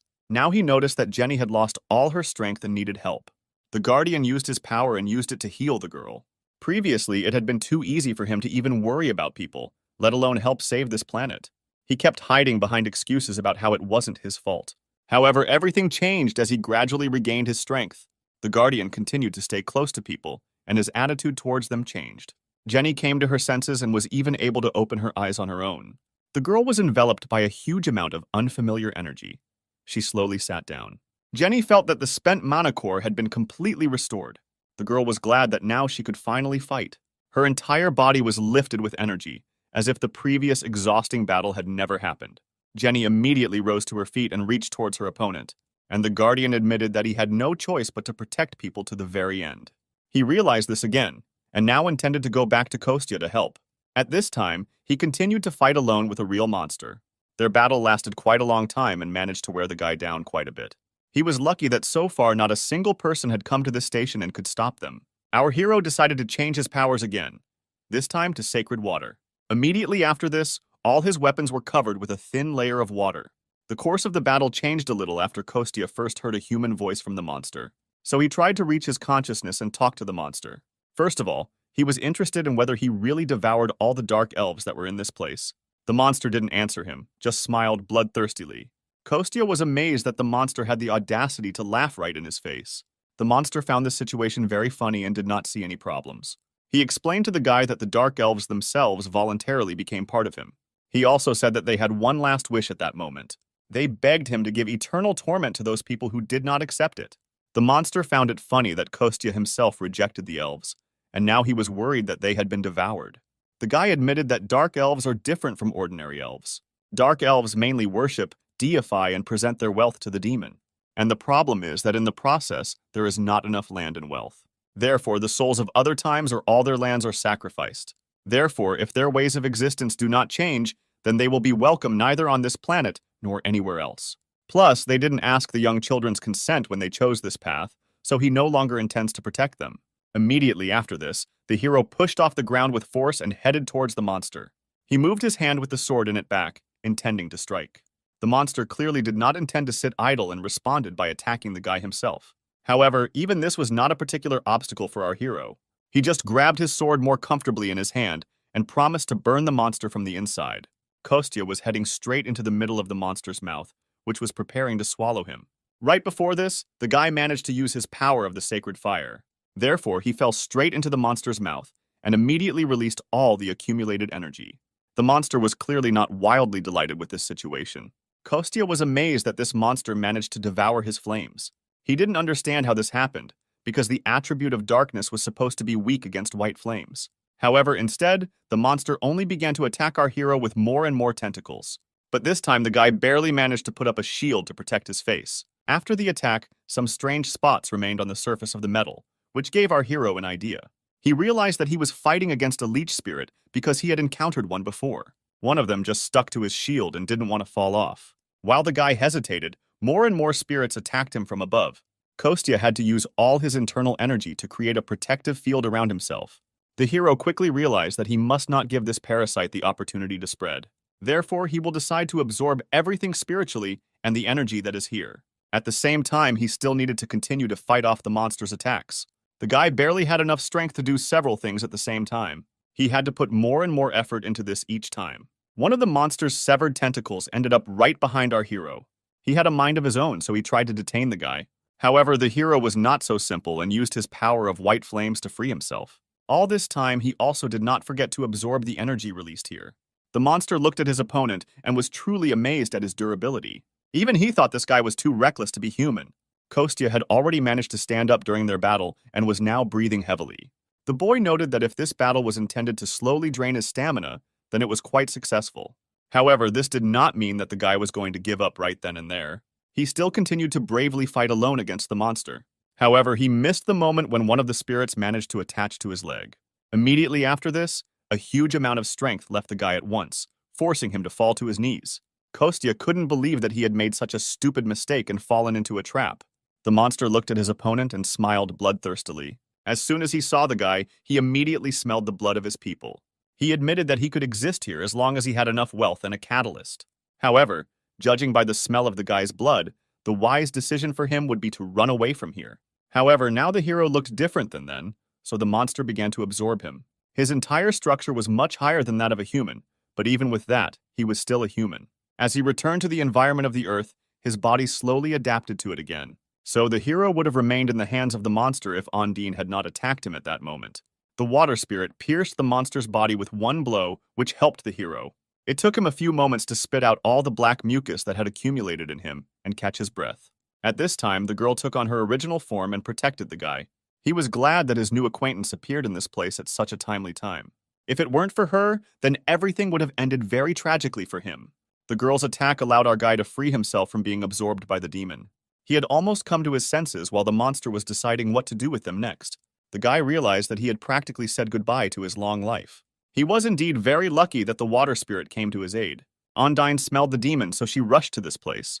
The girl was glad that she decided not to ignore this feeling and went to investigate. Now she understood that together with Kostya, they had a much better chance of defeating the demon. The guy also decided not to refuse extra help and join forces with the water spirit.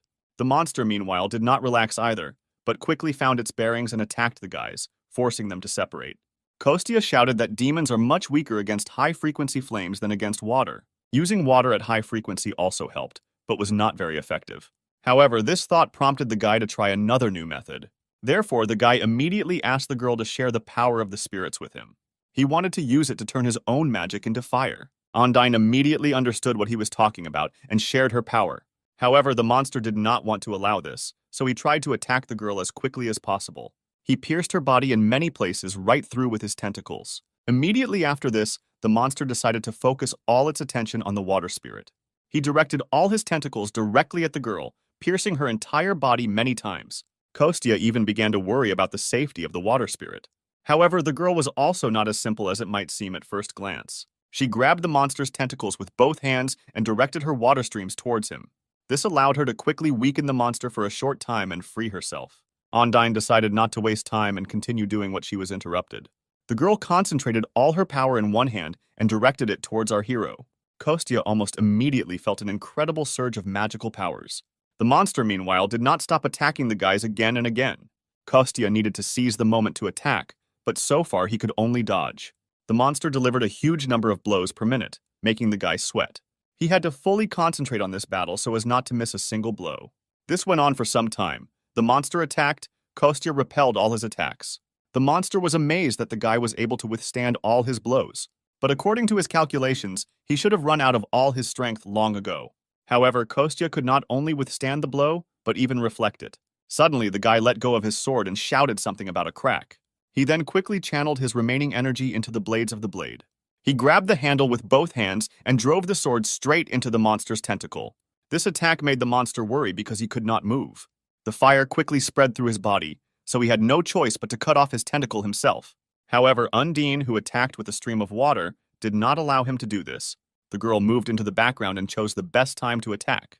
The monster was furious that some earthly people managed to resist him.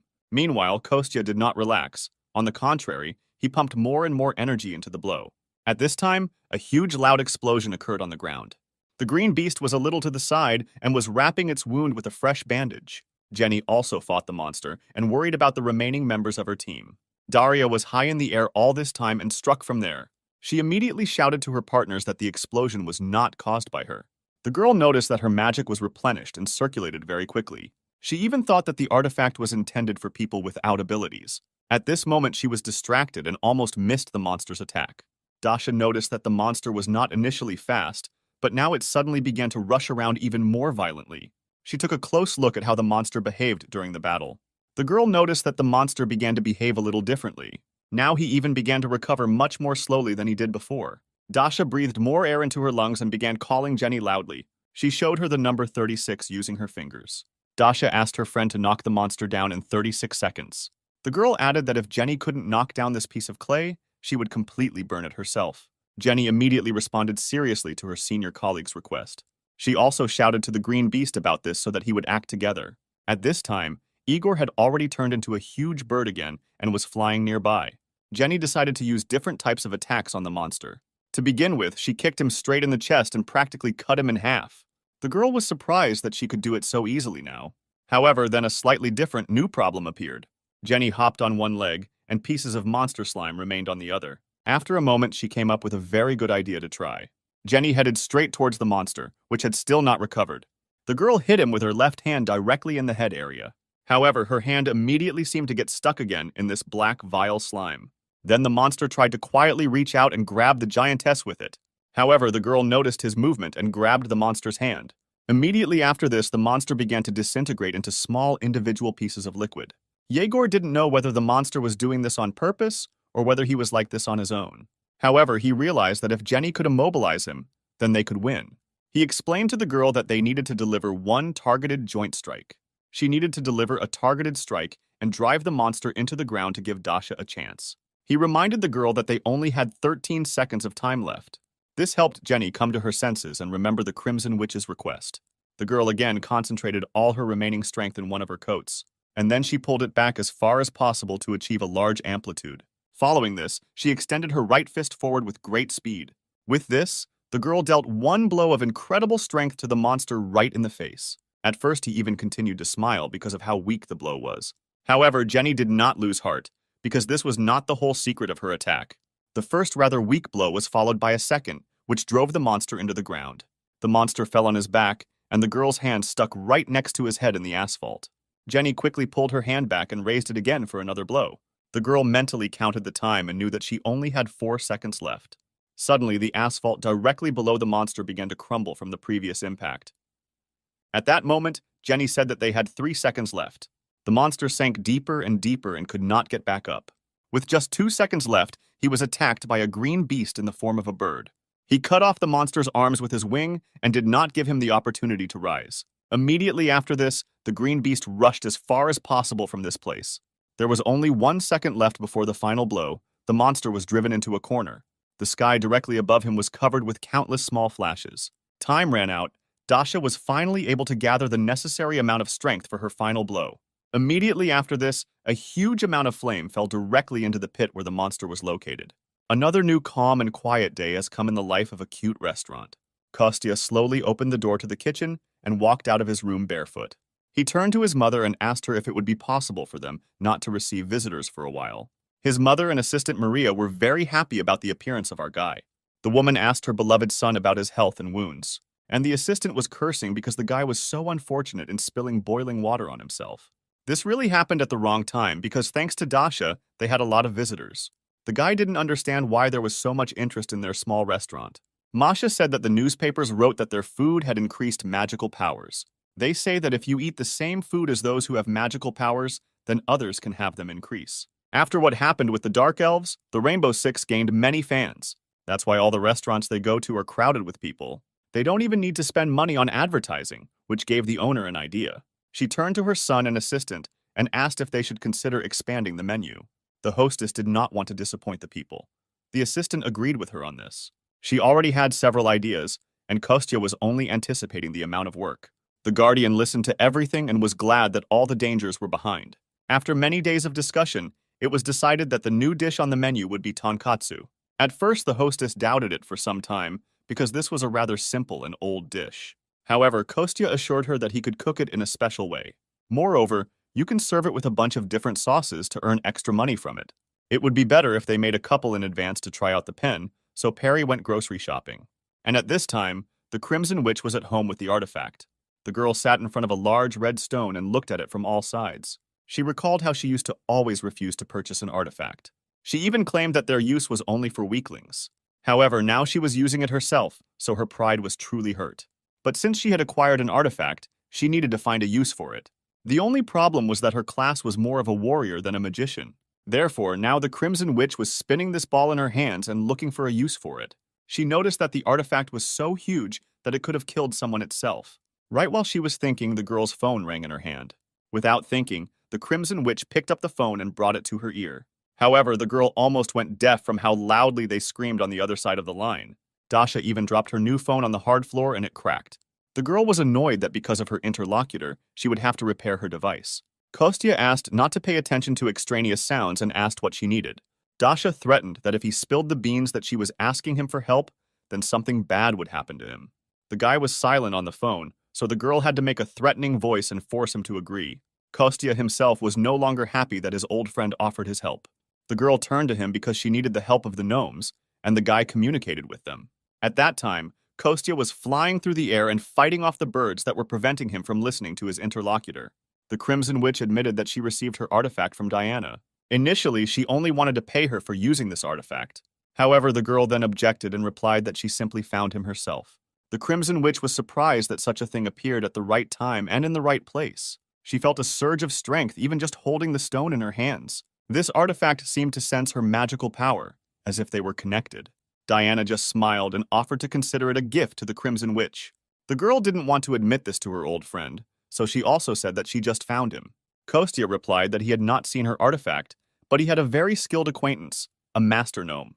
While Dasha was changing clothes, she managed to find out the name of the workshop she needed, after which she ended the conversation. Kostya was glad that now he did not need to create the appearance that he was just going out shopping. However, he was that the girl, as usual, hung up and didn't even say goodbye. The keeper asked to stop because this method of moving made him sick. Kostya thought that this great beast looked like a puppy that had been walked all day. He was amazed that the Crimson Witch decided to hand over the artifact instead of using it herself. Therefore, the guy decided to visit the workshop himself later. In the meantime, he looked around in search of the ingredient he needed. Finally, the guy saw a huge desert alligator, which was right below him. Meanwhile, someone was barely dragging their feet and breathing heavily after each step. This creature was completely smeared in mud. Its body was covered in wounds. The little gnome walked forward with all his strength and thought that he did not want to die. He walked, and all those moments when he was beaten before surfaced in his memory, or those when his friends died from exhaustion, without food or water. Having experienced so much danger in his life, the guy did not want to give up just like that. And at that moment, a huge white beast flashed right above him. The boy raised his head up and thought that his days were now numbered.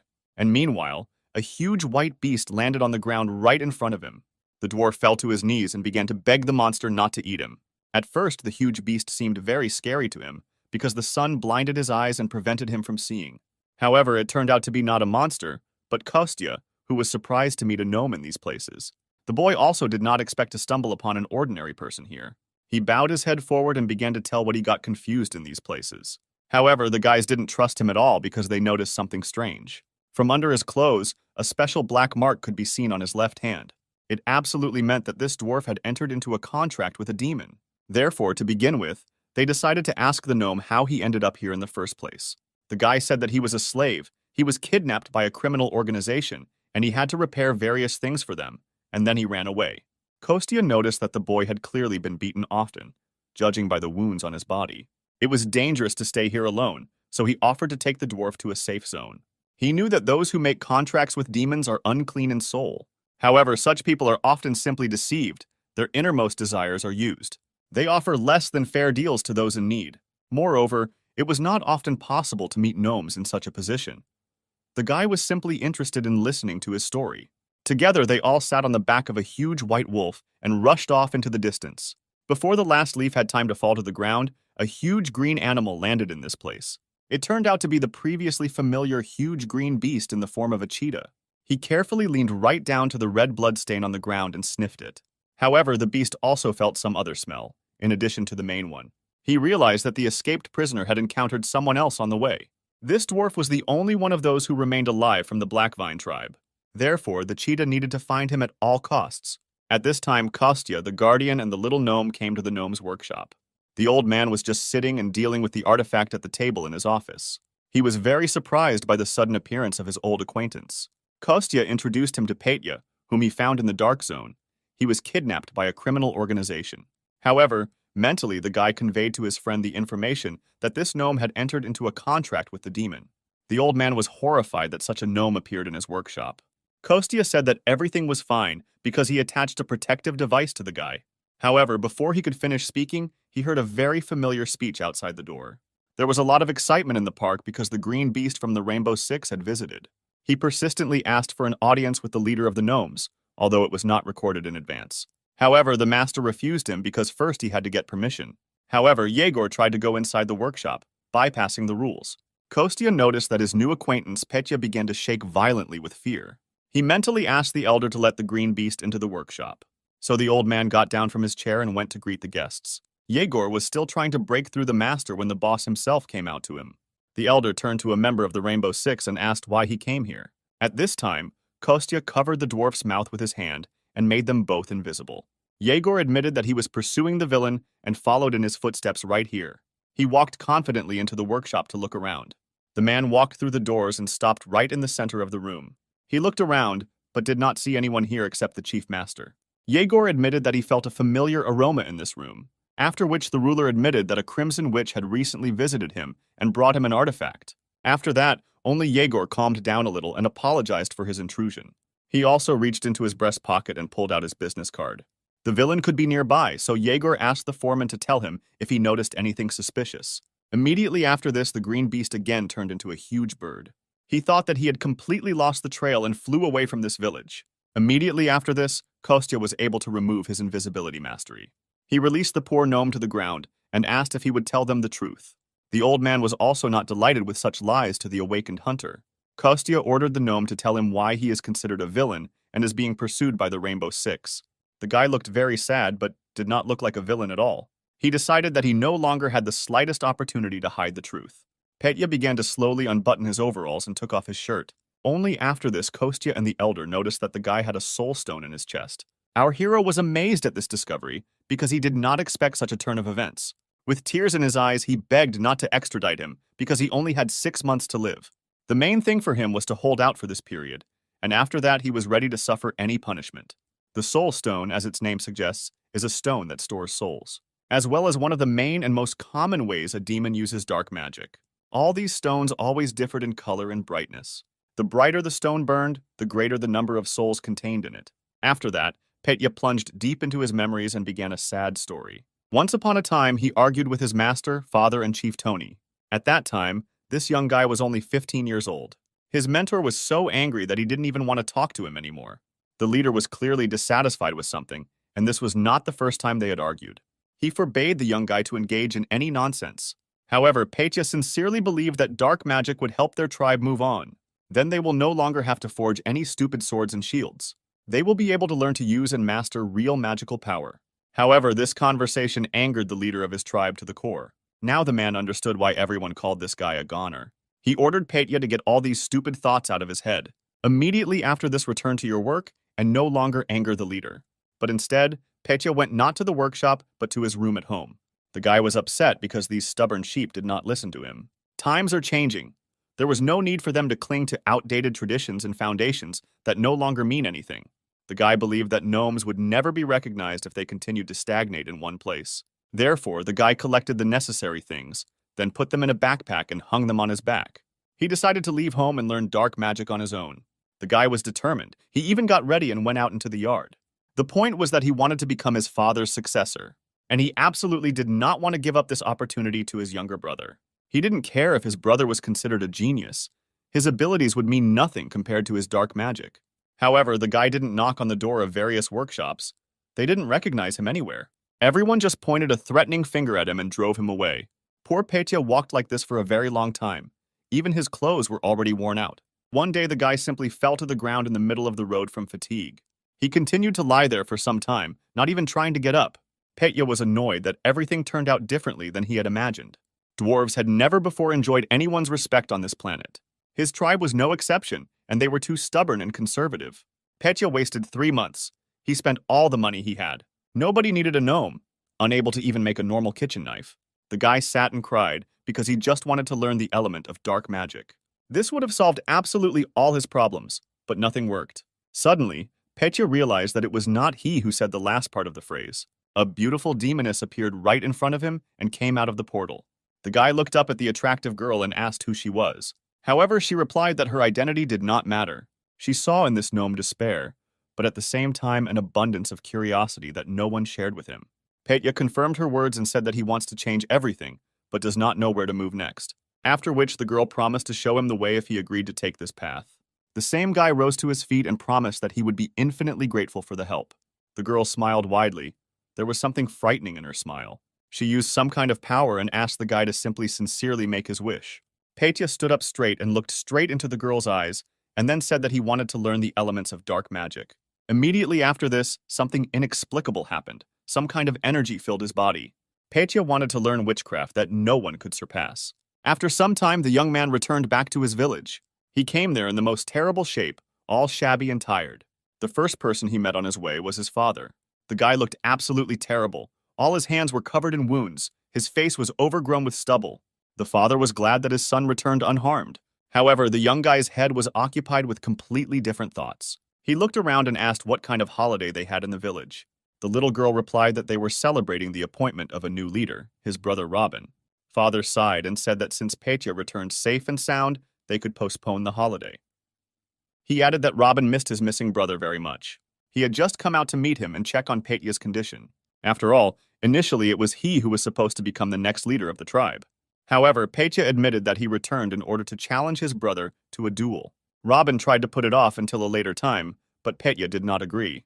He wanted to challenge his little brother right now and in this place. According to the rules of the duel, they both had to forge their own swords, then clash with them in battle to prove whose blade is stronger.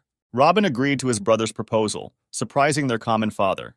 The guy looked straight into Petya's eyes and said that he accepted his challenge. The village masters gathered in front of the table to evaluate the 2 swords that the 2 brothers had made. In this case, the craftsman unanimously decided that Petit's sword looked much worse than the second. Compared to his brother's beautiful, successful sword, Petya did a rather poor job. However, the gnome objected and asked not to judge his work only by its appearance. He added that everything will be seen only after the battle, whose work was better. Robin confirmed his brother's words and suggested starting the fight. The guys approached the table and each took in his hand the sword that he himself had made. Then they went to the center of the square and stood exactly opposite each other. After that, the guys announced the start of the fight and clashed in the first blow. Petit's sword looked much worse, but in the battle it shone with a special light. Everything that happened looked as if strong magic was sewn into it from the inside. Without much effort, this weak-looking sword cut through Robin's weapon. The guy was only left standing alone with a broken weapon in his hands. Petya had absolutely no plans to continue the battle any further, so he stopped. He was only glad that everything ended so quickly in his favor. However, what happened next was something the guy never expected to see. The sword dealt 1,000 crushing blows with its magic, cutting Robin into small pieces. At the same moment, a portal opened in the square, and the same demoness appeared from it. She turned to Petya and said that it was his turn to pay his debts. Using her magic, the girl inflicted serious injuries on everyone present. The villagers were cut into small pieces in a second. Petya was on his knees and with tears in his eyes, begged for mercy for his family and friends. They didn't do anything wrong, but the girl didn't care. Petya sobbed and said that everything that happened was only his fault. The demoness agreed with the little gnome because he was too greedy. Now that he got what he wanted, it was time to pay with what was most dear to him. The guy was horrified by the realization of the disaster that had come to their village. The girl was going to take him and his fellow tribesmen to hell, but she offered another option. She gathered the souls of all the gnomes she killed into one and invited Petya to serve her for 10 years. She promised that if he was obedient, she would free the souls of his relatives. She shouldn't have made such concessions without Lord Amon's knowledge, but he might even like it. Petya got down on one knee and said that he was ready to serve for this entire term. The demoness smiled, and her smile was again truly creepy. She placed the soul stone into the dwarf's body and declared that their contract was concluded from that moment on. Kostya knew that Amon was the name of one of the 7 main demon lords. When he was still in the spirit realm, he only killed 2 of them. This meant that at least one of the remaining 5 was now in soul. Petya didn't care about his death, but he didn't want the souls of his fellow tribesmen, imprisoned in stone, to go to hell. Kostya asked the crying guy how long he had been serving the demoness. Petya replied that he only had about 6 months left to live. He wanted Kostya to protect him from the kingdom of demons and members of the Rainbow Six for 6 months, and in return, he promised to tell everything about them. The hero decided that if he found the information useless, he would hand the guy over to the beast. Petya signed a contract with Belita, the leader of one of the units of Satan's army, Amon's closest henchwoman. He served her all this time along with the Dark Elves. According to Kostya's recollections, the Demon Lord commanded 12 detachments, and they were all divided into 4 different directions, like the Black Vine, which is engaged in recreating demonic power. Petya created a power source for them that controls the artificial dungeon. Kostya did not believe that such a small gnome could have enough strength and skills for this. Petya agreed with him, but there were enough of them. The hero suggested that there were other directions under the leadership of the rest of the demon lords around the world. He thought that they were scattered across different countries, but the dwarf said that they were all in Korea. Kostya at first thought that he had heard this answer. However, then he realized that the dwarf was clearly not joking and was telling the truth. The guy was amazed that they all gathered on such a small piece of land. The dwarf added that he heard from someone that a divine revelation had come to the rulers. It said that a warrior would appear in Korea who would save the entire earth. That is why all the rulers were now searching for this very hero. Petya learned all this information when he sometimes drank with the demoness Belita. However, the guy added that this was all the information he had. However, Kostya admitted that even this was enough for them. An elder intervened in the conversation and said that he had a proposal. He asked the hero if it would be normal to arrange for Petya to work in his workshop. The dwarf was amazed that this old man was ready to accept him into his team of masters. The elder had a lot of work, so he believed that Petya could be useful to him. Kostya could not refuse his old friend when he smiled so sincerely.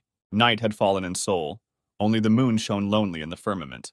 2 men in black suits with weapons in their hands walked through the back streets and killed the living creatures they encountered.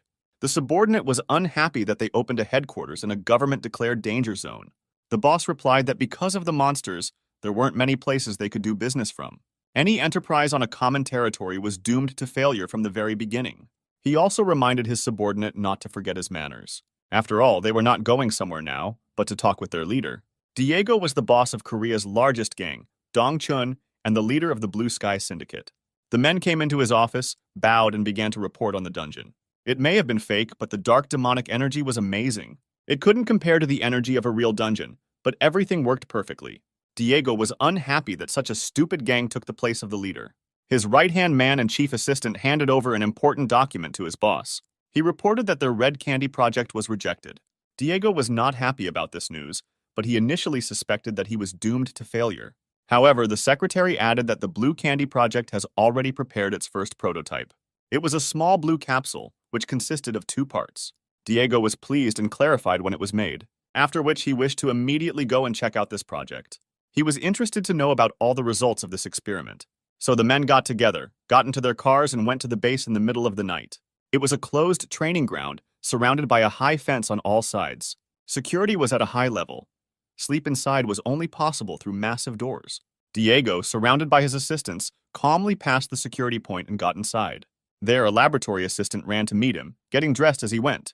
He suggested that Mr. Chairman conduct an inspection of the base. The company moved deeper into the structure, and Diego asked the researcher about the results obtained. He answered something that it would be better for a man to see everything with his own eyes. He read that no report can fully convey the complete picture. Diego was in the laboratory, and right in front of him hung a huge beast connected to various tubes. The man was pleasantly surprised by the werewolf he saw. The laboratory assistant explained that about 12 minutes had passed since he ate the blue candy. He decided to demonstrate the difference between the blue and red prototypes clearly. The man walked up to the dashboard and began to turn some sensors and press various buttons. Diego walked up to the laboratory assistant and looked at the graphs and diagrams that he displayed on the screen. It was obvious to him that 100 mana growth and physical strength were far superior to the red candy. A werewolf could remain in this state for an hour, and then he would lose his mind, fall into madness and die. Diego put his hand on the researcher's shoulder and said that his result was simply excellent. The guy even managed to rejoice at his boss's reaction. But that was not all. Mr. Chairman forcefully released his hand on the laboratory assistant's shoulder. He announced that their next prototype would have to last at least 3 hours. The guy was truly horrified by the atmosphere that surrounded his boss. He still remembered how the last time he grabbed his predecessor in this position by the throat. Diego simply threw the guy into the sewer when he didn't meet his demands. Now it dawned on him that now he himself found himself in the place of that unfortunate man. The researcher did not want to end his life the same way and fell to his knees out of fear. Now all responsibility for this project lay solely on his shoulders. And at this time, our hero Kostya was in a hurry somewhere with all his might. He didn't keep track of time at all and was now terribly late. The guy was lost in thought when he heard that Dasha would use the artifact that the Elder and Petya were now working on. It was already late at night when the hero reached his favorite restaurant. He went inside and immediately apologized to his mom for being late. He wanted to add something about the ingredients for tonkatsu, but he was not allowed to say. The firecracker exploded loudly and cheerful laughter was heard. Kostya's mother and assistant congratulated the guy on his birthday, holding a cake in their hands. The guy fell a little into a stupor because he did not expect such a reception. He completely forgot that today, the 1st of May, was his birthday. After all, over the past 10 years, he himself has never celebrated it. Kostya's mother replied that until last year she missed her son every day. And now she finally had the opportunity to congratulate him. She threw herself on her son's neck and thanked him for growing up so good. At first, the hero was a little embarrassed by this manifestation of feelings. However, he then hugged his mother back tightly and pressed her closer to his chest. He thanked the woman for his birth and asked her to always remain healthy and never leave him.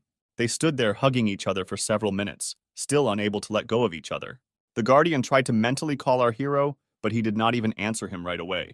He drew the guy's attention to the emergence of a new quest. It was his own wish that his beloved mother would make a full recovery. It was necessary to ensure that the woman, who due to prolonged 10-year stress caused by her unlucky son, began to recover. If her condition improves by 10%, then 10 million karma will be awarded and 100 million for complete recovery.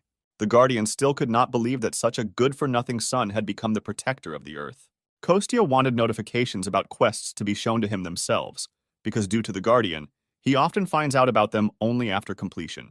This happened last time, although the guy would have gone to the right place anyway because of his mother.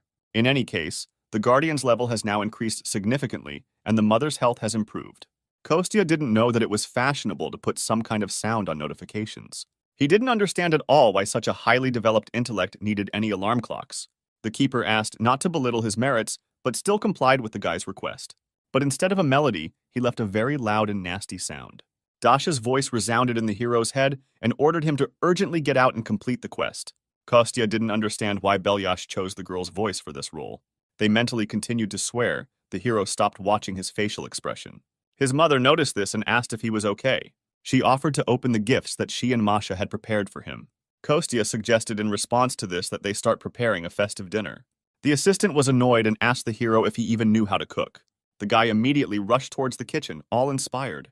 He said that a trial tonkatsu would pass for a holiday dinner, and for now Mom could rest. He knew that the troubles associated with the holiday were difficult, so he decided to take on the food himself. Masha admitted that she used to consider him a good-for-nothing son who had been sitting on his neck for 30 years.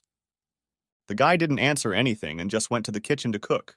The girl believed that such a guy would also turn out to be a good-for-nothing chairman. Kostya's mom didn't understand what she was talking about, but supported the idea. Their conversation sounded like complete nonsense, but the hero was happy to see his mother smiling.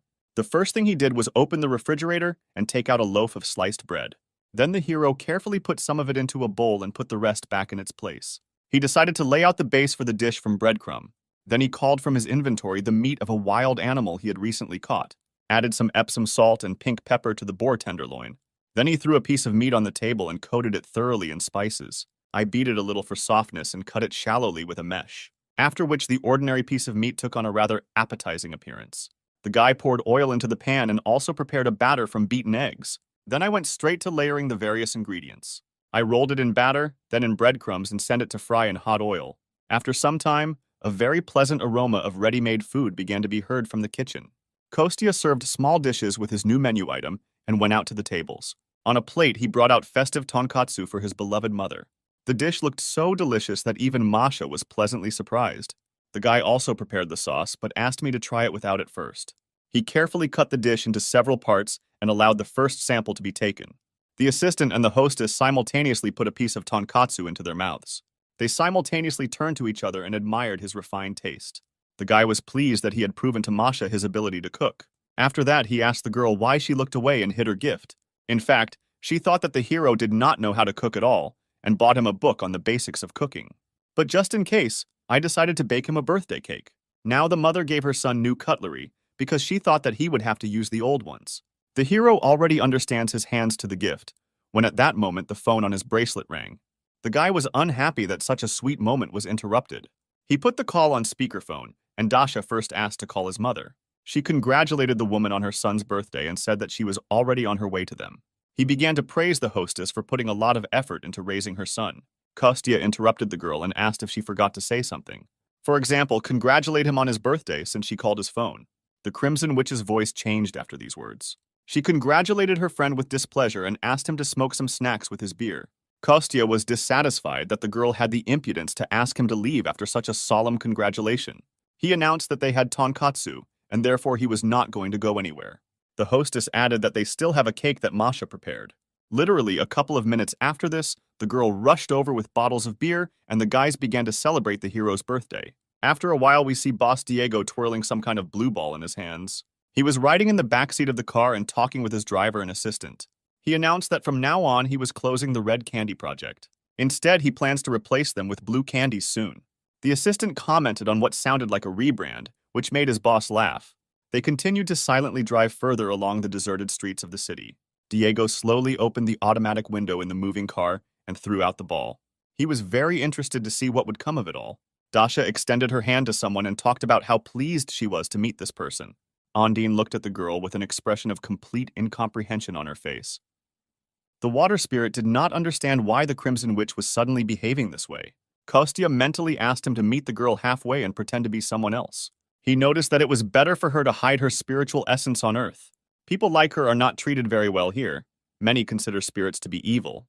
The guy explained that this gesture is called a handshake among people. Ondine should take Dasha's hand and shake it a little, which she did. She called Wun by her new name, so Kostya had to intervene and say that she was a foreigner. Misha even joked that only there could a guy dig up such a beauty. One wanted to say that she was 3,700 years old, but stopped in time.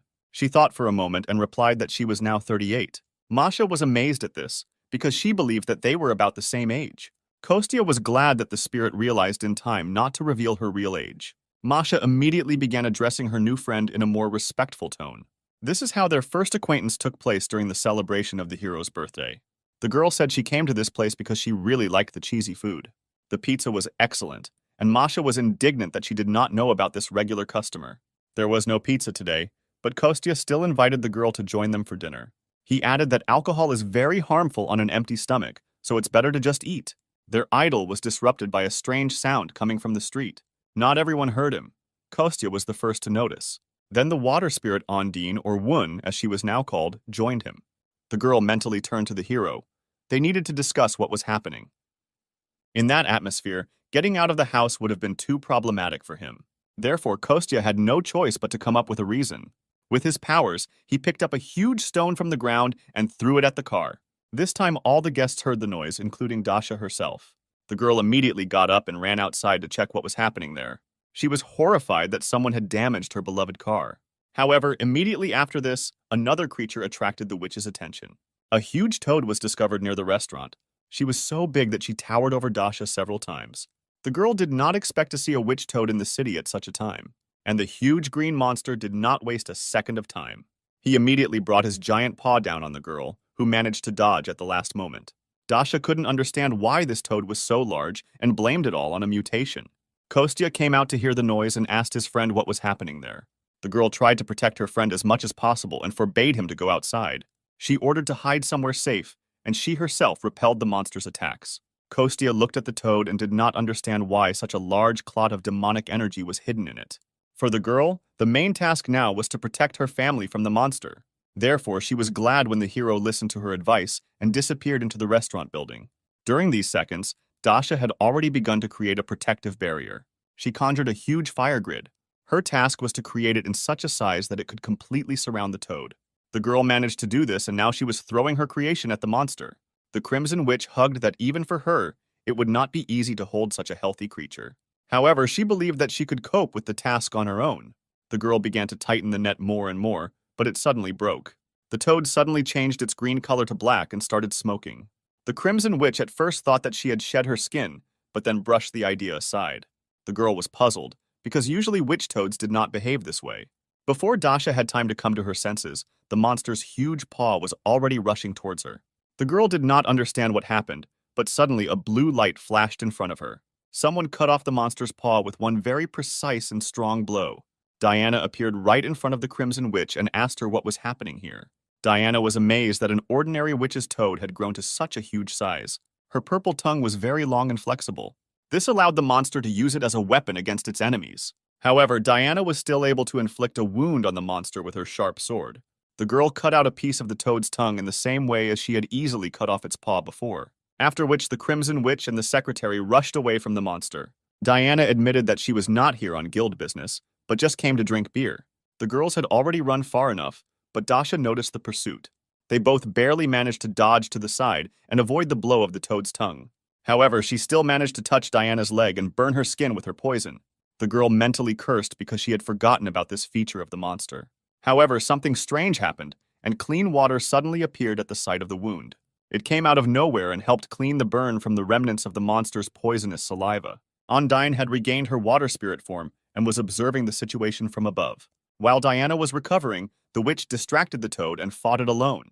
For some reason, fire techniques did not work on the monster the way they usually did. With each blow, Dasha had to use more and more of her strength. The girl regretted that she had not taken a new artifact with her and asked Diana to distract the monster for a while. The secretary already felt quite well and immediately understood the witch's idea.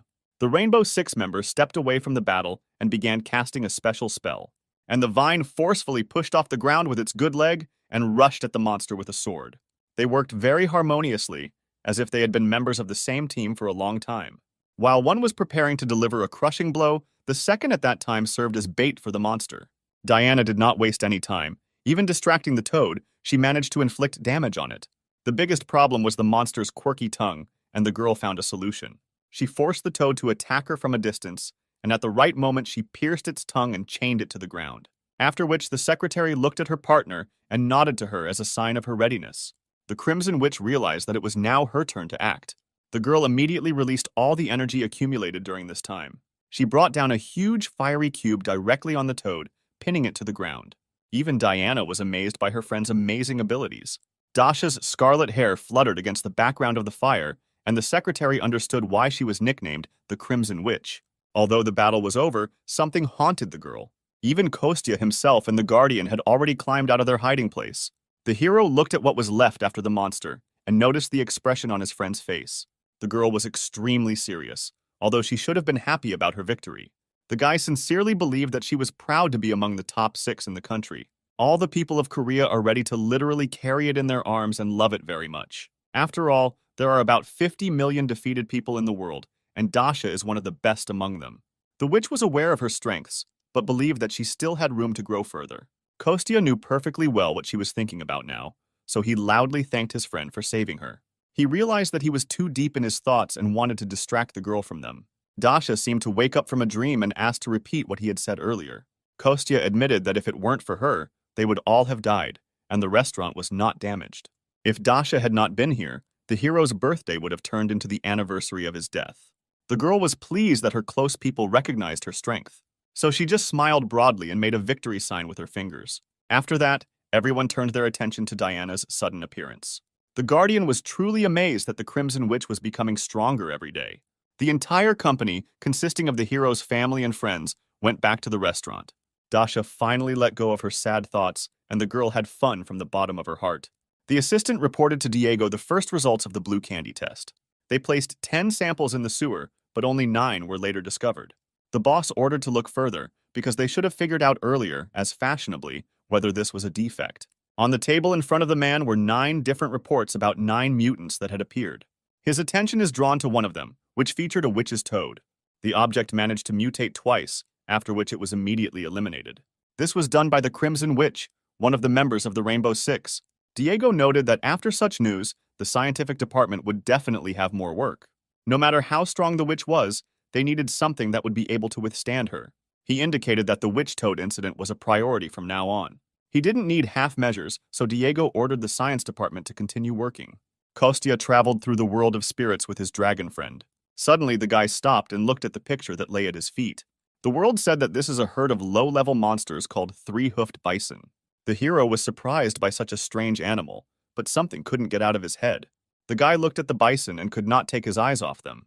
The dragon hoped that Kostya was not going to exterminate all the bison, like the horned boars before. The hero turned to face his friend, and he saw that the guy was already drooling down his chin. Kostya wanted to try the meat of these monsters.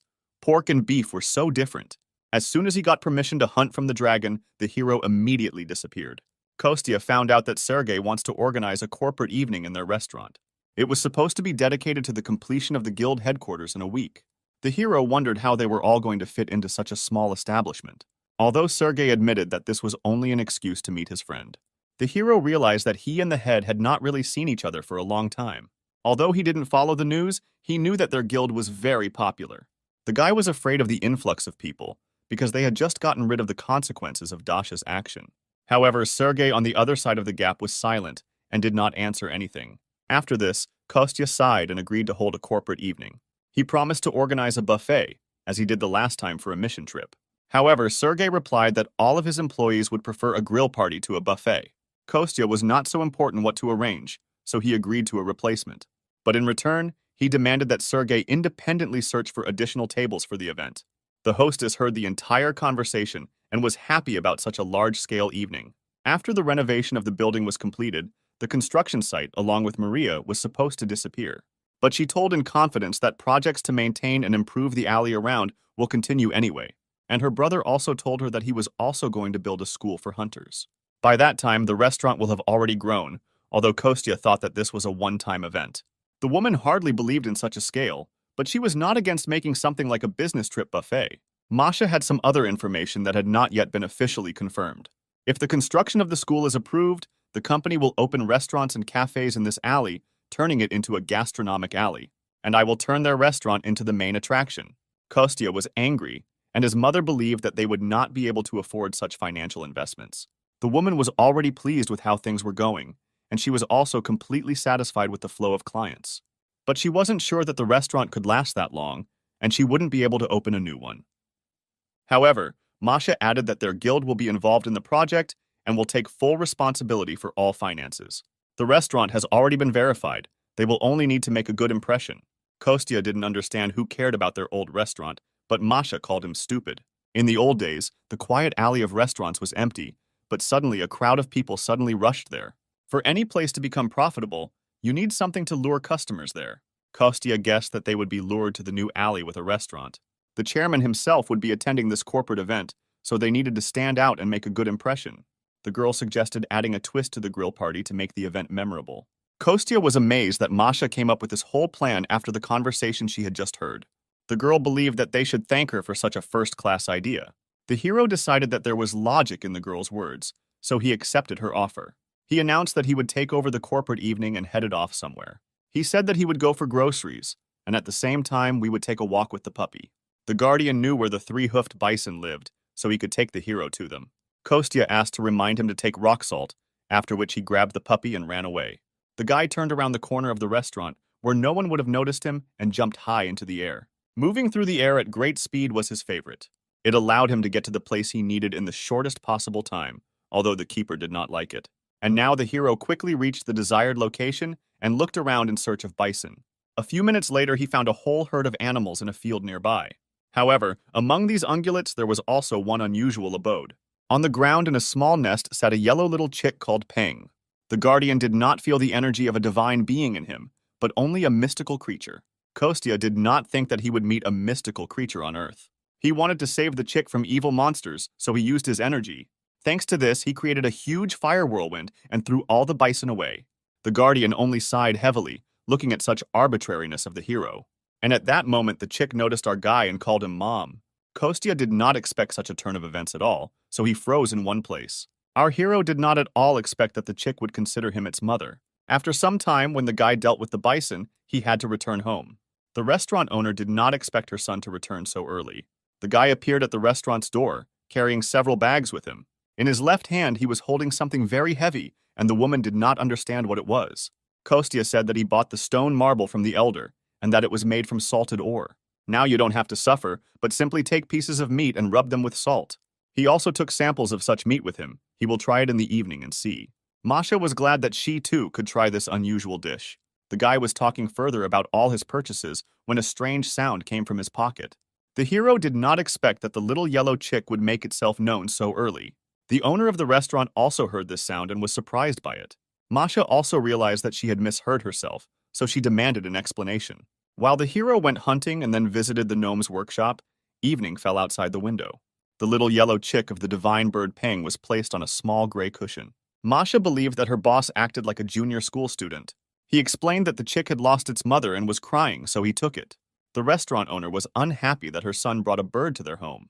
She ordered it to be sold at the market, because if the chicken is left without a mother, it will be very lonely and die. The woman hit her son on the back and reminded him that in elementary school, he also brought home a chicken, and it died. The owner was also worried that their puppy might eat this chick. He was afraid that the chick would turn out to be a spirit or an intelligent being. Over time, when he grows up, he may well become a golden phoenix. Guardians theorize that this chick is a descendant of the creature that once protected Joseon. At some point, he simply went blind, then left one egg and disappeared. The keeper decided to attract the owner's attention, so he approached her and began to bark. The woman realized that the puppy clearly wanted to be held. She carefully picked up the fluffy animal and slowly brought it to the chick. The owner was worried that he might eat him, but the keeper only licked the yellow baby. Kostya was happy with this reaction and promised to build a chicken coop at the back entrance. The woman didn't know what to do with the 35-year-old little boy, so she allowed it. Kostya was so happy about this that he even clenched his fist in honor of the victory. That if he doesn't forget to grow up with them, he can become big and strong, perhaps even more powerful than his ancestor. The guy was already anticipating that the chick would grow up and be the best of the best. However, the guardian noted that it takes about 300 years for a golden phoenix to mature. The man was covered in sweat with fear and shouted something about a mistake. He was hung by his feet right above a barrel of wastewater. Researchers claim that the effect of blue candy can last up to 10 hours. Diego smiled and said that such a smart guy could not live in exile. He added that if a guy doesn't understand anything when someone tells him something, then he should just listen. The boss promised that he would find out how he died only in the other world. The researcher begged to give him a little more time and promised to make the perfect medicine. He added that even the lowest beings can evolve and destroy. Eventually, the man noticed that his wife and little daughter were waiting for him at home. However, Diego was not so easily moved to pity by bitter tears. He raised his finger to his lips and ordered the laboratory assistant to shut up and listen carefully. He recalled that the previous scientist's accident was not due to shortcomings in his research. In this case, the guy did not understand at all why they wanted to kill him now. Diego replied that one must be careful with secrets. There is no other way except the death of a person who is no longer needed. He asked the laboratory assistant not to be offended, because now he knew the reason. The boss asked the scientist if he had heard a rumor that he was making deals with the devil. The guy remembered that he himself had previously suppressed such conversations in the laboratory. However, his boss said that they were truthful and began to unfasten his cufflinks. He showed off his black mark, which was the distinctive symbol of the devil. However, the man noticed that the devil was not trying to destroy the earth. He added that the devil loves to eat human souls. He especially loves tormented souls because various trials make a person stronger. In addition, the devil is pretty tired of running the farm alone, so he enters into contracts. That is why Diego became his deputy, who makes human souls stronger and runs the farm. Tests harden people, which is why blue candy was invented. In any case, the boss no longer needed the researcher. He felt sorry for the guy because he never received the Nobel Prize. The scientist at least asked to protect his family, because they thought that he worked in an ordinary pharmaceutical factory. The boss smiled and noticed that he was a very loyal and devoted person. The scientist was glad that at least his family would be safe. However, Diego then smiled bloodthirstily and said that his wife and daughter would die too. The man was horrified by such news, but did not have time to do anything. In one of the quiet night corners, something strange was happening. Some gray creature with spikes on its tail walked and killed its relatives. It had already reached incredible sizes. There was a white horn on its head.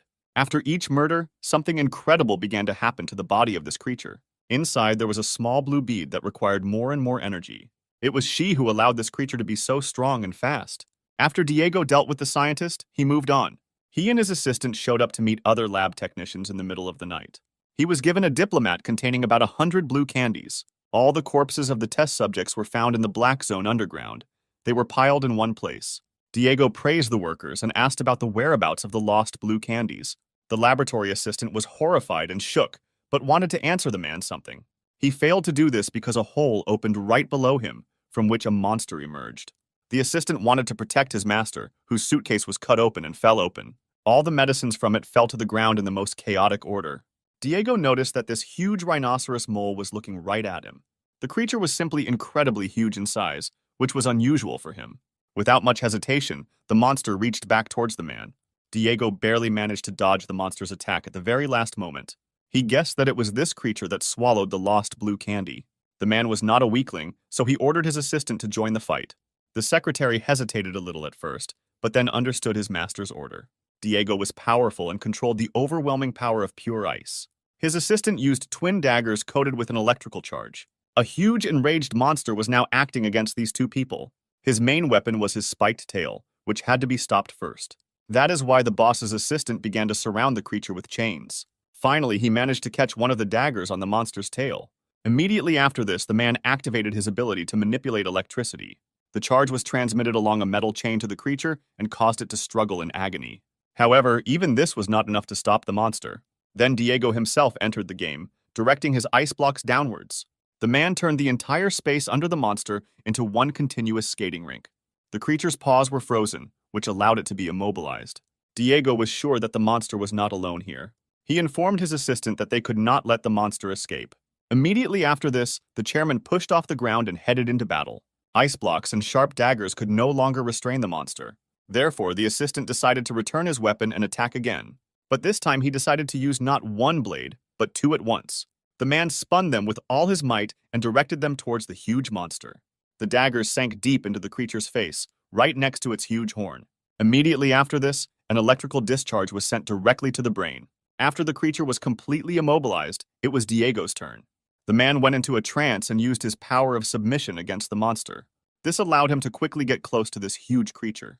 For a few moments, absolutely nothing else happened on this quiet street. At this moment, Diego mentally fought with the consciousness of the monster. The man definitely emerged victorious, so the monster's eyes dimmed. After the battle was over, both men began praising each other for a job well done. The secretary came closer and tried to pull his daggers out of the monster's head. However, for some reason, he failed to do this. It was extremely strange. But before the long-haired man could do anything, the monster attacked him. He shook his head and threw the man up when he was not expecting it, after which the monster opened its mouth very wide and swallowed the guy whole. From the smile on Diego's face, one could guess that he did this on his orders. The man once again proved that for him there are no irreplaceable people. The garden behind our hero's restaurant was beautiful. The little beetle, guardian of the tree of the world, was surprised by his new neighbor. He had beautiful sparkling yellow wings, which he was just showing off. Kostya named the chick Kolbin, which translated as a debilitating chronic disease. The guy believed that it would be useful for the chick to gain strength from a large tree. He would like the chick to grow up in a normal environment, so he asked for the help of the spirit. He was not going to refuse, but did not understand how he should be raised. At that moment, something incredible happened. The roots of the tree began to move. The little yellow chick was completely surrounded by young shoots. Kostya sincerely did not believe that if the little bird had been a little bigger, he would have been able to control life on the entire planet. The guy looked at the cage of bars and realized that Kolbin was in the right place. A large light truck drove up to a restaurant we knew and stopped. Kostya ran out of it immediately to meet the guests who had arrived. At the wheel of this truck sat an elder dwarf, his old friend. First of all, the guy apologized to the old man for asking him to lie for him. The man noticed that the artifact was finished anyway and was just asking to use it in business. He noticed that Petya unexpectedly had more talent than he initially thought. Lately, the guy has lived up to expectations, and there's almost no trace left of his gloomy look. Kostya was happy about this and promised to find time later and bring a bunch of delicious ribs. The elder's mouth watered at the mere memory of those beautiful ribs they ate in the spirit world. At that moment, the guy was asked about something from the restaurant, so he got distracted. The elder walked around the car in a circle and asked where he could stay. Now the guys were all together in front of the new huge guild building. They gradually walked around unloading the car and setting up brand new tables and chairs. It was at this moment that Sergey and Diana came up to them to say hello. Kostya was glad to see his friend, because he was always busy with school. They joked and rejoiced at this meeting, agreeing to sit down for a drink. The guys were worried because they had too much work lately. Sergey had heard a lot about how their little restaurant had been very popular lately for its ribs. He also noted the excellent, subtle taste of their new tonkatsu dish. Kostya admitted that he just made them one day for his visitors, and he got lucky. The guy didn't have time to finish because Dasha attacked him from behind. She simply slammed her feet into the guy's back and knocked him to the ground, surprising everyone. The elder saw his customer and said that he was just about to visit her. He reported that the artifact she entrusted to him last time was ready. He promised that he would finish his work by lunchtime and return it to the owner, which made her very happy. And at this time, the girl completely forgot about her friend, whom she left lying unconscious. A little later, the presenter announced the beginning of the ceremony for the completion of the construction of the new main headquarters of the guild. This festival brought together a lot of people from completely different professions. The presenter asked all visitors to calmly take their seats. It was time for Sergey to go on stage, so he said goodbye to his friends. The guy was glad that he had chosen a day with such good weather for the ceremony. However, suddenly a very loud and scary squeak was heard from somewhere. It was through the city system that they announced an emergency in their area. The announcer said that a monster of an unregistered species had appeared, and a high level of power was observed. The Crimson Witch was puzzled by the fact that this was not an ordinary alarm, but a signal about a monster. However, it was our hero Kostya who was most irritated from this company. The guy didn't like the fact that the appearance of monsters always happened so suddenly. To this, the Crimson Witch answered him that they were in the middle of an unstable zone. The ground shook under the guy's feet, and they saw a huge creature appear from afar. Neither Kostya nor Dasha had ever seen such a strange monster before. It was the most ordinary rhinoceros mole, but of absolutely incredible size. The Crimson Witch was worried that she might not be able to cope with him alone. She was about to call for help when the elder called the girl. He threw her a small staff to which her artifact was attached. The girl caught him, after which Dasha pointed her finger at Sergey and called him. She ordered the guy to gather people from the guild and run away with them immediately while she distracted the monster. Sergey immediately realized that it would be better for him to listen to this girl. After this, the Crimson Witch immediately turned to face her friend Kostya. She told the guy to take his mother's hand, prepare dinner, and wait for her. Immediately after this, the girl jumped into her white sports car. She pressed the gas pedal to the floor with her foot and abruptly jumped out of her parking space. The girl was in a very big hurry, so she allowed herself to break traffic rules. Only this driving style allowed her to quickly reach the monster's location. Suddenly, Dasha heard whose voice it was, which said that the girl would die here. A man was waist-deep with a huge monster and was on his head. He knew that this girl was a Crimson Witch from the Rainbow Six. The huge monster immediately attacked Dasha with its tail with sharp spikes. The girl barely had time to dodge and realized that she had seen this man before. He turned out to be the most wanted man in all of South Korea, Diego. The man was even a little pleased that the girl was able to quickly remember him. Dasha immediately admitted that she did not understand what was happening here at all. However, she promised the criminal that she would not leave him and his pet just like that. The monster's strength was so great that after each of its blows, dents were left on the ground. Even Dasha, with her unusually high speed, found it difficult to keep up with dodging. Besides this, she needed to find time somewhere to attack. The girl's main goal now was to cause maximum harm to the man. And now Dasha swung her new staff, hoping to strike him. However, at the last moment, this attack was blocked by the monster with its claws. At the point of impact, an explosion of fiery energy from the Crimson Witch immediately occurred. The man looked at his rival and became more and more irritated by the minute. He didn't like how ignorantly the girl was using Wanda's artifact. Maximum squeezing of the handle of this staff increases its firepower many times over. At the same time, he also had the ability to work like explosives. However, the side effect was that it made your arms get tired quickly. Dasha was worried because she didn't have time to ask how to use the staff. The girl used it for the first time and had no idea how to handle it. However, she was able to notice during the fight that he still increased her strength. Previously, the power was scattered throughout her body, and now it was concentrated in the staff. The girl realized that he was collecting all her chaotic magical energy. After this realization, it became easier for the Crimson Witches to control the energy. Now the girl knew exactly at what moment she could quickly release it. This helped her get to the head of the huge, scary monster even faster. However, because of the monster, the girl completely forgot about another of her rivals. After all, the most wanted criminal in Korea could also use magic. This was an outstanding confrontation between two very powerful battle wizards. Diego's crystal-clear ice collided with Dasha's hot flame in one battle. The grown man was very annoyed at one point. He was also an extremely rare awakened person in the entire world of the highest S-class. But such an absurd difference in their strength made him very nervous and infuriated. Meanwhile, our witch Dasha tried not to be distracted by anything. The girl still continued to attack the fusion of monster and human again and again. She easily dodged their attack, unaware of the mental torment of her opponent.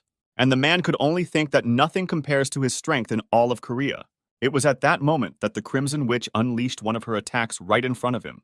The man saw the enormous damage that the girl caused to his monster. The man was very annoyed that she was still stronger than him. That is why he decided to feed the monster absolutely all the blue candies. He dreamed that the monster would become a real walking disaster that would plunge everyone into hell.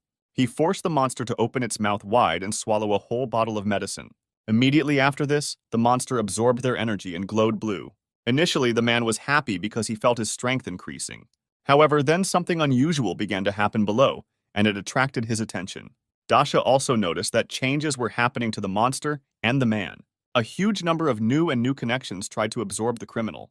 This creature stopped recognizing its owner and required more and more energy. In the end, the man was completely engulfed and could not move. The Crimson Witch stood and watched as Diego tried to resist and screamed in pain. After some time, the man's voice completely disappeared and there was silence. Dasha even thought that he had finally been completely swallowed up by the monster.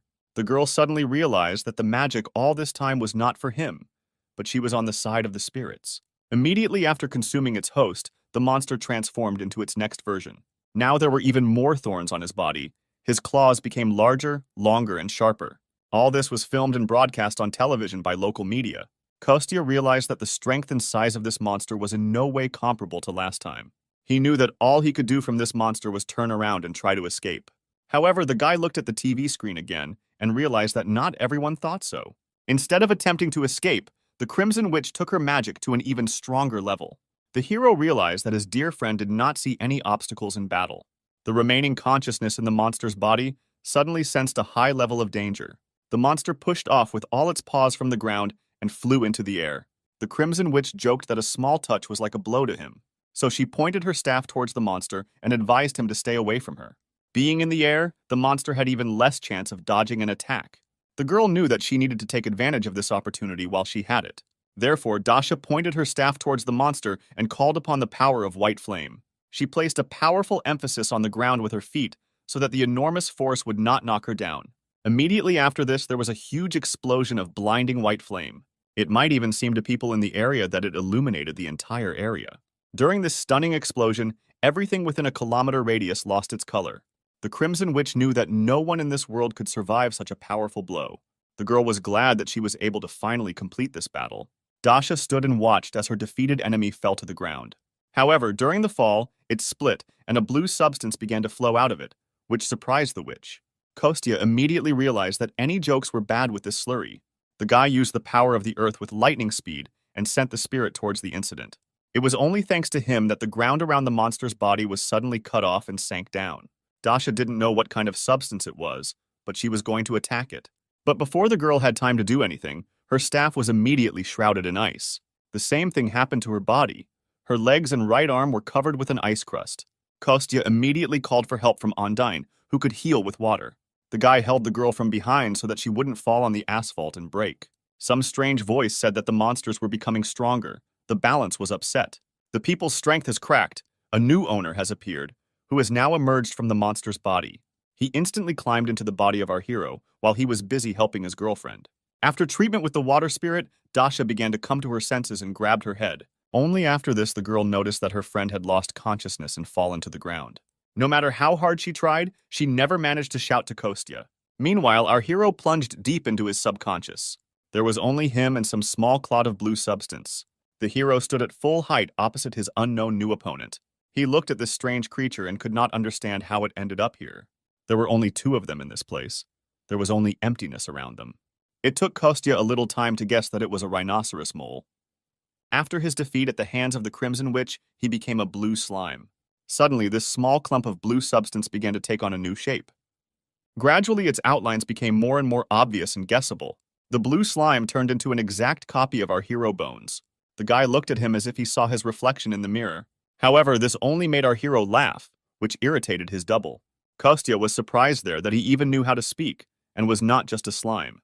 The double admitted that all this was his doing, and the guy was next in line. He was going to kill Kostya in his own subconscious and take possession of this body. The double was clearly serious and did not respond to the original's jokes at all. Kostya saw that he did not succumb to his provocations, so he stopped doing it. He asked his double how he managed to penetrate his consciousness. Until this moment, the hero could only see spirits when he was in their world. The double was annoyed that Kostya called him just an ordinary parasite. He was a parasitic spirit who cannot exist in the world without a master. Therefore, now he suggested that everything should be discussed well before the hero's soul disappeared. To begin with, the parasite took advantage of its power over our guy's consciousness. He made magical ropes appear out of nowhere and tightened Bones' wrists and legs. It was still difficult for the hero to get used to the fact that such things were happening on his territory. The parasite noticed that he had already absorbed 2 very strong people and dozens of other weak souls. Thanks to this, he became a supreme being, possessing the power of an entire dynasty of kings and hereditary magicians.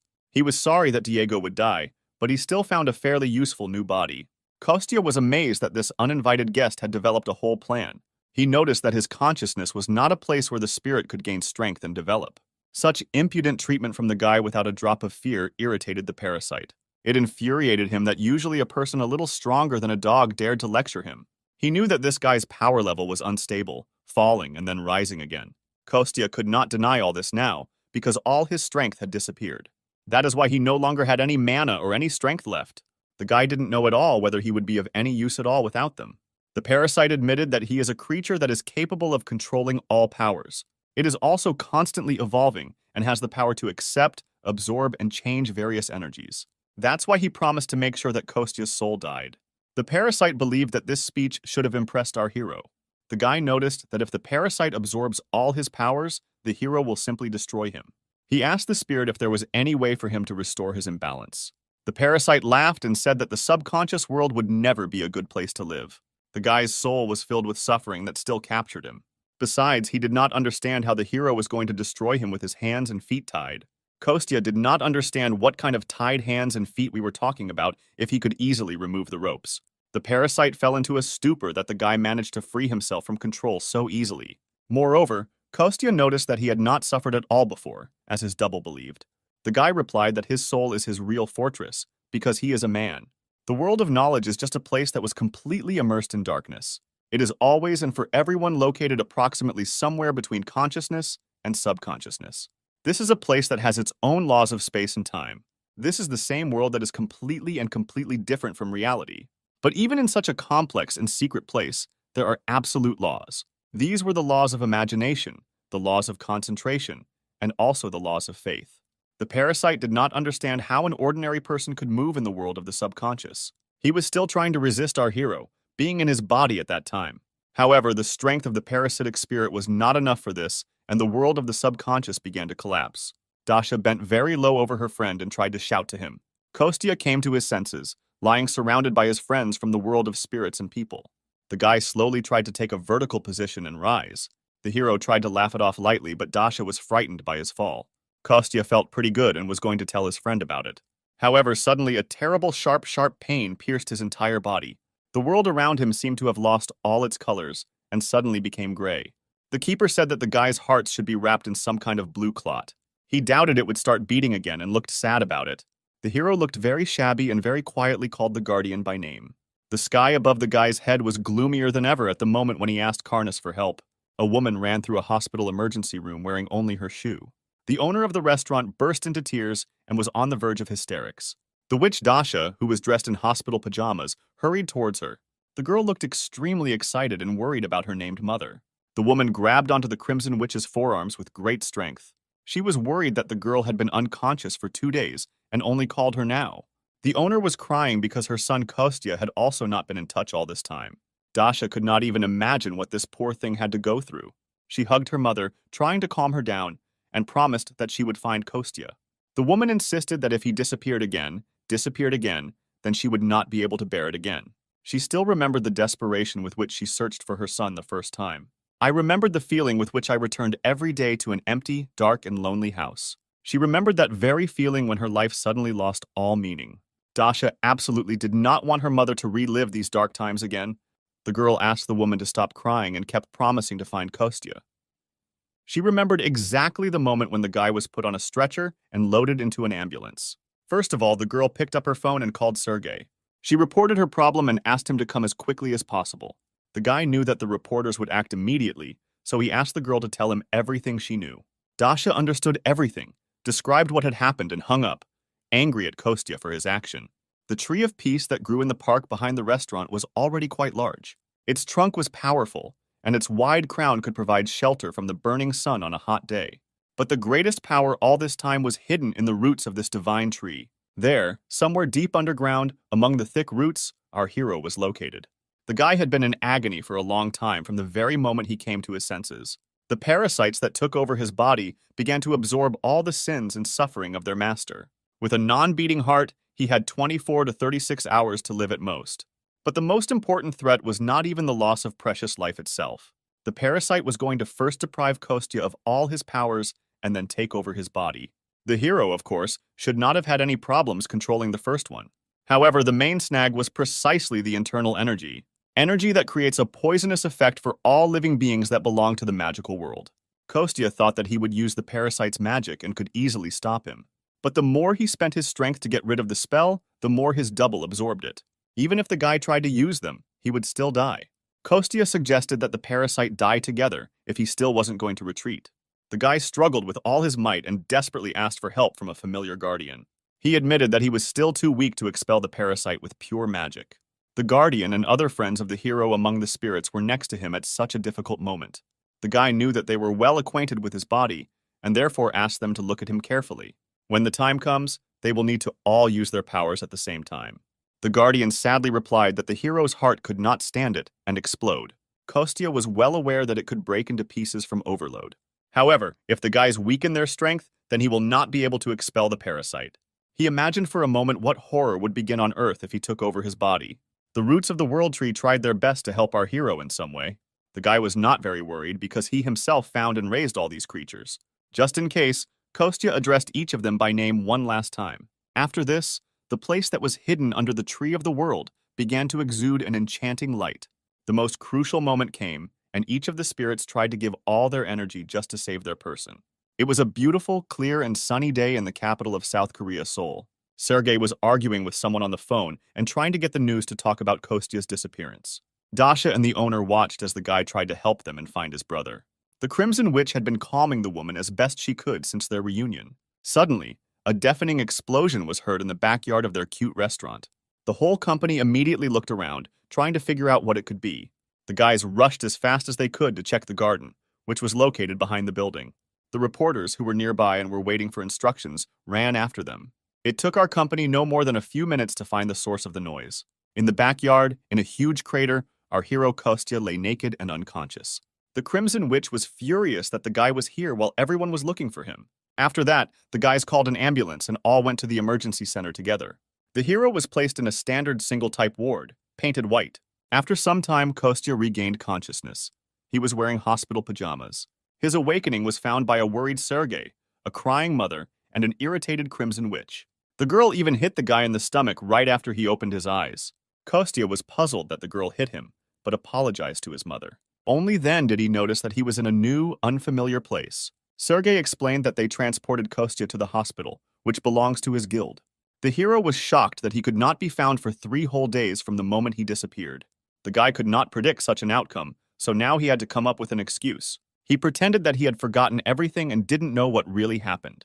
Dasha began to have doubts about the fact that the guy didn't remember anything. Sergei proposed to omit this point for now and promised to ask journalists to take action. The Crimson Witch's strange reaction was very easy to understand. After all, when they found Kostya in the yard, it turned out that the guy had awakened. Our hero could not believe that this really happened to him. He frantically replayed the events in his head and tried to analyze them. The guy realized that after his release he lost consciousness and could not hide his magical power. Dasha said that usually when a person first awakens, he destroys everything around him. The girl called this one of the most possible reasons for that explosion in the garden. Everyone was amazed that the guy was not happy about this, because many dream of waking up in order to protect others. However, Kostya replied that he always wanted to be just an ordinary restaurant worker. And he added to himself that he dreamed of being an ordinary restaurant worker who makes people in the area stronger. He didn't want to be drawn into something like this on his own, which irritated Dasha. The girl noticed that to begin with, he could be a simple observer. And after the amendment, I could go with Sergei to the central headquarters. The witch noticed that she did not get along very well with the central headquarters, so she would prefer to stay with her mother. Sergei was happy with this option, but he insisted that Kostya should at least become an observer. But first, he needed to rest well and recover. Sergei brought his friend a small gift in honor of his awakening and began to rummage through the bags. He took out and placed in front of our hero several black branded bags. It was an expensive brand suit, but Kostya noticed that it was too expensive a gift. The head of the guild did not give up and advised his friend to first open the box and see for himself. What lay inside was not just any standard formal suit. Kostya thought that it was a branded tracksuit from the latest collection. Sergei laughed and said that he simply ordered a new one for his friend, because he always wears the same one. The hero got angry and said that he actually bought all such suits at the market and spent almost 50,000 won on them. In any case, Sergei added that such battle suits are made from high-quality materials from their guild. They prevent magical and physical attacks below level C, such as being shot or stabbed. The clothes were made from recycled spiderwebs from a dangerous spirit. The likelihood of extracting necessary materials from the bodies of magical creatures is constantly increasing. And it is for this reason that it has now become popular to do such things. But this was only a prototype.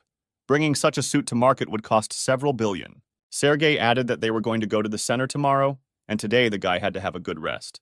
Dasha and the hero's mother also got ready to go out and promised to wait for him at home. The next day, Kostya put on his new suit and noted that it was really very good.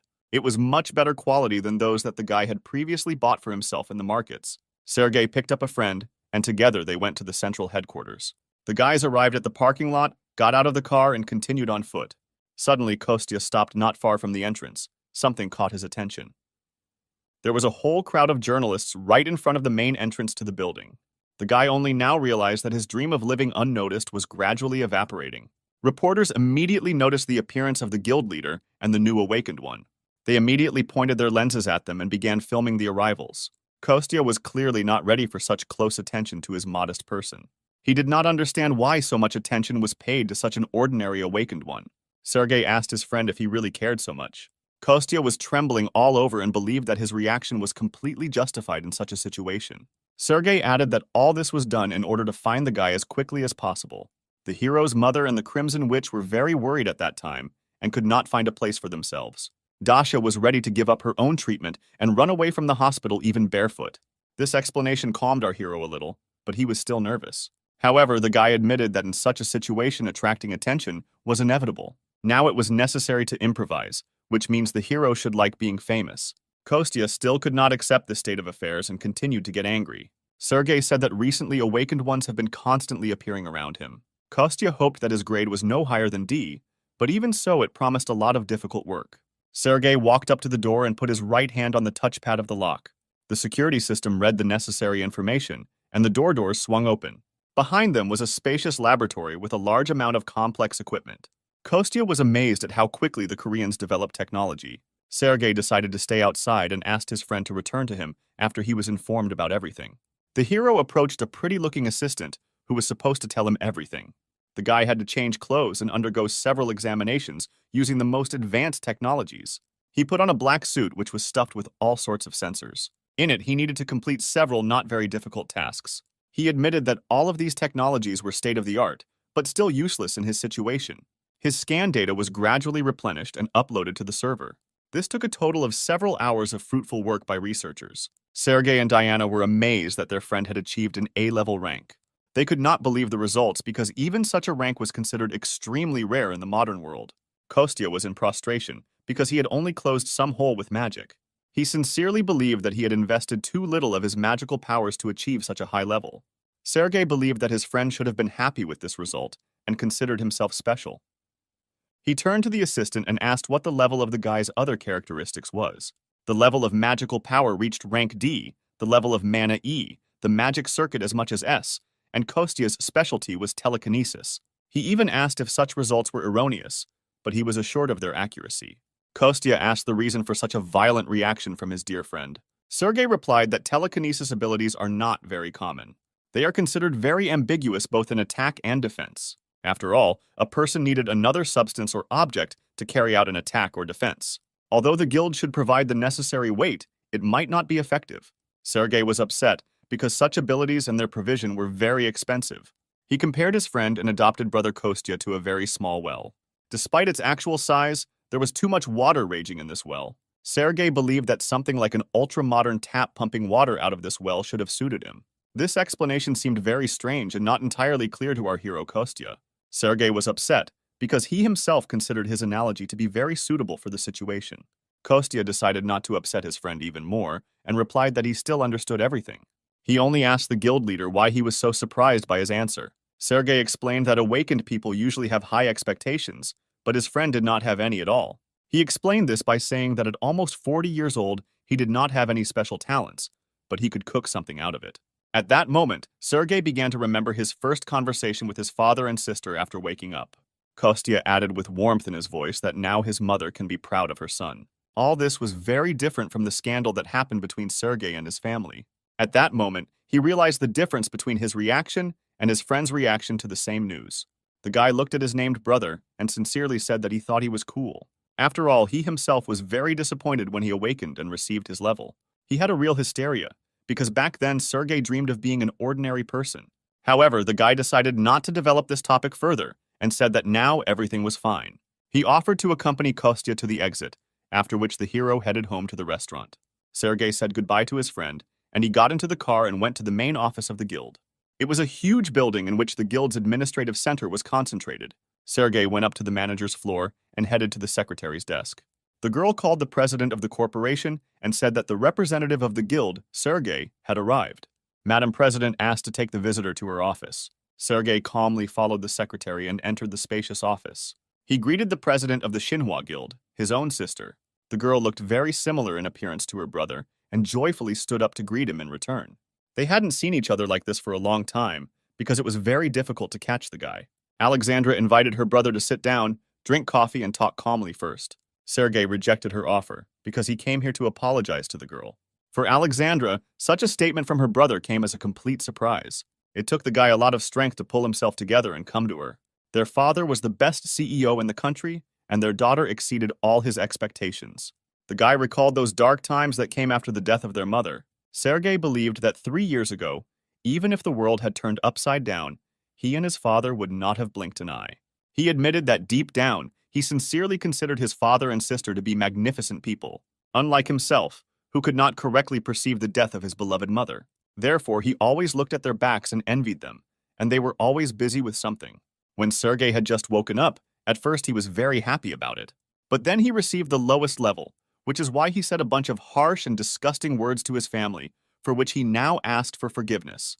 The sister just laughed in response to his sudden statement and relaxed. She was very happy to see how her little 10-year-old brother began to grow up. The girl suddenly became very serious and said that she would now reveal a secret. In fact, he and his father also could not bear the death of their mother and wife. This statement amazed Sergei, because all his life he had been sure of the opposite. Alexandra added that if you are always busy, then there is simply no time left to think about sad things.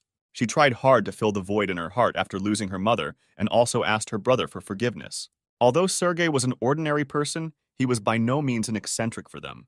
The girl said that she was very proud of her brother, just like their father. Sergei asked why the girl apologized to him, but she replied that she had wanted to do this for a long time. The guy admitted that he had heard many people call him a disgrace to their family.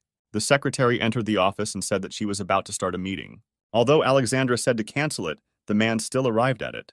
It turned out to be the famous doctor of science himself, named Vladimir Sin. Sergei asked his sister not to worry, because he came without warning just to talk and was about to leave. He told Alexandra not to cancel her meeting with the PhD because of him. Sergei's older sister thought for a while about what would be best for her to do now. The girl was going to have lunch with her brother, so she offered to meet the guests together. Sergei was glad for this influx of kindred feelings, but felt a little awkward. They asked the secretary to go and invite Doctor of Sciences Vladimir to enter. He turned out to be a middle-aged, pleasant-looking man with glasses. He extended his hand to Sergei and said that he was pleased to meet him. The doctor admitted that lately he has often met famous personalities. He came today to say that this time, he decided to adjust the prototype development schedule. Its external form was already ready, so the doctor thought that testing the sample could have been done earlier. Only it was difficult for him to give an exact time, because the artificial intelligence system was unstable. Alexandra noted that their group has been providing his laboratory with all the necessary materials for a long time. However, the supply of living material from magical creatures is constantly dwindling. No matter how exactly they know the makeup of humans, it is impossible to create new humans through technology. The laboratory came to the conclusion that 100 of the artificial intelligences had human intelligence. Therefore, the doctor proposed changing the current plan to improve the artificial intelligence system and using spirits. He added that after the contract between the magical creature and the spirit was signed, great efficiency was observed during their work together. Alexandra objected that in this case their situation could only get worse. That is why Vladimir came to the president today to ask for her permission. The girl replied that she first needed to contact the general director. After Vladimir left, Alexandra looked very exhausted and tired. Sergei suggested we go have lunch and unwind a little before going to see our father. He promised to call the restaurant he frequents and book a table for them. The girl liked this idea and asked her secretary to cancel the previous reservation. Of course, Sergei had his dear friend's restaurant in mind when he invited his sister to have lunch with him. And Kostya received a message from the head of the guild that he would soon bring a very important person to his establishment, and tried to guess who it would be this time.